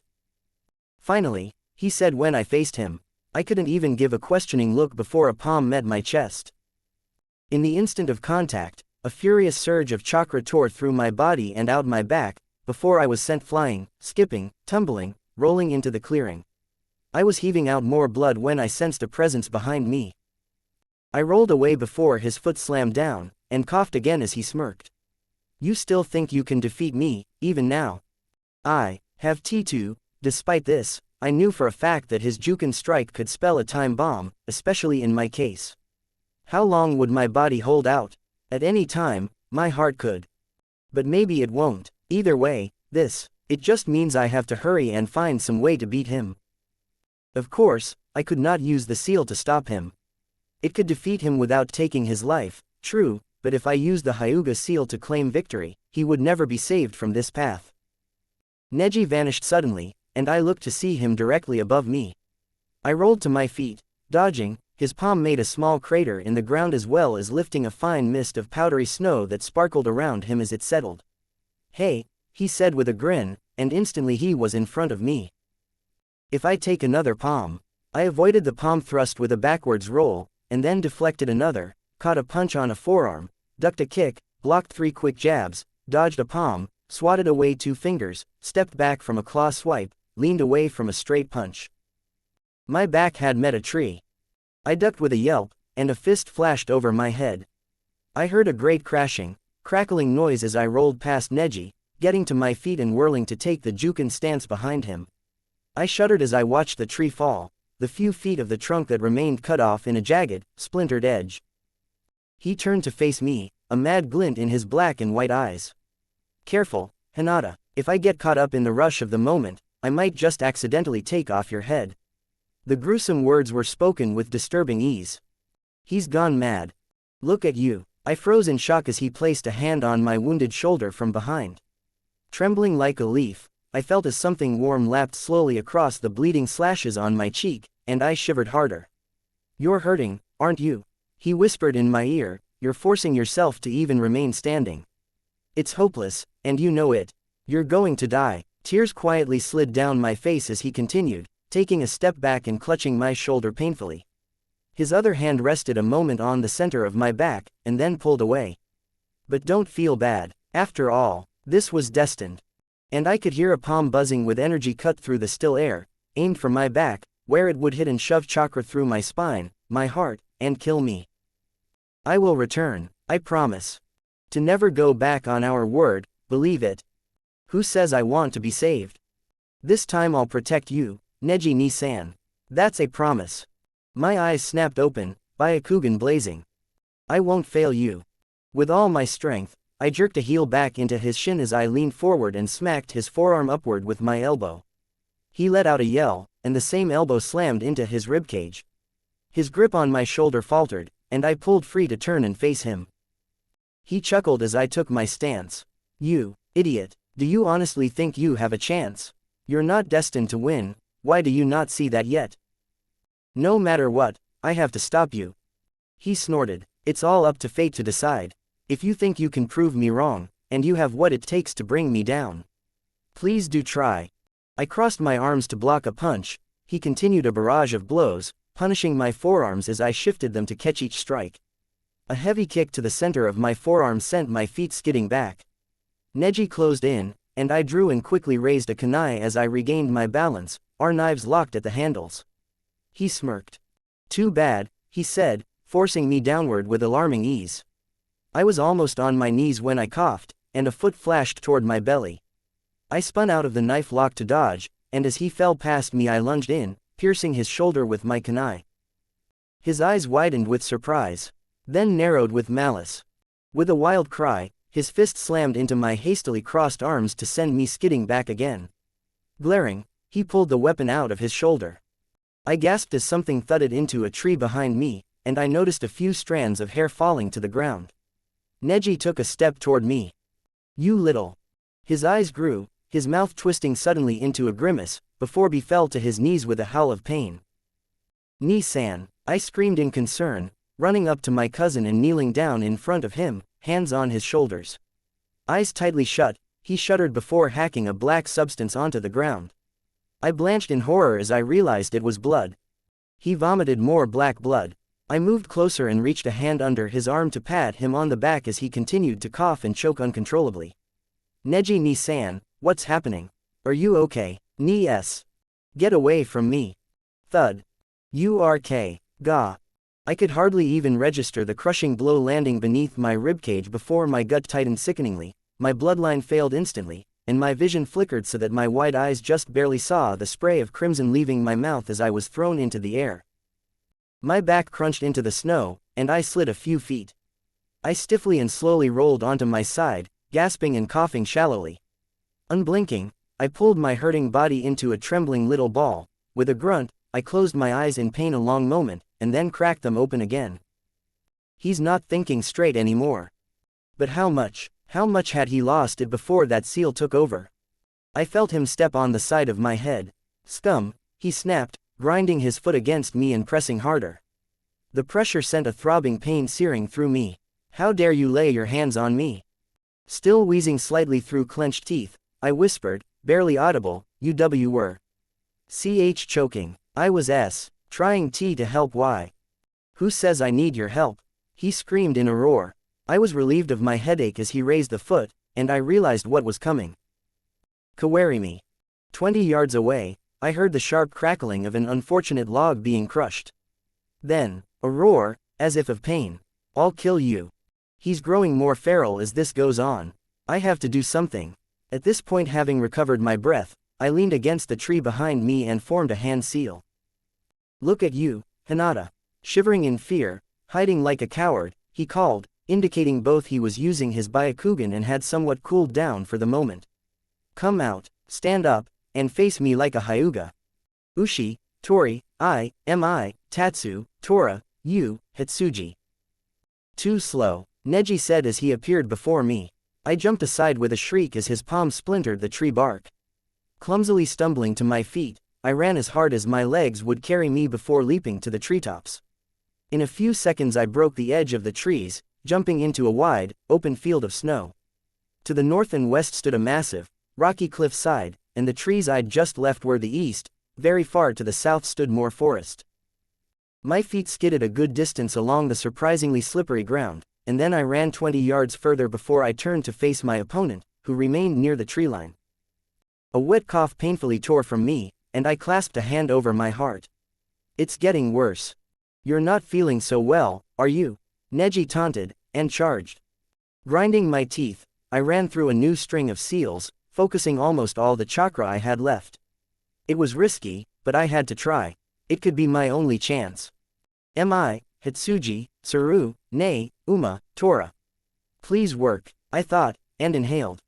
"Kaden, Gokaku no Jutsu," I cried, spewing a stream of blazing chakra from my mouth just as Neji landed before me.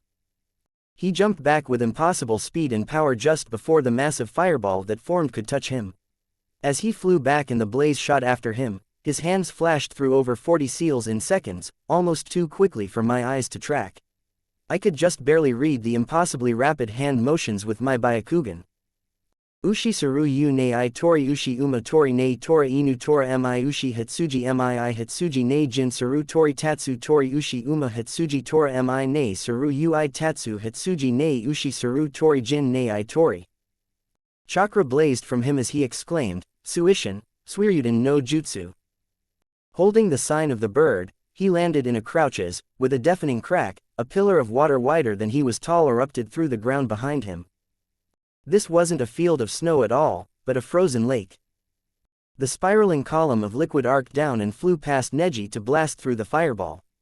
As it raced toward me, the head of the massive spear formed into the face of a vicious-looking dragon, demonic slits of gleaming yellow for eyes.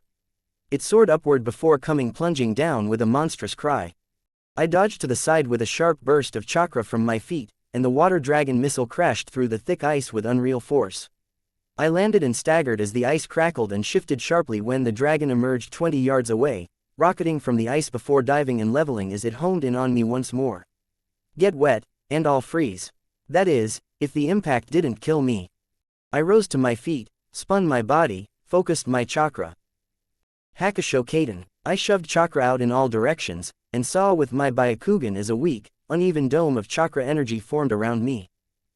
The water dragon's head burst on contact with the flimsy bubble, which immediately began to give under its strength. I prepared to jump away, but the instant my rotation ceased, a firm hand locked onto my arm. Then, with an animalistic cry, Neji flung me into the air. My injured shoulder seared with pain, and then down was up was down, and I lost all sense of direction, and my head rang, and I didn't know whether I was rising or falling, and I wanted to vomit, and a dragon was rushing at me. And then a wall of iciness slammed against me, propelling me back, and I gasped and gagged and gurgled, and I couldn't breathe, and my skin felt like it was burning, and my back hit something hard, and I was held in place while more blazing cold liquid shredded and pounded against me, and then it ended, and I was moving, falling, freezing, and then my front met something solid. And then the ground and several of my ribs cracked. Neji.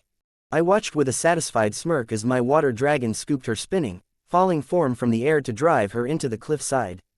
When the length of the water missile had finished crashing against her, she fell from the depression that had been formed. I observed as my cousin's petite form tumbled to the earth, landing face down to send a spiderweb of cracks racing through the ice. I flickered to Hinata's side.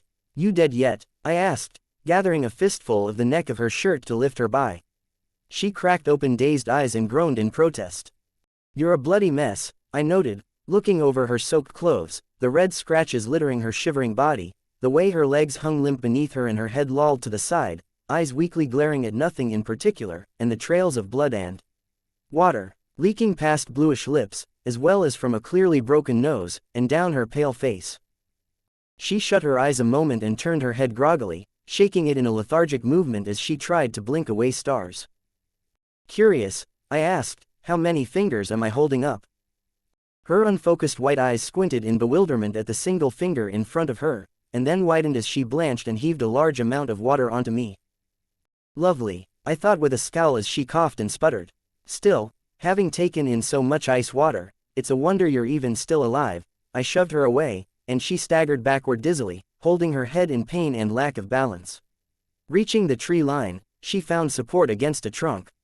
What'll it be, Hinata-sama? Will you drag out this fight and prolong your suffering until your heart fails or you die of the cold, or will you sit still and allow me to finish you off now? She spat blood, training fierce but still dazed eyes on me. Neither. IW will stop YYU.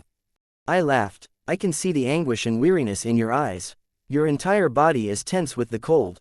I'm sure more than one of your ribs has been broken. It's taking everything you have to think through the pain, isn't it? And every ounce of that beloved willpower of yours to move despite the numbness that's sinking in. But whether you admit it or not, all people have their limits. Your reaction speed will be slower than normal. Now, I am going to move to kill you, and you will be unable to dodge fast enough. She shook her head in dismay, teeth bared. No. Yes, here in the end your promise and your desire to fulfill it doesn't matter anymore, does it? I bent my knees. Farewell, Hinata. I shot toward her. And found my hand buried in tree trunk, Hinata's head a centimeter away. She dodged. How? Hake Nisho, she shouted as her Byakugan awakened, and I felt 2 quick jabs. What the? Oh no. Hinata. Yonsho. I hit 4 more of Neji's chakra points. Hachisho. Now 8. Jurokusho. Focus. Sanju Nisho. And now, as fast as I can. Rokuju Yan. As my right hand was shooting in for another rapid-fire strike, I jerked it back and in front of my face. 4 deep gouges opened across the back of the forearm, and 4 distinct blades of chakra sliced through the arm far deeper, and twice as painful. For a moment, everything seemed to be still and silent. I began to fall back, wide-eyed in shock. Neji's arm was extended from the brutal strike, his claws still blazing with a thick black energy. A spray of blood was flying from my arm in the direction of the swing. Then the pain registered, and I screamed. I sank to my knees, holding my arm. Neji laughed, seemingly unaffected by my attack. A correctly executed 64 palms, and you might have actually had me. But you still can't see chakra points very clearly, can you? Obviously not well enough to target them accurately in battle, half of your strikes missed. Also, I assume your Byakugan is so poor that you can't distinguish at a glance whether a tenketsu is open or closed, because you struck it several more than once. It's useless to waste a hit on a tenketsu that's already closed, hinata. I swore, shutting my watering eyes. My arm was blazing with an unbelievable level of pain. Then, with your lack of speed, I was easily able to counter your technique. Now, how is it that you aren't freezing? I explained as I slowly got up. I'm good with fire chakra. I learned from a scroll that Naruto-kun found, a simple technique to make my chakra warmer. So, the very energy flowing through your kirakuke keeps you warm from the inside. Pretty useful out here, isn't it? But still, you must be running low on chakra. That technique will fail soon, won't it? I ground my teeth. He's right, even with the little chakra this jutsu expends, I can't keep it up much longer. It's already weakening. I feel so cold, but it doesn't matter. I'm not letting you do this to yourself for some deranged traitor. What do you know about Orochimaru-sama? He demanded. I know that he's using you. You're walking into his trap, Ni-san. That seal had blinded you. He was furious. Orochimaru-sama is misunderstood. He's a revolutionary man, a genius. And it was he who gave me the power to challenge the main house. Aren't you the one who always said you were destined to serve the main house for eternity? I thought I was, but it's quite clear now the main house was always destined to fall.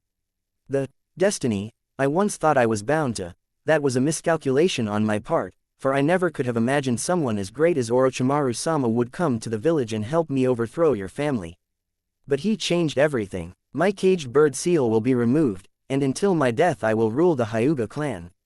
Even if only for a year, I will be leader, show the head family its foolishness, and set in motion this grand new age in Clan Hyuga that was always destined to come about.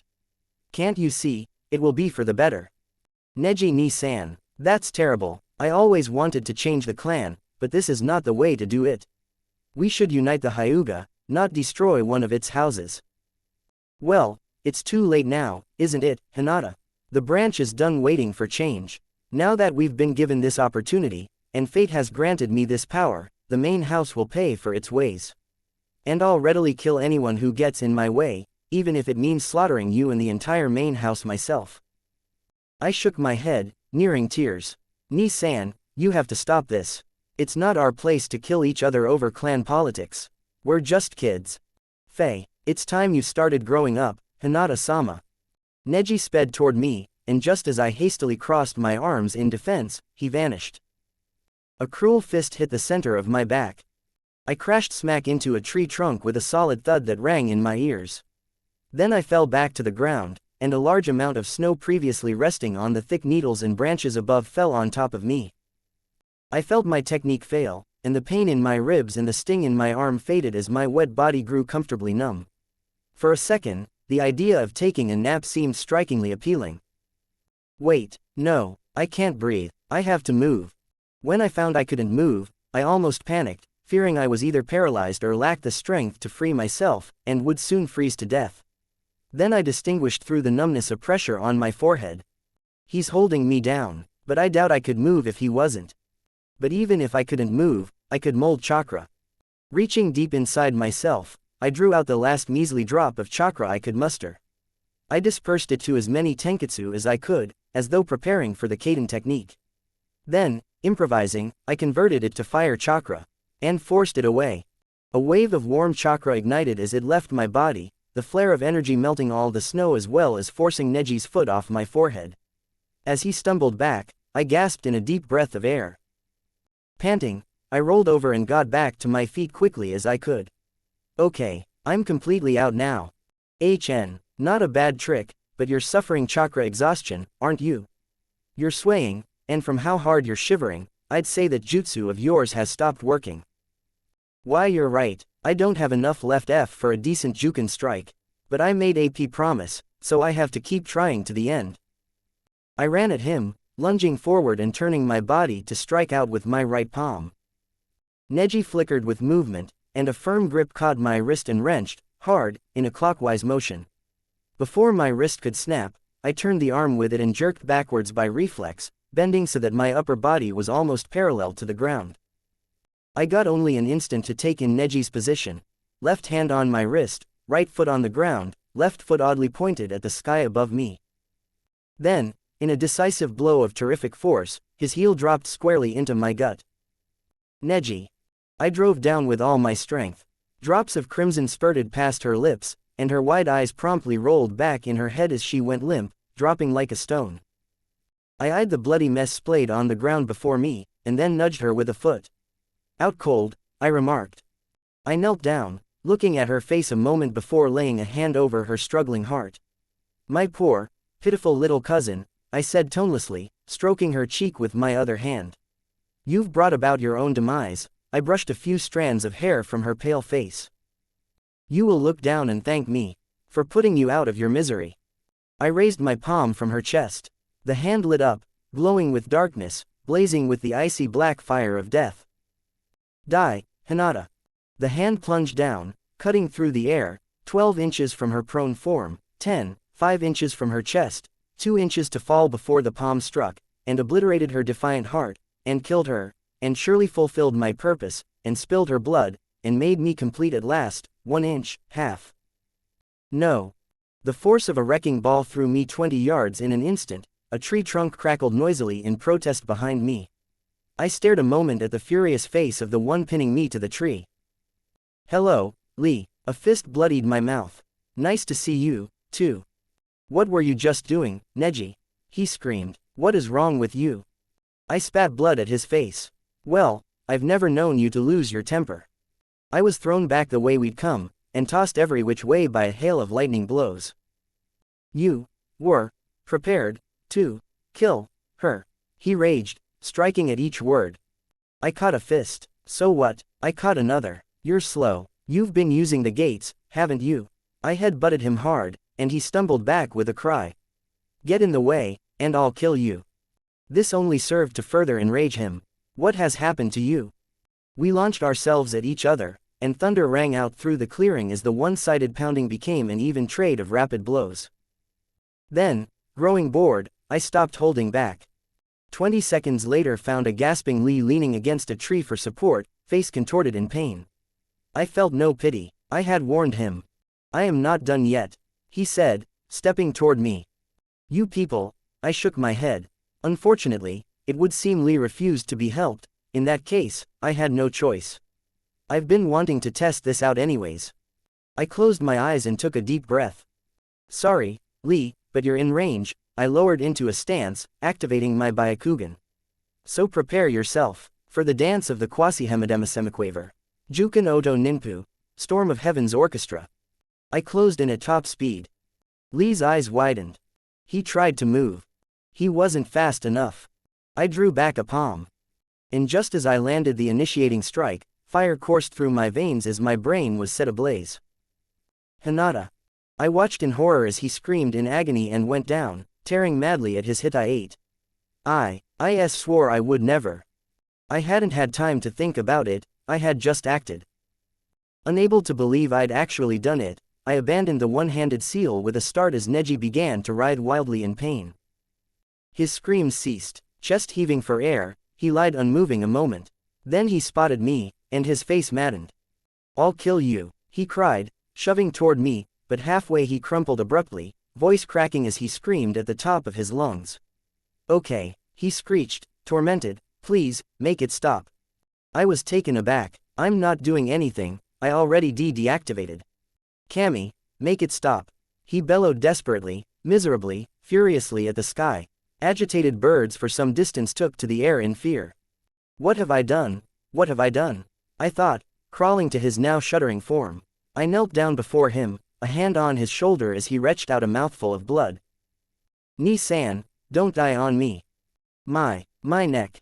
Trying not to panic, I sat him up and looked through the neck of his chunin vest and the black turtleneck underneath it. Sure enough, the 3 black diamonds blazed with an angry black energy, visibly loosing surges of chakra in waves. This seal, somehow, it's reacting to the Hyuga curse mark. Listen, Ni-san, the seal on your neck is killing you. Fight back, try to deactivate it. He shook his head feebly, eyes big with terror. It's too strong, he whimpered, before grabbing at his hair and screaming bloody murder. I shuddered at the cry of anguish.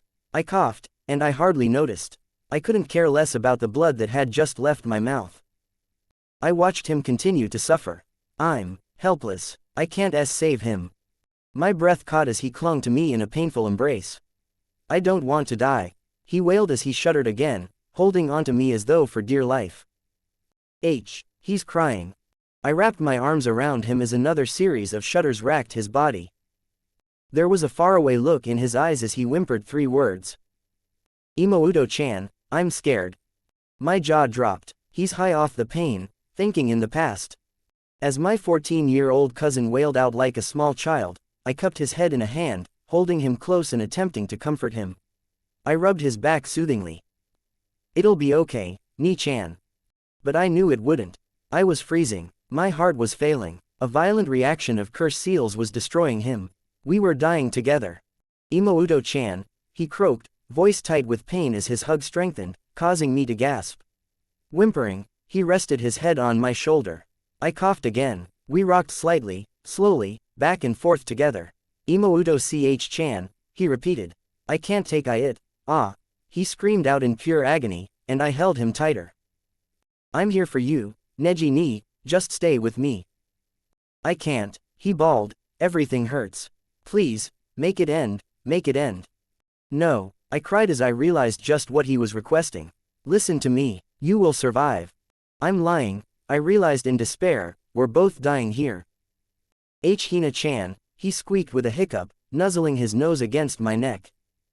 Promise me you'll survive. I wanted to apologize. I did, he said, his strained voice weakening. He was going fast. I was scared. I thought why you'd be mad at me. After I hit you the other day. You don't hate me, Hina-chan. I was shocked into silence. I found myself quickly in tears. No, I could never hate you, Neji-ni. I forgive you, I cried, sobbing. He pulled away a moment to give a small, weak smile that should have looked very out of place on his pale, marking decorated face, but he soon cringed and cried out, pulling in close once more. So you really do care, Imouto-chan? He asked weakly in a moment, nose nestling into my neck. Yes, whatever it takes, I want you to live. You have to. What next happened was possibly the last thing I could have expected. With Neji in such a state, I can't imagine I was quite sure what I was expecting, but it certainly wasn't this. My jaw dropped with a sharp intake of breath, eyes widening considerably, as I felt his fangs sink into my neck. Then a staggering bolt of energy blazed through my body. And then there was pain. We screamed together. Naruto. Lee, I called, weaving swiftly around trees. Hinata. Where are you? Kuso. They have to be close. Why don't they answer? I had been finishing tying up Sasuke and Tenten in a cave when the screams had first reached me. The cries were anguished, tortured, and horrifying. First they had been in one voice, then another had joined it. A minute ago, all had fallen silent. I didn't know if that sign was good or bad. I saw more light up ahead, and soon the trees thinned until I emerged from the forest into an open area. To the north was a cliff, and nearby much of a large frozen lake with a few gaping holes in it had been reduced to cracked, broken ice.